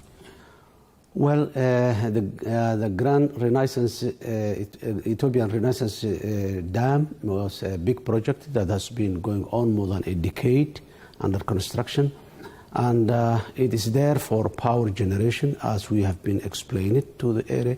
The area is not an agricultural area, it's a mountainous area, but for 5,000 megawatt it will produce, as we have been. That has definitely have an impact on the Ethiopian economy as well as the region. Already Ethiopia supplies electricity to Kenya, Sudan, Djibouti, of course not Somalia yet. But so that, and power and electricity, energy is the most important thing and prerequisite for any development. So it was good, and it was built there. Surrounded is other issues are there, but the dam as it is it was a successful project by the Ethiopian government. Mr. President, this issue raises many questions. Somalia has a strategic alliance with Egypt and has also recently restored diplomatic relations with Ethiopia. Speaking of your recent visit to Ethiopia and participation in the inauguration of the Renaissance Dam, a matter considered highly sensitive for Cairo, how is Somalia handling this issue amid complex regional and strategic shifts? And does this affect your relationship with Egypt, given how sensitive this file is to Cairo? I can say only on the perspective of Somalia, Ethiopia is a neighbor. We have not chosen to be neighbors together here in the Horn of Africa. We share almost 2,000 kilometers of border with population on different sides of the border being Somalis and many other issues.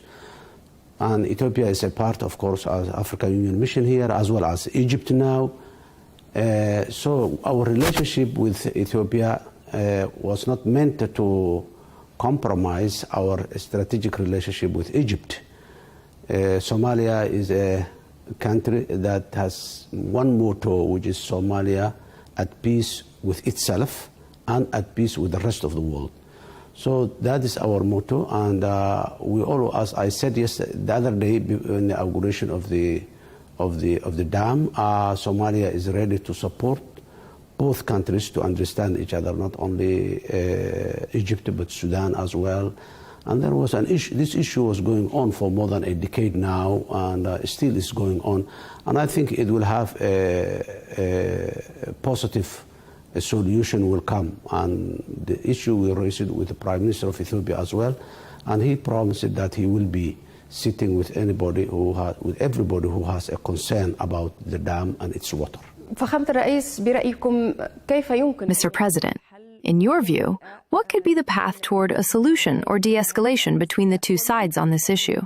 And who could help restore balance and calm between them?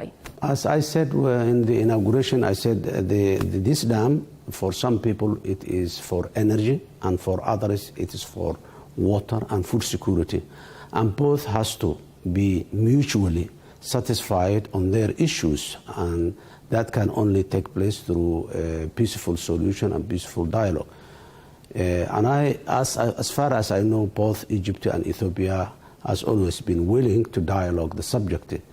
And I hope it will be soluble. There are international bodies who, and this is not the first time, the negotiations has been going on between Ethiopia, Egypt, Sudan, and other countries that have concerns on the Nile Delta, or Nile Basin. And this dialogue reached somewhere, and one of the times there was a signed agreement, another time discussions going on. And I think it will go on, and it will come up. The solution will come at the end.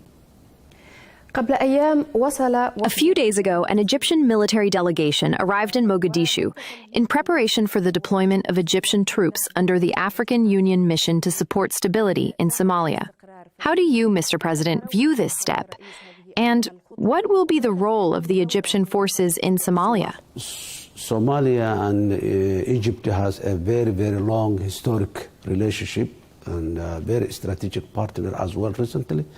We have that strategic partner with Egypt, even Somalia, before we become independent. In the 1950s, when Jamal Abdel Nasser was there, and when the Canal Suez was attacked, Somalia was not an independent, but the Somali people by that time, they stood up and they stand with Egypt. Since then, and our relationship is 1,000 years old, since Hatshepsut visited Somalia in those years, 5,000 years ago. So Somalia and Egypt has that type of bond together. In that line, Egypt now is participating in the peace mission, the African Union mission here in Somalia. This is the first time that Egypt is being part of the mission. You know, always there are delays here and there from the African Union, from the UN, from many places, but the Egyptians, they make the last assessment when the officers come here, they assess the ground, they assess the area that they are going to operate. So what we are waiting only is the arrival, the first contingent of the Egyptian to arrive in Somalia soon, and work in the umbrella of the African Union. But as well as Egypt has been supporting Somalia, Somali security forces, Somali defense forces, all of them by training, providing certain equipment. So the relationship between Somalia and Egypt is very, very strong.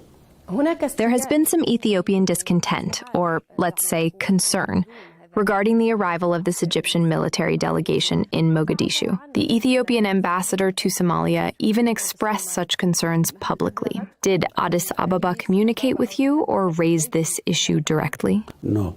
They've never been raised with my level or even with the ministerial level. I heard that the Ethiopian ambassador, but that was not right. But here one thing is Somalia is independent and sovereign state, and our decisions are sovereign as well. So we choose Egypt to come here, and definitely they will. Mr. President, how do you view the recent statements by Ethiopian Prime Minister Abiy Ahmed, in which he described his country's loss of access to the Red Sea as a historic mistake and a matter of national survival, pledging to regain that access?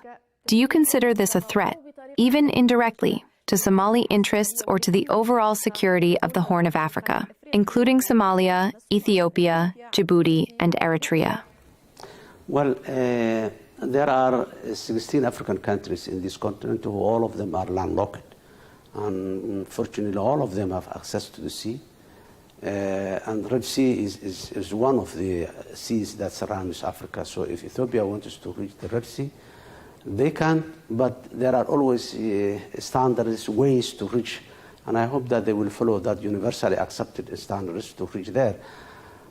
And I haven't seen any now war or contentious issues standing. I have been hearing rumors that Ethiopia and Eritrea are going to fight on the Red Sea and all this, but I've never officially heard from it. But Somalia will never stand and support for any violence or any violation of sovereignty of any country in the world. So we hope that the Red Sea is a very, very important and strategic sea. Of course, Somalia is not immediately part, but it concerns our economy, it concerns our security, and we have a say on it. So we hope that all those countries who are bordered with the Red Sea and those who have security concerns about the Red Sea, all of them has to agree and has to understand each other. There is no country that can be allowed to violate the sovereignty and the territorial integrity of any other country.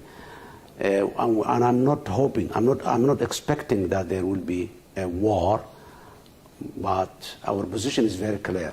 We need countries to, when they have issues, to sit together, dialogue, and agree on, but not use of forces. It's not our favor at all. Another important development is Somalia's election as a non-permanent member of the United Nations Security Council last January. First, Mr. President, what key issues do you plan to raise or advocate for within the Council? And is there any coordination between you and major Arab countries in this regard? Well, Somalia has been in the UN Security Council in 1972. Since then, we were not. This is again the second time now we are elected member of the UN, non-permanent member of the UN Security Council. As you rightly said, we have many hats to wear when we are there in the UN Security Council. Of course, we are African, and we are part of the African Union, 3 countries that represent African Union. Somalia is one. So we are binded with the principles and the issues of the African Union as well. On the other hand, we are member of the Arab League, and we represent there for the interests of the Arab world, wherever there is an issue concerning the Arab world. Right now, Palestine is an issue, and our position has always been very clear and will remain in that clear position. On the third time, we are also a member of the OIC, and we represent the Islamic world there as well. So when it comes to the Islamic issues, also Somalia has to stand. So we have these multiple roles there, but above all, we are there, those countries who are fragile, like Somalia did, who have problem of security, like we did. our own feelings are and sympathy are with those countries that are in a similar situation or close to the situations of Somalia. So Somalia will stand there, and we will always be on the right side of the issues. Somalia is a small country. We have our global or international agenda is limited only to those issues, and we are a member of the non-aligned world as well. So we are not in one block or the other. We are there for those interests by those people. Mr. President, how would you assess Somalia's relationship with the Kingdom of Saudi Arabia? Well, again, the Kingdom of Saudi Arabia is similarly a country that we have a very, very strong traditional relationship for, of course, centuries since the event of Islam in that country. And Somalia, one of those countries who have. So Somalia and Saudi Arabia shared a lot of long history. At times, Somalia stood with Saudi Arabia when they were difficult, maybe a century or so ago. And since then, since independence, when His Majesty King Faisal was there in the 1960s, Saudi Arabia has always been with Somalia, supporting Somalia at difficult times. And since today, they are still with us, and they are supporting Somalia, of course, diplomatically. And in the past, it was humanitarian, that was the needs of Somalia. But today, it's again development and investment in Somalia's interest now at this right moment. And Saudi Arabia and Somalia, there are a lot of discussions going on for development and investment projects in the near future. To what extent do you see coordination between Mogadishu and Riyadh developing on issues of mutual concern, such as counter-terrorism and regional stability? Well, as I said, there are many files that are right now going on for discussion, and some of them are just close to end soon, maybe in a very short period of time. But so far, what we have prominently already achieved is the collaboration between us on the war against terror. Saudi Arabia trains our security forces, part of our security forces at senior level, leadership level even, and Saudi Arabia also contributes sharing information about the terrorists on both sides of that. So that file is already moving forward, but there are other files that are in the process of discussion right now. Mr. President, Somalia remains at war with terrorist groups, but it also suffers from challenges such as unemployment and underdevelopment. What is your vision for addressing these issues, and how can Somalia take advantage of global competition, Western, Chinese, American, and even Russian, to promote development in the country? Well, first of all, as you rightly said, Somalia is in a terrorist war for almost close to 2 decades now. But we have been gaining experience on that. Usually, traditionally, Somalia was fighting with the terrorists on the military front only. And now we develop a new strategy that concerns about the ideological war against the terrorists and the financial war against terrorists. I was curbing the financing terror as well. So multiple fronts are now Somalia fighting against these terrorists. Now, the issue now we have is, as I said earlier, we don't have a big agenda, global agenda. Our agenda is national or regional at the moment, at the best. So the competition between the West and the East and all this also, it affects the whole world. Because, as you rightly said, when 2 elephants are fighting, the grass is the suffers. So the developing world suffers when the big powers are fighting each other. We have our own concerns on some of the issues, but the world is changing, and we hope that the United Nations, the international order, the international financing architecture, so many things are under constant review. We hope that it will go on the right direction. But for us, we are a friend to everybody, unless that everybody proves that they are not our friend. Mr. President, allow me to pause at this critical point. Combating al-Shabaab and other terrorist organizations. How do you assess the current threat posed by al-Shabaab? And how effective are the ongoing military operations against it in Somalia?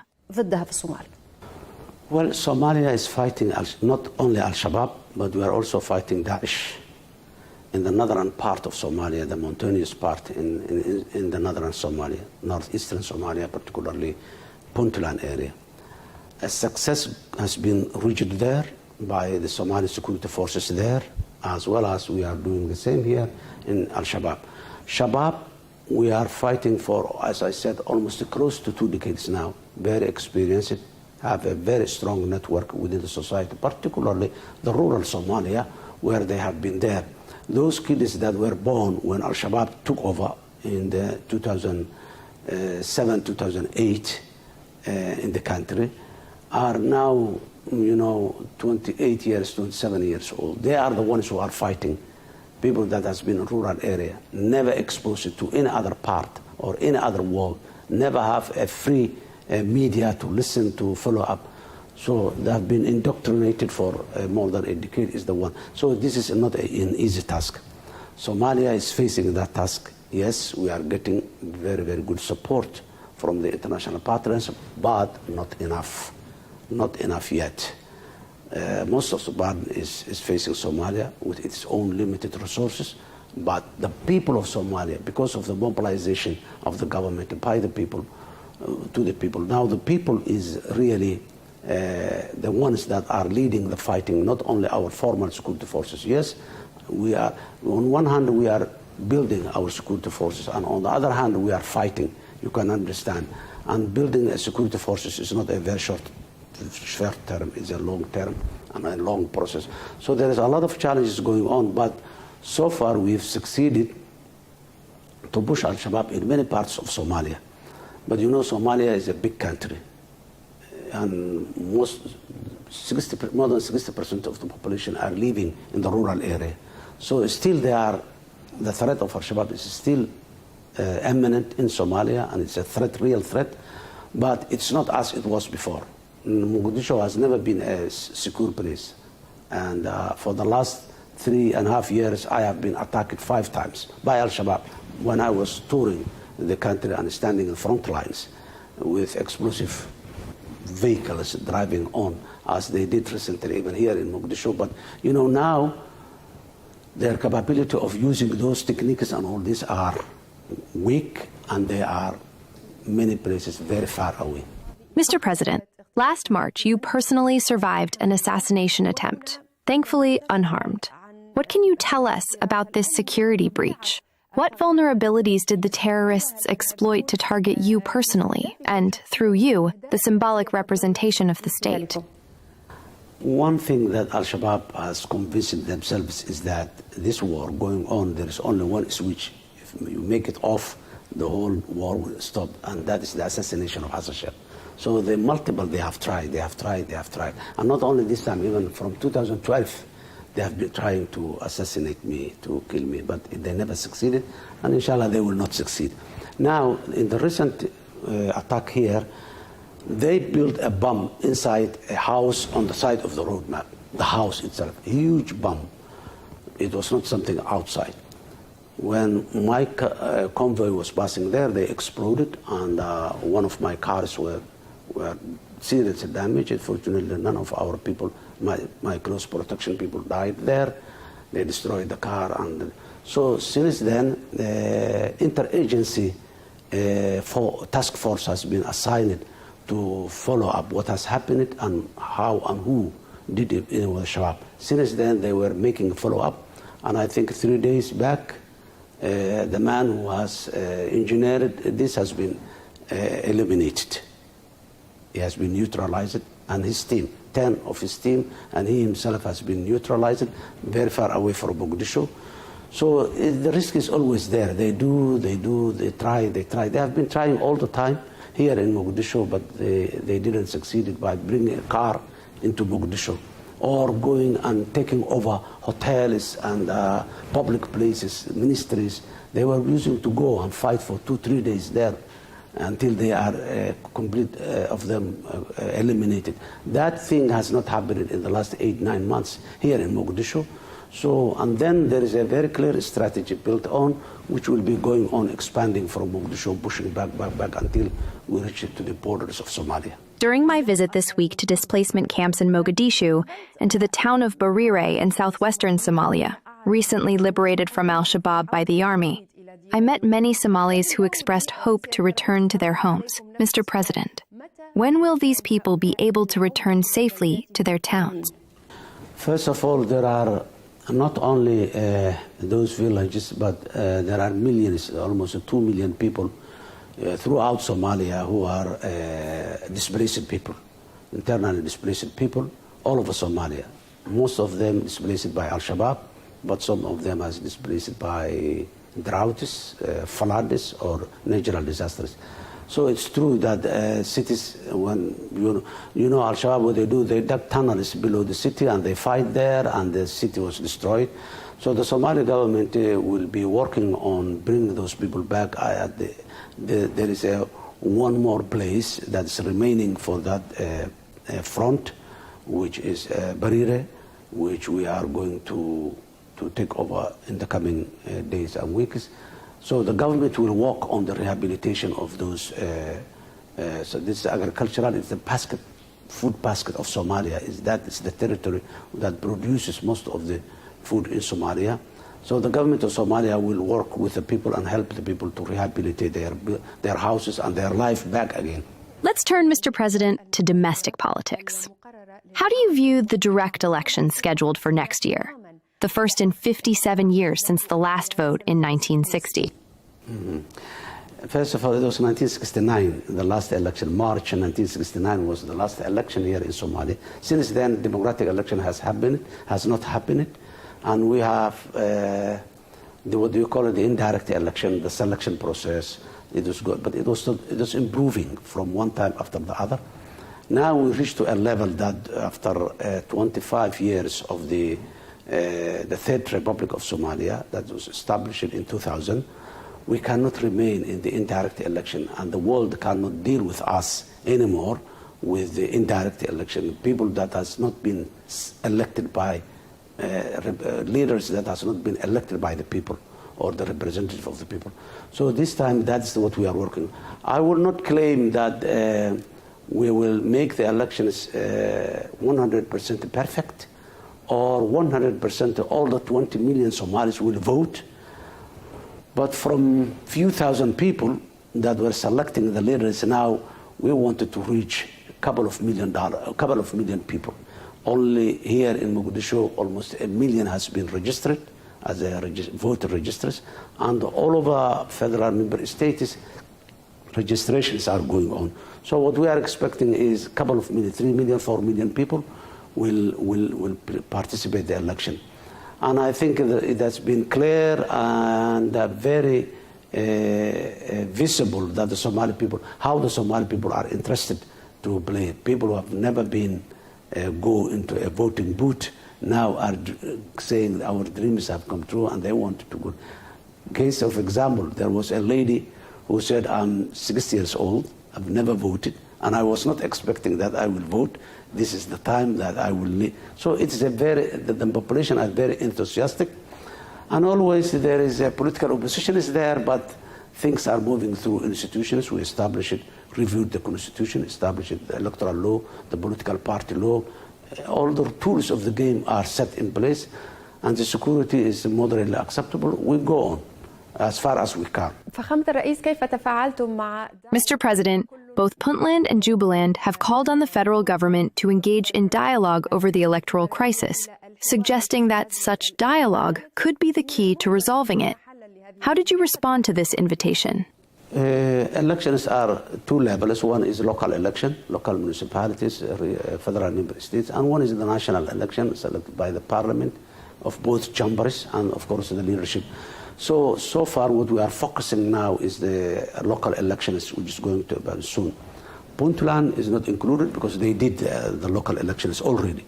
They make one man, one vote local elections. But both Puntland and the Jubaland, we are in the process of pursuing them, and by the time of the local elections, we hope the problem of Jubaland will be settled, and before the national elections as well, the problem of Puntland will be settled.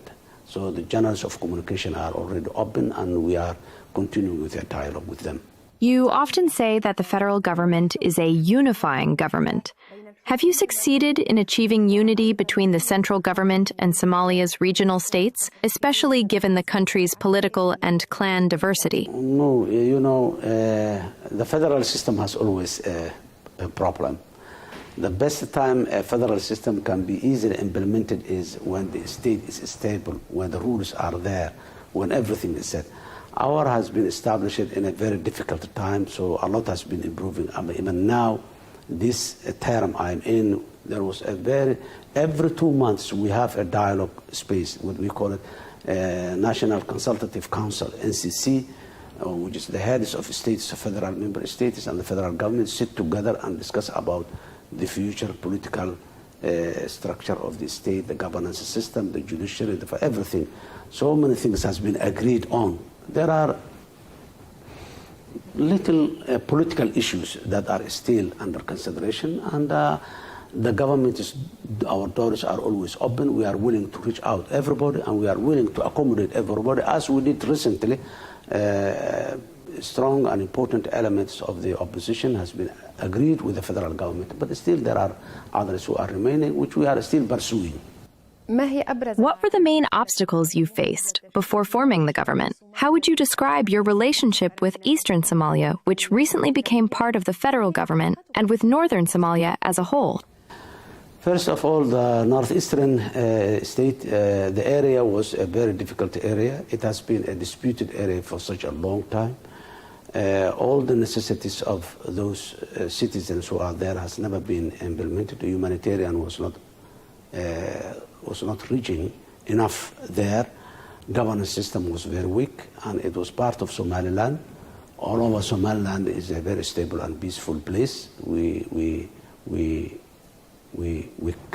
say clear on that. There is no problem. But unfortunately, between this region and Somaliland, there was problem. We ourselves, we have tried to stabilize and talk to the Somaliland leadership, the former leadership, not the current leadership, not to continue. Because principally, we believe that violence will never bring satisfactory results. So we've tried, but unfortunately it never happened. So this is a place now that has very limited chance to go back to Somaliland, number one. Number two, they are a very strong unionists who are willing to unite. But even then, and they have that position for a long time, but even then, although they were unionists, we have never interfered, never encouraged. We have been trying to get the whole Somaliland one time, agreed with them and bring them together. But the process has got prolonged for a long time, and there was no immediate visible solutions in the past. So that's that. So this region is a very difficult region throughout the history. It is the border between the colonial British and the colonial Italian, and it has always been that. That is the land of the Mad Mullah in the history of Somalia, Sayyid Muhammad Abdullah Hassan. That was an area that has been like that. That was a very controversial area most of the time. The last democratically elected president was assassinated there. So there must be an administration and governance system in that area. Without governance system, the people in that area will suffer, and it will create problem to all, both Somaliland, Puntland, other regions. So the only option that we had was to support them, to have their own administrative structure that they consensually agreed, and they did it. Somaliland may have concerns, Puntland may have concerns, but all those concerns can be settled with dialogue, with amicable solution, using our traditional system of peace building. Thank you, Mr. President, for this special interview. And thank you, dear viewers, for watching Allarbia. Until next time.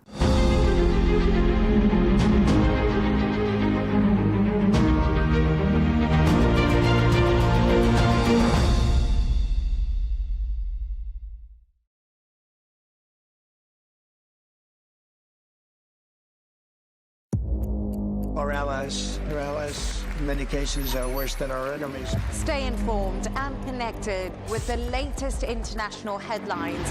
There obviously is a risk. From breaking news to in-depth analysis, it would appear that this war is coming to an end. Who buys this stuff? Investors, pension funds. We deliver the most important developments straight to your screen. Iran always wanted to deal with militia. Join us for compelling, expert-driven conversations. A curfew order has been established. And an insightful look at the issues shaping our world today. There are a lot of proposals about European architecture for security. I'm Leigh Ann Gerrans, and this is W News. We dealt with this when I was Chief of Staff in the first term. Where you don't just hear the headlines, you get the full story.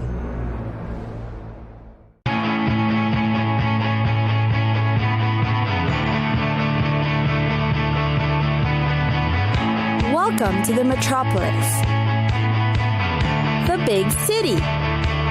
This is where tech, trends, and culture meet. Meet the people. See the sights. Walk the city streets. And experience the lifestyle.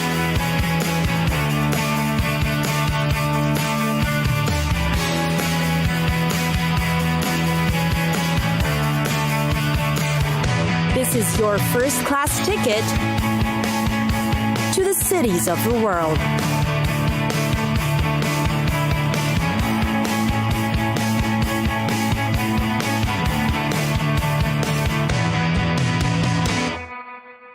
Vatican. Vatican City, or the Holy See. It gained independence from Italy on the 11th of February in 1929. The sovereign independent state has a population of less than 1,000, yet it is one of the most popular cities for tourists. The Holy See, which is surrounded by Rome, has been the home of the Pope since 1378 and is considered the seat of the Catholic religion. And then, of course, there are the very popular Vatican museums, which is mainly why most people fly in for a visit. There's the Sistine Chapel, which is considered the private chapel of the Pope. This is also where cardinals meet to vote for a new Pope. Its ceiling frescoes feature paintings by the great Michelangelo, and the biblical scenes on the wall are by several artists, including Perugino and Botticelli. The gateway to Vatican City is St. Peter's Square and Basilica.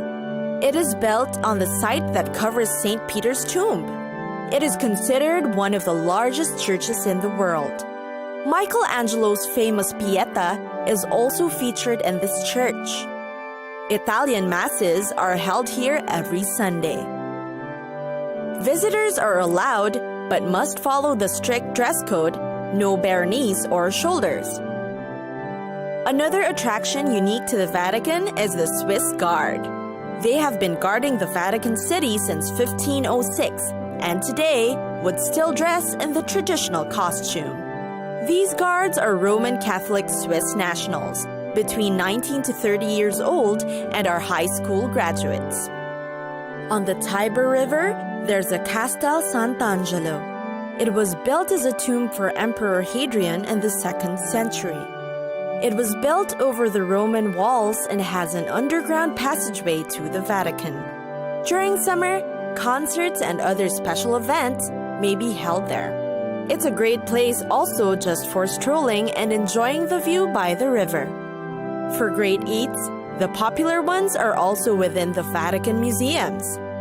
There are cafeteria-style restaurants, a bar, and pizzeria.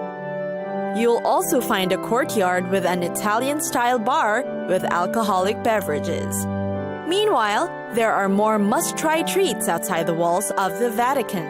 You'll find high-end restaurants that serve sushi, fresh fish, and more.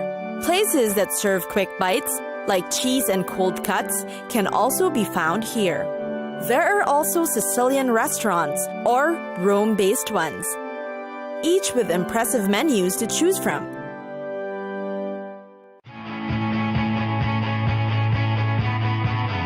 It's time for us to go. Pack your bags and get your tickets ready. and we'll see you on the next destination. Catch us again next time on Cities of the World.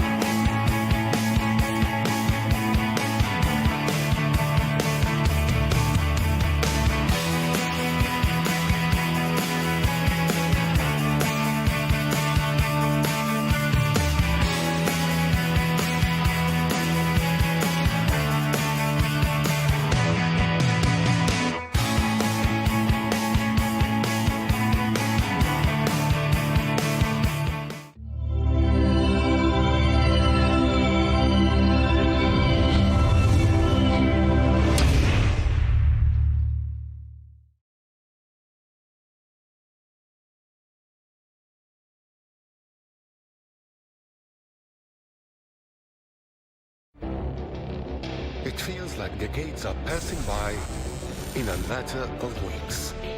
Seismic shifts in the world order. Never, ever will be part of America. With so much happening and so much noise. Whether it's political upheaval, Canada has been ripping us off for years. economic shifts, or social movements, No one wins from tariffs. I think America can be more friendly to the rest of the world. The in-depth analysis and all the latest developments across the globe. To have an inclusive policy together. The meetings with Hamas gave me some hope. We're in another nuclear arms race. the most important developments straight to your screen. Welcome to the dressing room. I'm on my own. I need backup. And an insightful look at the issues shaping our world today. It was not going to happen, that war, and it happened. Join us on Allarbia News, where the world talks.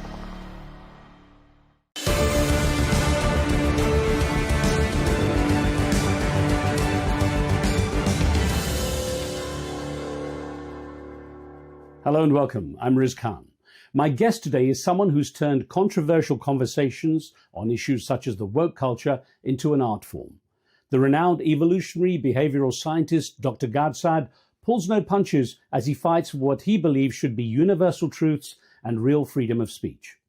His best-selling book, The Parasitic Mind, explores how the human thought process can be hijacked by irrational ideas and how these parasitic beliefs shape much of modern society.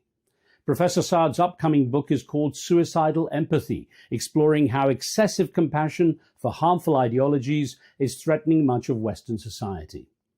Well, his impact and presence on social media has earned him the friendship and support of people such as the world's richest man. I found him to be incredibly engaging, very, very humble, zero ego, just two guys. We literally hugged, sat there for 4 hours, completely locked in. You know, he was confiding in me in a very trusting way, in a very intimate way. So I thought he was just absolutely lovely. I mean, he is an eccentric guy, but I've got nothing but positive affection for him. And Professor Saad has welcomed Donald Trump's second presidency as an opportunity to turn the tide on woke culture and to boost freedom of speech. I caught up with him in his hometown of Montreal in Canada for a candid conversation covering a number of controversial ideas that he's put forward. In this, the first of 2 episodes, Dr. Saad explains what he sees as the real danger of the parasitic mind, his abhorrence of what he calls social justice warriors, and how he justifies his position. I am putting the epistemological noose around your neck. I don't have to emote louder than you. I don't have to scream louder than you. If I can have this, gargantuan triangulation of evidence, I'll let that do the talking for me. Professor Gad Saad, technically, but Gad Saad, I'm glad you could spend some time with me for this conversation. There's so much to talk about. I guess I should start by asking, which pronouns would you prefer I use for you? He, they. Happy to do that.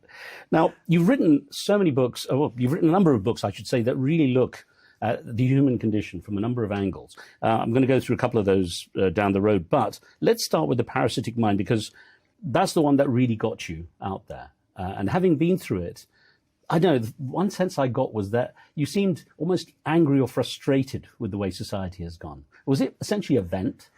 I mean, in a sense, yes, because having been in academia for for 31 years now, I always tell people I faced two great wars in my life. The first one was the Lebanese Civil War, growing up in Lebanon.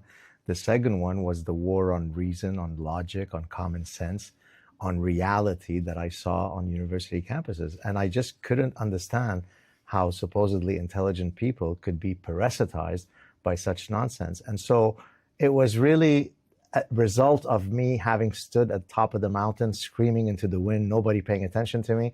Eventually, they paid attention with the Parasitic Mind. Isn't a best-selling book in its own way an infectious idea? It is. So in the mimetic sense, so if you remember, Richard Dawkins famously wrote a book in 1976 called The Selfish Gene. In that book, he argued that, of course, humans are a biological animal, but also a cultural animal. Our genes spread, but so do our memes, which is packets of information. So when you're reading my book, I am literally infecting your brain with my ideas. Now, you state in the book that people should proactively judge, not just judge simply to be politically correct. Where does that leave someone like me? I'm an old school journalist, and it was kind of beaten into me years ago as I trained that I should not take a position, that I should not be involving myself in the story with adjectives or a commentary or an opinion. All that's changed now in the media, as we know, but I'm kind of stuck in that world. Where does that leave me, where I don't want to be in an argument with you screaming and shouting that you're right or wrong? I just want to hear your opinions, right, and let people decide. So in your case, if you're wearing your hat as a journalist, then perhaps not judging is the right ethos to invoke. But in my case, if I am a creator of truth and a defender of truth, then by definition, I have to judge, right? I mean, I belong to the society of judgment and decision-making as someone who studies psychology of decision-making. So it's perfectly natural to judge. And in the book, I talk about the fact that many people are reticent to judge because they view it as gauche. Who am I to judge? Who are we to judge? Now, that's an injunction from the New Testament, but it refers to not being a moral hypocrite, right? Don't judge others if you are committing the sin yourself. You know, people who cast stones from a glass house and so on. But that doesn't mean that we never judge. I judge those who engage in reprehensible acts. It's perfectly part of our repertoire of human behavior. Of course, it makes it very difficult for me because I'm kind of stuck in this world where conversations like this normally would involve me trying to catch you out or, you know, trying to have a go at you. But what I want to do is really get the most out of where your mind is and how it works. And I wonder, you know, in the sense that you say in the Parasitic Mind that, you know, we're basically capitulating. We're surrendering our opinions to the woke culture and to political correctness. What's wrong in your mind with that particular approach of at least accepting it? Right. So each of those parasitic ideas that I talk about in the book, and maybe it's worth that I mention what some of those ideas are. Please. So postmodernism is the granddaddy of all parasitic ideas because it purports that there are no universal truths. We are completely shackled by subjectivity, so to speak of an objective truth is completely nonsensical according to the postmodernists. Cultural relativism is an offshoot of that. It says, who are you to judge absolute moral truths, right? If another culture wants to cut off the clitorises of little girls, that's their business. Don't be a cultural imperialist. Social constructivism is another parasitic idea. It basically says we're not biological creatures. Everything is due to social construction. So if Bubba can bench press more than Linda, it must be because his parents taught him to play rough and tumble. It can't be because there are physiological, hormonal, morphological differences between men and women. Now, each of these parasitic ideas originally started off from a noble place. So take, for example, trans activism, right? Yes, of course, trans people should live free of bigotry. That doesn't mean in the service of that goal, we end up murdering and raping truth. So that, yes, if a 6'4", 280-pound guy decides that he's Linda tomorrow, who are you to judge whether he's not really Linda? So no, I do judge people who, in the service of an original noble goal, decide to kill truth. You see these ideas, to explain the parasitic mind, as basically parallel to biological parasites. Exactly. Yeah. So let me give you. Yeah. So earlier I mentioned memes. Memes are not the same as the neuroparasitological framework that I took, and let me explain why. A meme could be positively valenced, neutral, or negatively valenced. A parasitic idea is inherently negative, right? And the reason why I chose the neuroparasitological framework comes from the animal kingdom. So in nature, the field of parasitology is the study of host-parasite interaction. So for example, you could be parasitized by a tapeworm that takes over your intestinal tract. A neuroparasite is one that seeks to end up in the host's brain, altering its neuronal circuitry to suit its reproductive interest. So for example, a wood cricket abhors water. When it is parasitized by a hairworm, the hairworm needs it to jump into water in order to complete its reproductive cycle. And so that was my epiphany. Aha, I will now use that framework to argue that human beings could be parasitized by actual physical brainworms, but also ideological brainworms, and hence the parasitic mind. Why do you think humans are so vulnerable to these idea pathogens? Well, I love that you asked it that way, because I've often been asked, is the parasitic mind something that is specific to the current period? And my answer is no. The capacity for the human mind to be parasitized is an indelible part of the architecture of the human mind. What is specific to the current period are the specific parasitic ideas that are taking over. 300 years ago, it was perfectly a good idea, if we thought that our neighbor Linda was a witch, to throw her into the body of water. And if she swims, then we know she's a witch. And if she drowns, oops, I guess we were wrong. That's a parasitic idea. Mm-hmm. So there are many reasons for that. One of which is, as I said earlier, it helps us get through difficulties in life. For example, some people argue that religion itself, Daniel Dennett, the famous evolutionary philosopher, argued that religion is akin to a parasite. So there are a wide variety of reasons why we are susceptible to this parasitic thinking. I'll get on to religion a little bit later, because it's something you touch on quite a bit. But I'm guessing from what you say, even a good leader or someone who's a great orator essentially is infecting everyone. Well, I mean, that's Machiavelli, right? Machiavelli said it doesn't matter if the leader is truly an honest person. What matters is that you manage that's why when you say, for example, someone has Machiavellian intelligence, a salesperson who has high Machiavellian intelligence, what is he or she doing? They are tailoring their sales pitch as a function of the customer that they're standing next to, right? That's what a politician does. That's why when politicians are on the campaign, you always see them with a baby. Why? Because that shows that I am nurturing, I am kind, I am compassionate, right? You never see them with babies unless it's about 7 days before the election cycle. So of course, it's all about this kind of impression management. And I guess dating sites, the person always has a puppy. A puppy, or I've actually joked once, but it's based on actual science. If you hold a puppy, if you hold a guitar, and you come out of a Porsche wearing a fireman uniform, sit back and enjoy the ladies. Fair enough. You've alluded to, the issues that you are concerned with in the parasitic mind. What do you think are the three biggest risks facing us because of the parasitic mind? And so the answer to that is also picked up in my forthcoming book called Suicidal Empathy, Right, which touch on that, will touch on that. Look, it causes us to take certain public policy decisions that are deeply problematic. On a smaller scale, although an important one, it causes about 900 medals to be given. This was an actual study that, commissioned by the United Nations, because people say, well, what's the big deal about this transgender thing? Well, there've been almost, and that's an underestimate, 900 medals in major competitions that have been given to biological males, and hence real biological women have lost those places on the podium. So in a small scale, you get this kind of consequence. But how about unchecked illegal immigration?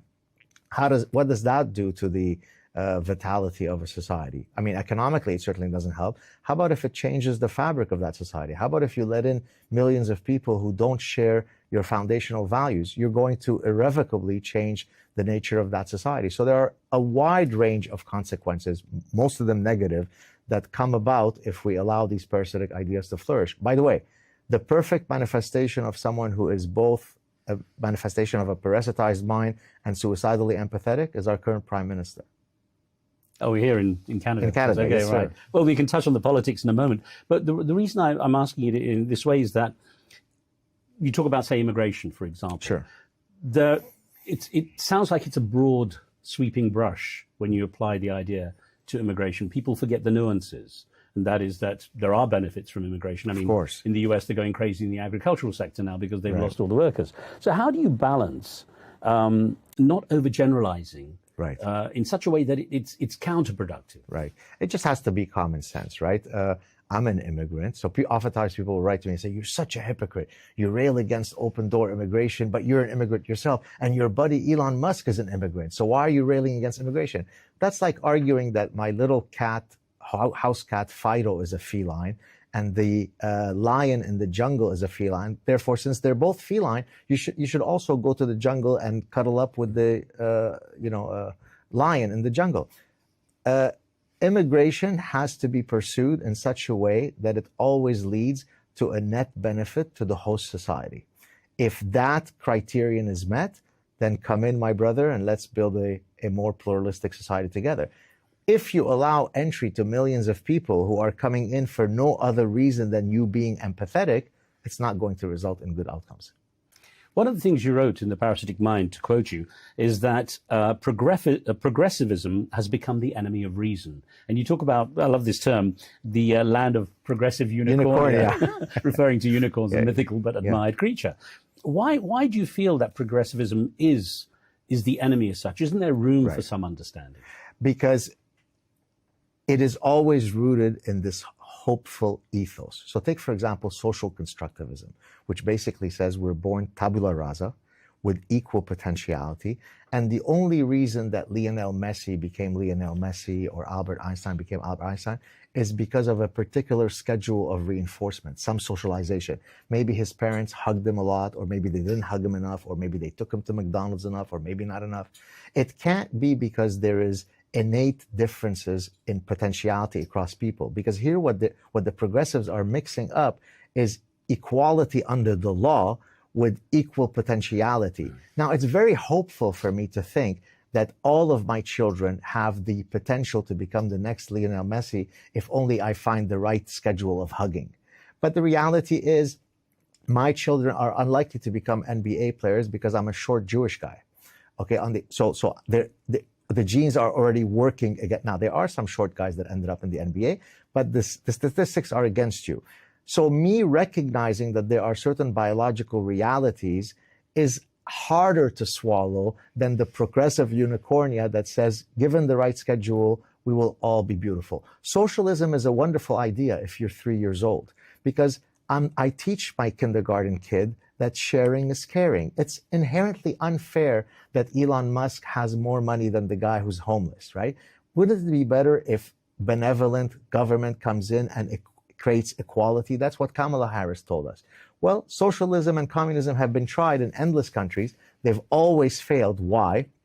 Because unicornia is inconsistent with human nature. I'll tell you a quick quote that I think you'll love. E.O. Wilson, are you familiar with E.O. Wilson? I don't recognize the name. E.O. Wilson was a Harvard biologist who recently passed away, one of the great scientists of the 20th century.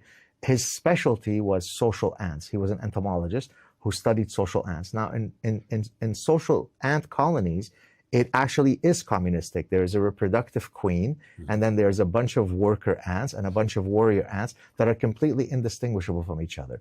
So when he was asked in an interview, Professor Wilson, what are your thoughts on communism? His answer was, great idea, wrong species, right? So what the progressives are doing, they're saying, we will impose our beautiful, rosy view of unicornia to a species that hasn't evolved to be consistent with that unicornia. So no, I think it's a bad idea to succumb to these ideas. So essentially, it sounds like you're saying the land of progressive unicornia ignores basic science. Exactly. It ignores the most fundamental features of our evolved human nature. Here's a great example from, so I teach at a business school.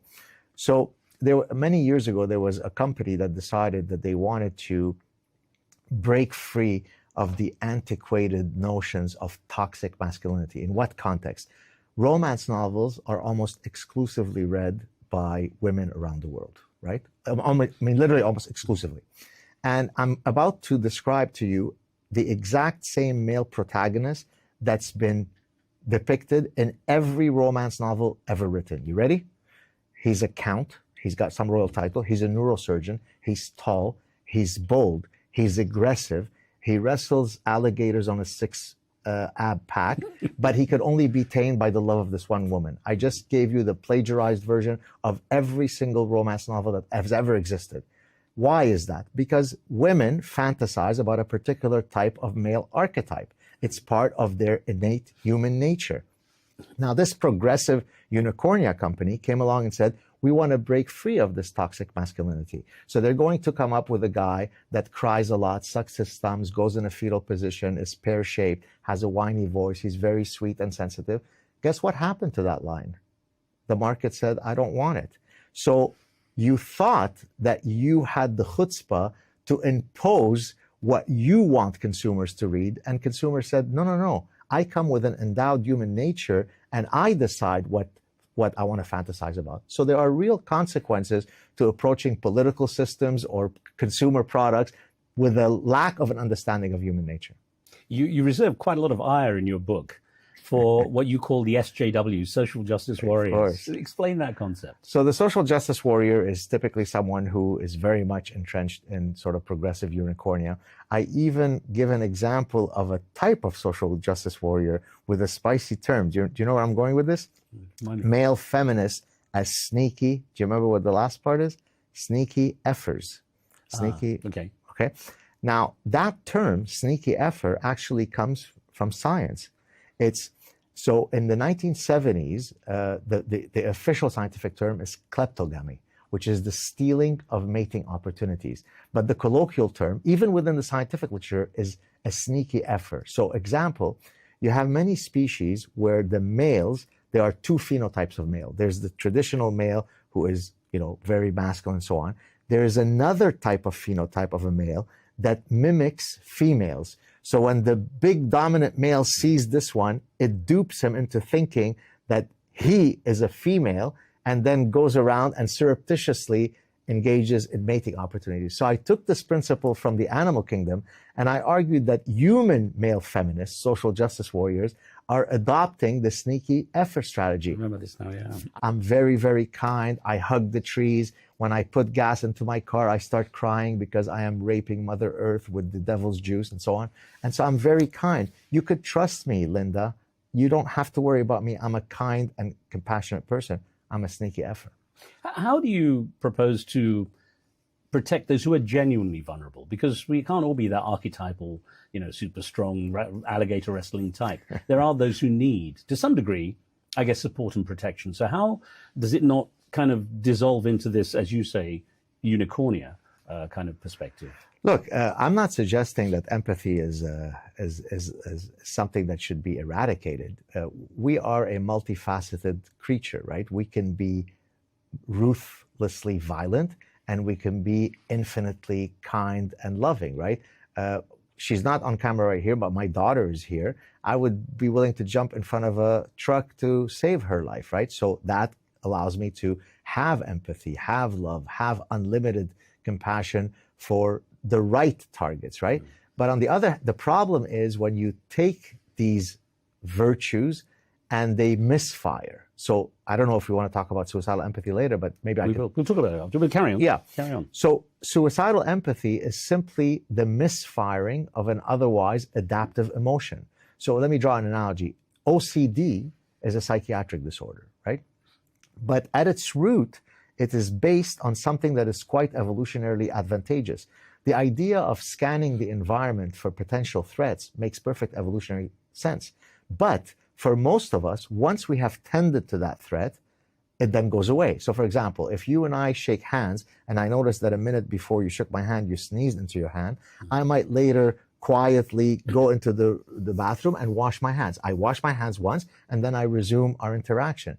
The OCD sufferer will be stuck in an infinite loop for the next 8 hours, washing their hands until their skin is falling off in scalding hot water. So it is a misfiring of an otherwise adaptive process. So yes, be empathetic, be kind, be generous, be compassionate. Those are all part of the repertoire of human realities, but it has to be properly regulated.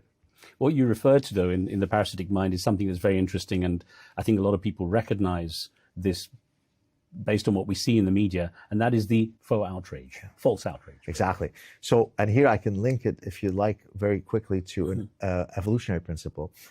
So for a signal to be meaningful, it has to be costly. And let me explain what I mean by that. You take a peacock's tail, right?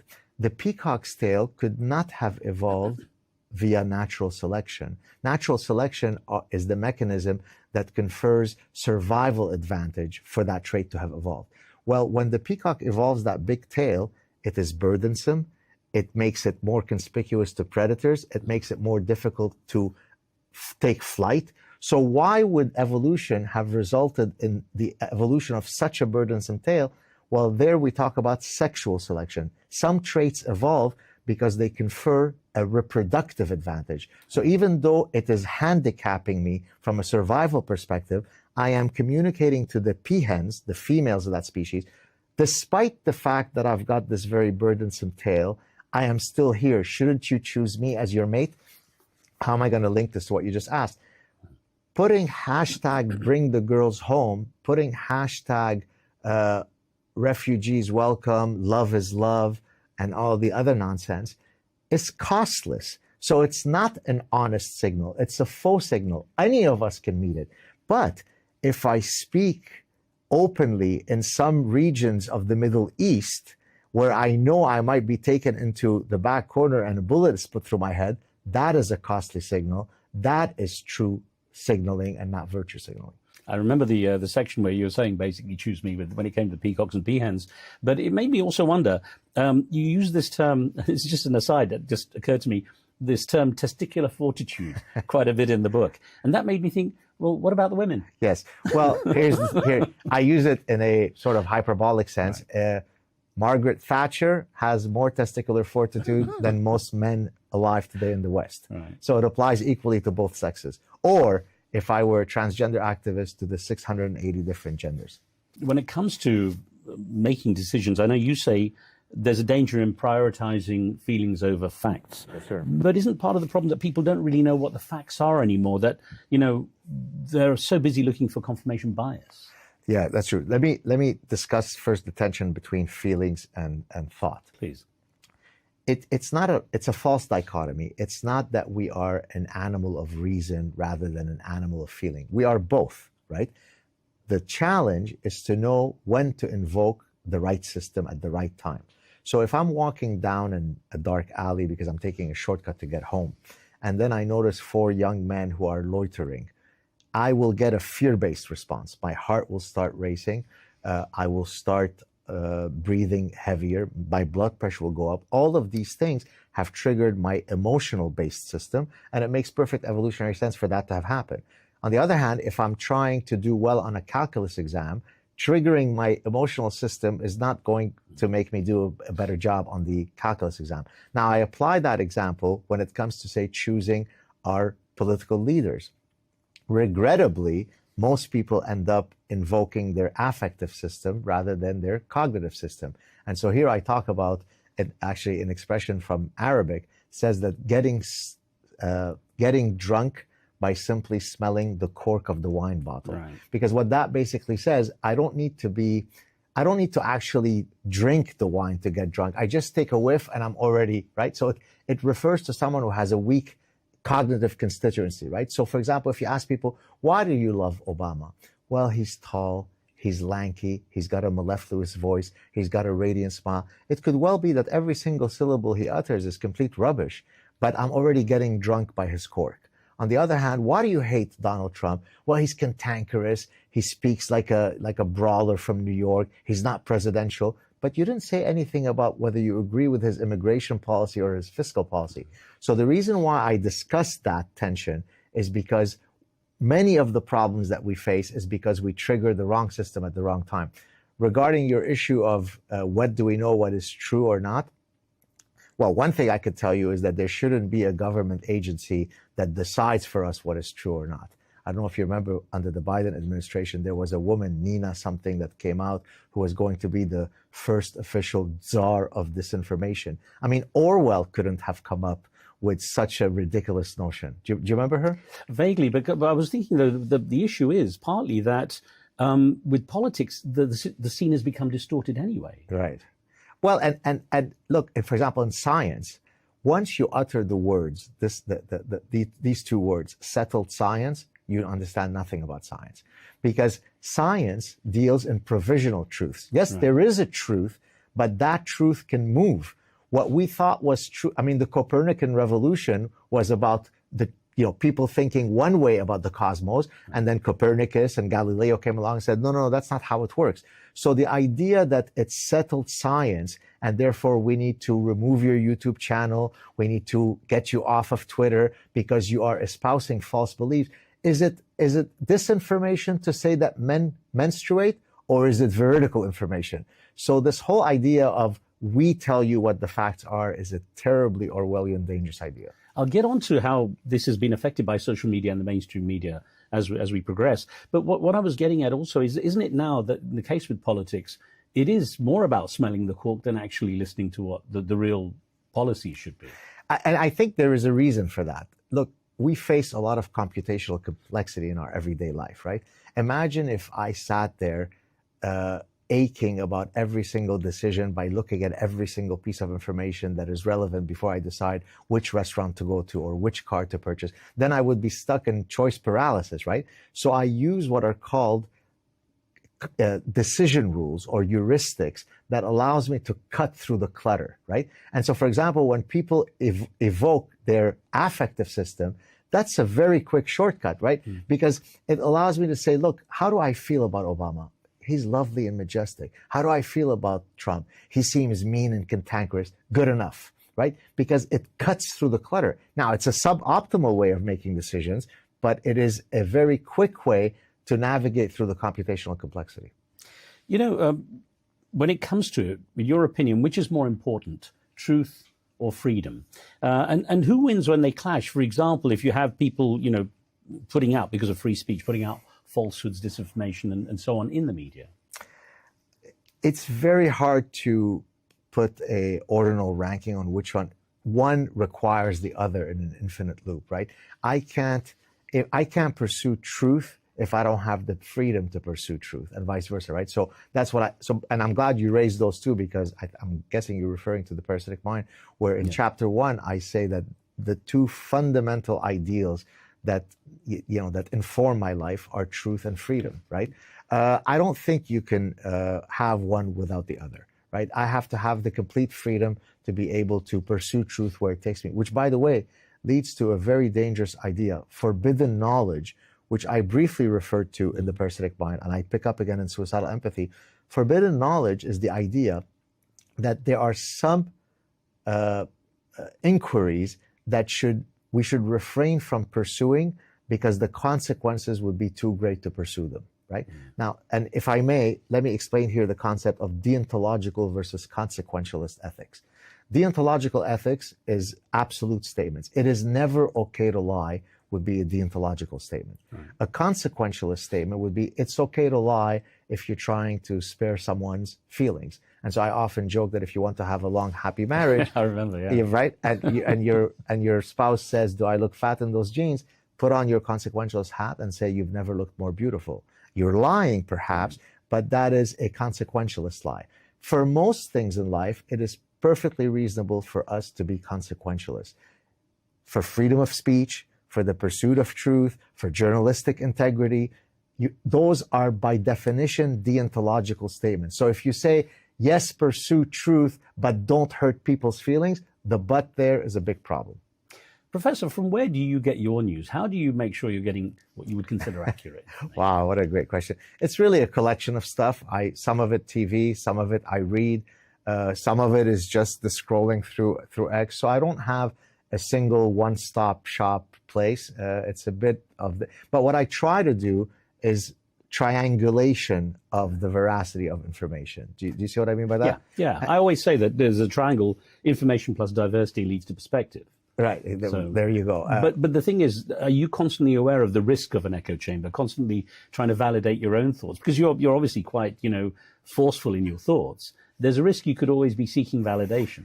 Albeit, if you, for example, will look at some of my now I have a lot of followers, so I can't give you an empirical estimate, but I can oftentimes have on my feed 2 people that just responded to something that I posted, and they couldn't be more diametrically opposed from each other.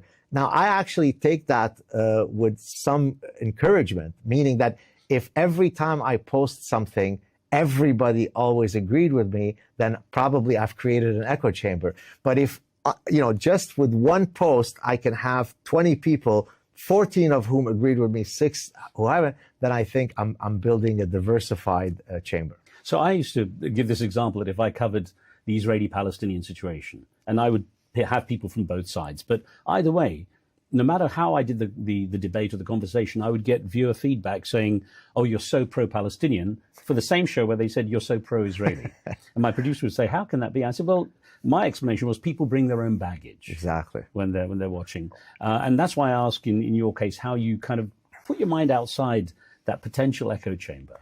Well, so I'll give you an example of confirmation bias that my former doctoral supervisor had told me many years ago. So he had been hired to help some company. He's a cognitive psychologist and consumer specialist at Cornell. He just recently retired, by the way. So he had been hired by a company where half the executives seemed to be for a product launch and the other half seemed to be deadly set against the product launch. And so what was going to break the tie is they were going to bring a bunch of them, put them in a focus group, and then based on that interaction, either one side would win or one side or the other side would win. After that interaction happened, then you polled both sides. Both sides said, you see, we won. Now, how could it be? How could it be that they both saw the exact same interaction and arrived at exactly the opposite confirmation, right? Well, it's exactly to your point, which is I only look for information that supports my position, and I filter out perceptually and cognitively any information that doesn't agree with my position, and therefore I solidify my anchored position. I was recently asked on a show by a British psychiatrist, this was about a year ago, at the end of the show, maybe the best question I've ever been asked, maybe you'll beat it on this show. He said, what is the singular phenomenon that, you've seen in the human condition in your 30 plus years as a professor that has most surprised you? So I had to pause for a second. And then I said, the inability for most people to change their anchored positions, irrespective of the amount of conflicting evidence that they might be shown. Which itself, and that's why, by the way, in chapter 7 of the Parasitic Mind, I try to offer a means by which we can break through that resistance. I talk about nomological networks of cumulative evidence, which we could talk about. So I'm mindful of even my capacity to succumb to this kind of echo chamber. That's why I try to sample from many different sources. How do you regard conspiracy theories? The moon landing wasn't real, or that there were chips in vaccines during COVID, these kind of things that are out there. How do you regard them? I apply the scientific method, right? So I think there is now enough evidence that the Holocaust did happen. So if you're a Holocaust denier who argues that it was all Hollywood made and there were no ovens and so on, I don't have to take it seriously because I know the accumulation of evidence has already established that thing happened. And so you just apply the scientific method as you navigate between what is true or false. There's no other way to do it. It's difficult, though, with things like the moon landing. It doesn't have the same empirical basis as the Holocaust, for example. That is true. That is true. But by the way, I don't know if it's the right time to do it, but maybe it is. Do you want me to talk about how you do the nomological networks? Please do, yeah. So in a sense, it speaks to your general question. How do you seek truth? How do you know what's true, what's not true? And so in chapter 7, the chapter's titled How to Seek Truth, I argue that there is an incredibly powerful, albeit very cognitively taxing method to try to decide whether something is true or not. So let's take, for example, I give several examples in the chapter, but I'll discuss one here. Let's suppose I wanted to counter the idea that social constructivists offer that toy preferences are sex-specific due to socialization. Meaning it's because mommy taught Linda to play with the doll and taught Bobby to play with the truck. That's why they have those preferences. Let's suppose I wanted to demonstrate to you that that's not true. There are universal biological and evolutionary based reasons for those sex-specific toy preferences. How would I go about doing that? So I'm going to build a nomological network of cumulative evidence, meaning I'm going to get you data from across cultures, across time periods, across species, across methodologies that will triangulate to demonstrate that this position is unassailable. So, and I'll give a few examples. Well, from developmental psychology, we know that young infants who are too young to yet be socialized, by definition, they don't have the cognitive apparatus to be socialized, already exhibit those sex-specific toy preferences. So that already takes out the socialization argument. I can get you data from vervet monkeys, rhesus monkeys, and chimpanzees showing that they have the same sex-specific toy preferences. I can get you data from sub-Saharan Africa where cultures that are very non-Western, they exhibit the same sex-specific toy preferences. I could go back 2,500 years ago showing you that in ancient Rome and ancient Greece, on funerary monuments, little boys and girls are depicted playing with exactly the same types of toys as we have today. So look how I am putting the epistemological noose around your neck. I don't have to emote louder than you. I don't have to scream louder than you. If I can have this, gargantuan triangulation of evidence, I'll let that do the talking for me. And so that's why, by the way, I'm epistemologically quite humble in that I know what I know, and I know what I don't know. That's why I never get caught in interviews. I give thousands of interviews because I'll never try to wing it. If you ask me a question that I think that I haven't done the requisite nomological network for, I'll say, hey, Riz, that's a great question. It's above my pay grade. I don't know. But if I know, good luck to you if you want to debate me. Fair enough. No, because a lot of people obviously want to try to catch you out. Yeah. But if you know your stuff, that's obviously going to be important. But it was interesting because you did say people who spew falsehoods should be judged.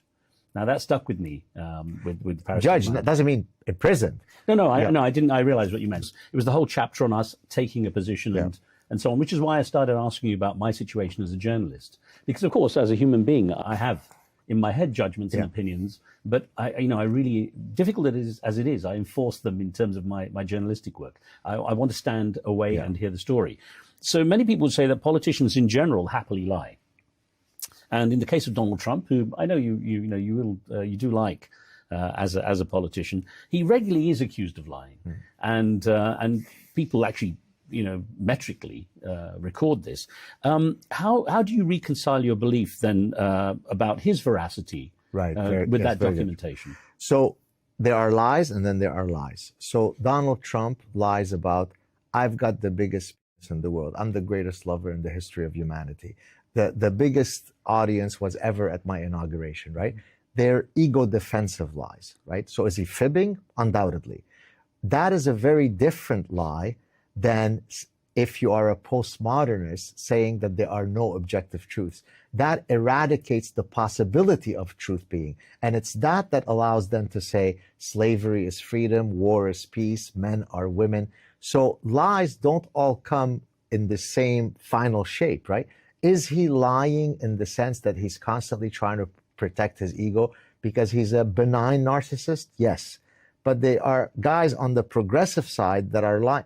If you say, for example, that socialism is the means by which people are most likely to flourish, that is a much more consequential lie than I am the best lover of all time. Both are lies. One is much bigger than the other. But he does have those consequential ones too. They're eating the cats and dogs in Springfield, Illinois, and so on. People react to this. Yeah, okay. In that case, I think it's the fog of the rapidity of how information comes about, right? I think, though, and Elon Musk recently said it, he said, look, we will put out stuff often and it'll turn out to be false, in which case we're happy to correct our position. So just have the epistemological humility to accept that sometimes you'll get it wrong. True. No, I heard him say that. He was actually in the White House as he said it. Exactly. Now, the question is this, though. If putting out this information without checking its veracity in the first place, there are consequences, the risks are great. That's right. So from your side, how do you rationalize that with saying someone like this is worth the leadership position? Because I think all politicians lie, as you said. The question is, which one is the lesser of a liar? I don't think that when I put my imprimatur in supporting a particular candidate, I think that they are interchangeable with a saint, right? I think that given these options, this is probably the better option. So given the types of values that are important to me, it is incontestable to me that Donald Trump would have been a much better choice than Kamala Harris. all right, you're picking between those candidates, but I'm talking in a general sense with politicians. They all lie. I was going to say, so in the sense of Donald Trump, you see him as something of a cure. As you said in a recent essay, you wrote about his election victory saying, it's an unequivocal repudiation of the ideological parasites that have wreaked havoc on our societies. Yes. And if, as you also say, it took decades of assiduous indoctrination for these parasitic ideas to flourish in every nook and cranny of our institutions, we'll get onto those further. Yeah. How can 4 years of a Trump presidency turn them around? You've said it, it takes decades. That's a fantastic question. It's actually one that I keep hammering now with people, that don't be complacent in thinking that just because Donald Trump, he came along, he's got the polio vaccine, he administers it everywhere, and polio ceases to exist. To your point, what you just mentioned, it took, depending on the parasitic idea, it's taken between 50 to 100 years for these idea pathogens to develop originally on university campuses and then to break out of the university. So it won't be sufficient to only kind of rest on our laurels to say, hey, Donald Trump is here, we've eradicated this nonsense. That's why even I've had people who say to me, so now that Donald Trump has come to power, will people even read Suicidal Empathy? I say, of course they will, because these parasitic ideas have not gone away. The reflex to be suicidally empathetic is not going to magically go away because this guy came into office for 4 years. The next president might be one that is as committed to these parasitic ideas, and off we go on the woke train. So there's much more in the fight to be had. I want to get your perspective on this as someone who's actually a couple of years younger than me, but around the same kind of age. For me, it seemed like there was a massive change in the curve where this suddenly all became public. I don't remember these kind of debates for the last, say, 40, 45 years. Because you weren't in academia. So it takes a while for all of these. So, for example, take shingles. The virus is within you, it's dormant, and then something will trigger it such that you might get an outbreak and I don't. But it is in there. So what you were reacting to is the fact that you didn't know that shingles was, flourishing in the background, whereas I was living in the petri dish of shingles called academia. So, and let me give you the background of how I first was exposed to, Houston, we have a problem. So my scientific work originally was in the application of evolutionary biology and evolutionary psychology and studying human behavior in general and consumer behavior and economic behavior in particular. And so as I tried to Darwinize the business school, the idea being that you can't study entrepreneurship or leadership or consumer behavior or economic behavior without ever invoking our biological nature. To me, that seemed like a very banal and obvious statement. Well, apparently it was completely heretical to most of my academic colleagues. And so I was right, that was my first exposure to parasitic ideas. How could these otherwise bright, educated people be questioning the fact that human beings, consumers are biological? You don't think our hormones affect our behavior? How, right? And so I saw it, but it took a while for other people who were not inhabiting that ecosystem to then hit them. And that to me is frustrating, because had people listened when I stood up on top of the mountain and saying we have a problem, then we wouldn't have had to have 900 medals being stolen by trans women. You see what I mean? I hear you. I appeared in 2017. I appeared in front of the Canadian Senate. I was summoned, as was Jordan Peterson, separately, to talk about Bill C-16, which at the time was a bill that hadn't passed yet, trying to incorporate gender identity and gender expression under the hateful rubric umbrella. And I said, yeah, of course, I support the idea that no person should face any bigotry, but beware of the proverbial slippery slope. Now, if you go back and you listen to my warnings, I hate to say it, but they were prophetic. How do you regard the way, well, this also occurred to me, the word political correctness came in, I don't know what, maybe 15, 20 years ago that I could really remember. And suddenly all the parameters changed. I couldn't put on an African accent, for example. I certainly couldn't, if I was an actor, go on blacken my face and appear as an African. When that all started to emerge, how did you regard that? I was very concerned by it, because I saw the kind of stifling environment it created in otherwise banal interactions on campuses. So people were, I mean, I remember at one point someone asked me, this was probably about 10 years ago, oh, where are you from originally? And I was about to answer. I said, oh, I'm so sorry. I know that I'm not supposed to ask that. I said, what do you mean you're not supposed to ask that? You recognize that I don't look as though I'm indigenous to Canada because I have a particular morphological look. What's the problem with you asking where I come from originally? So I've noticed that for a while. I compare it, and you might remember this from the parasitic mind.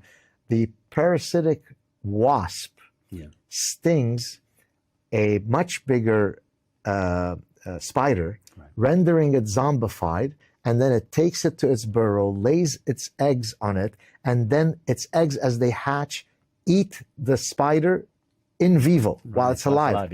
And so I argue that political correctness is akin to the spider wasp sting because it stultifies me, right? I'm now afraid to say, I recognize that you don't look French Canadian. So what if I were to say, Mr. Khan, where are you from? How is that an insult?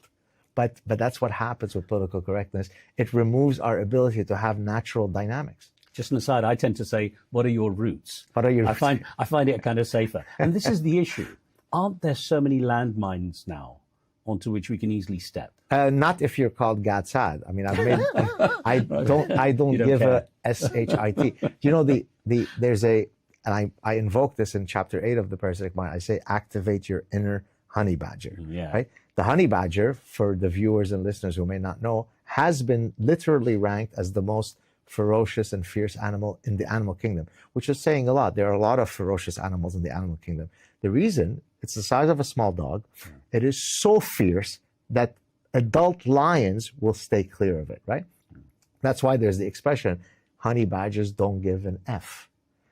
I live my life this way, maybe to a fault, and I wish more people would invoke. Well, you end the courage. book basically saying evoke your honey badger. You know? Exactly. How do you regard Andrew Tate?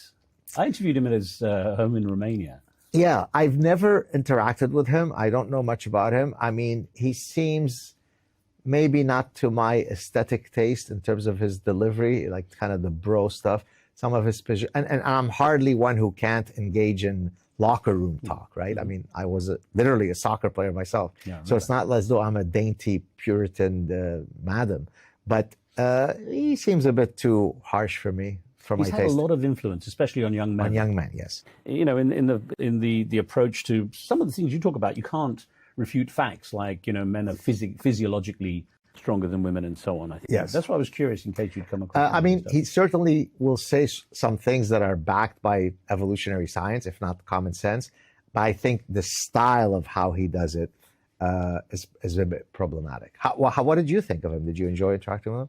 Yeah, it was actually interesting talking with him because, again, I think he's used to people engaging him for an argument. Yes. And he had to stop and think when I just ask an innocent question. Right. So, you know, I'm going to go back to Donald Trump just for a couple more questions. Joe Rogan, someone with whom you've appeared a number of times now, has been very influential. How much do you think he played a role in tipping the scale in favor of Donald Trump? Huge. As a matter of fact, before he had appeared with Joe Rogan, I was in touch with Trump's people about him coming on my show, which is a much smaller show than, I mean, I'm a popular guy, but I'm not Joe Rogan popular. And when they had asked me, what would be your idea of, you know, what would you want to get out of it? I said, well, you know what I'd love? Just to sit with him and to humanize him so that the people who are on the fence can actually see he's a funny guy. He's got a great sense of humor. He's a regular. He could, you know, just shoot the blank, right? Well, that's exactly what ended up happening when he went for 3 hours on Joe Rogan, which, of course, at that point, once he's done Joe Rogan, there's no point on coming on my show. He's done the biggest show. But so to your question, I think it really helped to humanize him because so often his interactions are ones where he's put on the back foot, where he's defensive, whereas here, he's calm, he's relaxed, there's no gotcha stuff. With just two guys chatting, I think it probably flipped a few people who were fence sitting. How do you feel he's done so far now, about a month into the presidency as we're talking? I don't think, I mean, as you said, I'm a bit younger than you. I can't think of a 4-week period where a president did more stuff than this guy has done. Is it good stuff?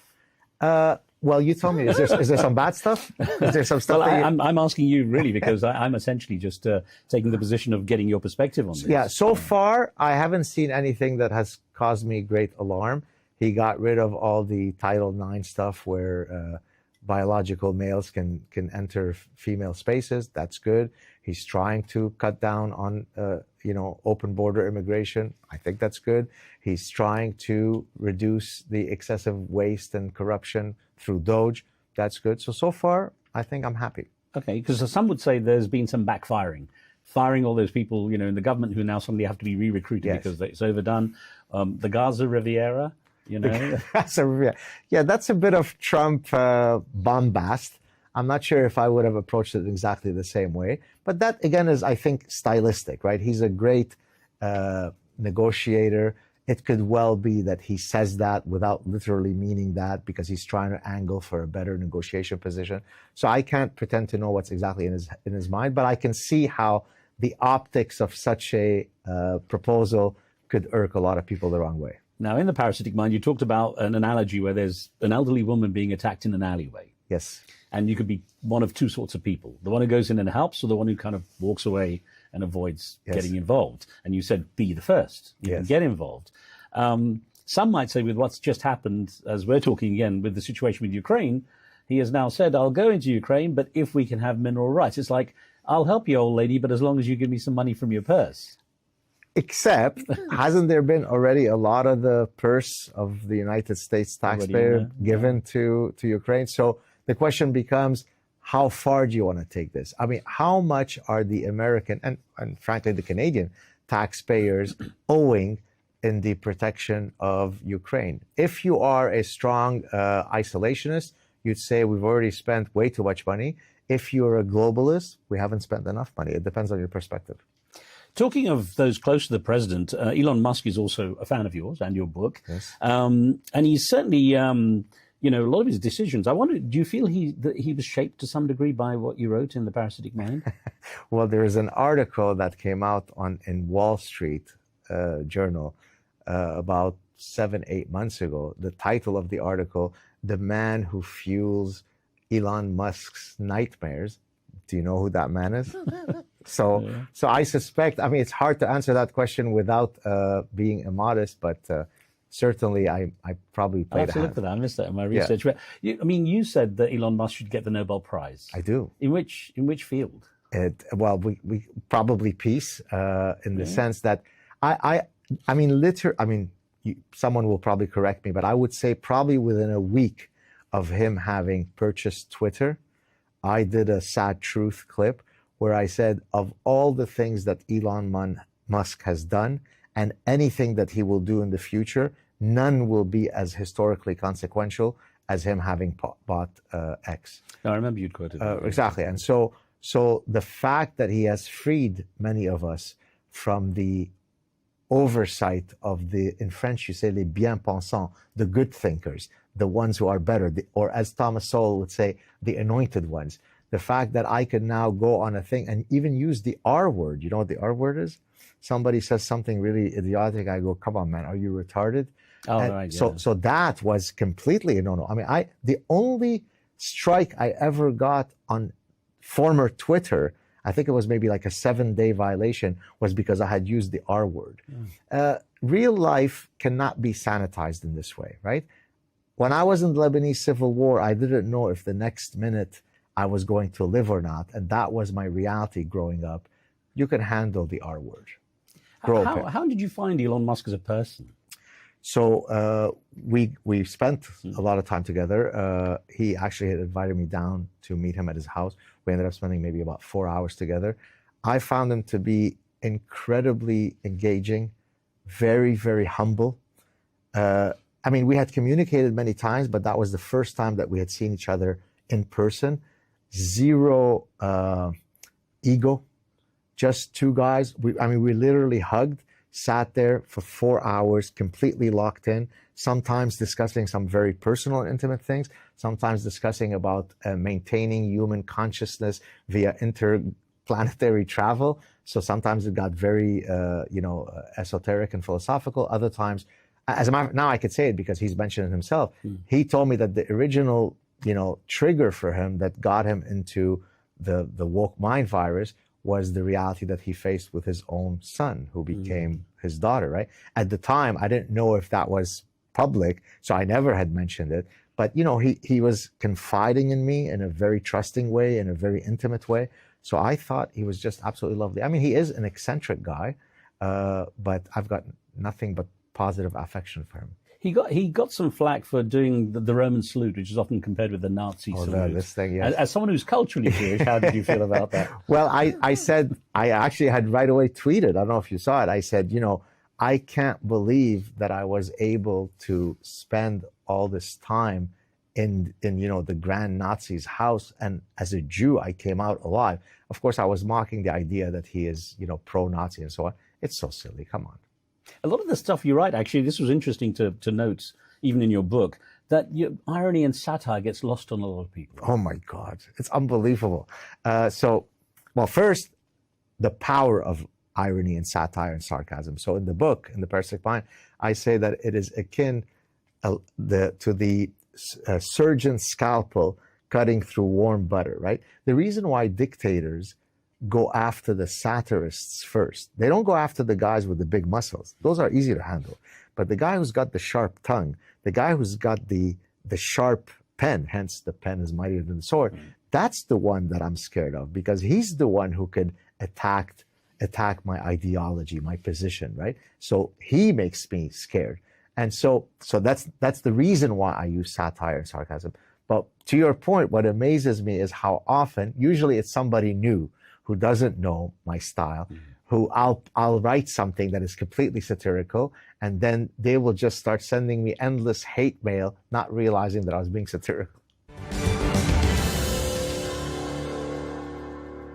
Well, Dr. Gad Saad explaining how he believes the parasitic mind is shaping our world today. On the next episode of the conversation I had with him, I challenge his fears that Islam is a danger to the world. Islam, though, is a set of ideas that are codified, and then we could say, does Islam promote greater personal liberties and freedoms? Yes or no. There is only these answers. It's either yes or it's no, right? I would venture that based on historical facts, it doesn't promote greater personal liberties and freedoms. And so I can't be Islamophobic in saying that. It's a nonsensical term. I am a Islamo-realist. Plus, a look at how suicidal empathy, also the title of his next book, will drag down the world order if it's not fully resisted now. Join us for that. But in the meantime, don't forget to leave your thoughts and comments, subscribe to the channel, and we'll see you next time. A big thank you from me and the team for watching. I'm Riz Khan. See you soon.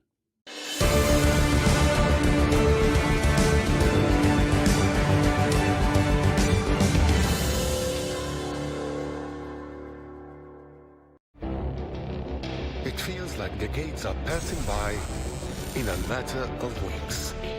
Seismic shifts in the world order. Never, ever will be part of America. With so much happening and so much noise. Whether it's political upheaval, Canada has been ripping us off for years. economic shifts, or social movements, And no one wins from tariffs. I think America can be more friendly to the rest of the world. For in-depth analysis and all the latest developments across the globe. To have an inclusive policy together.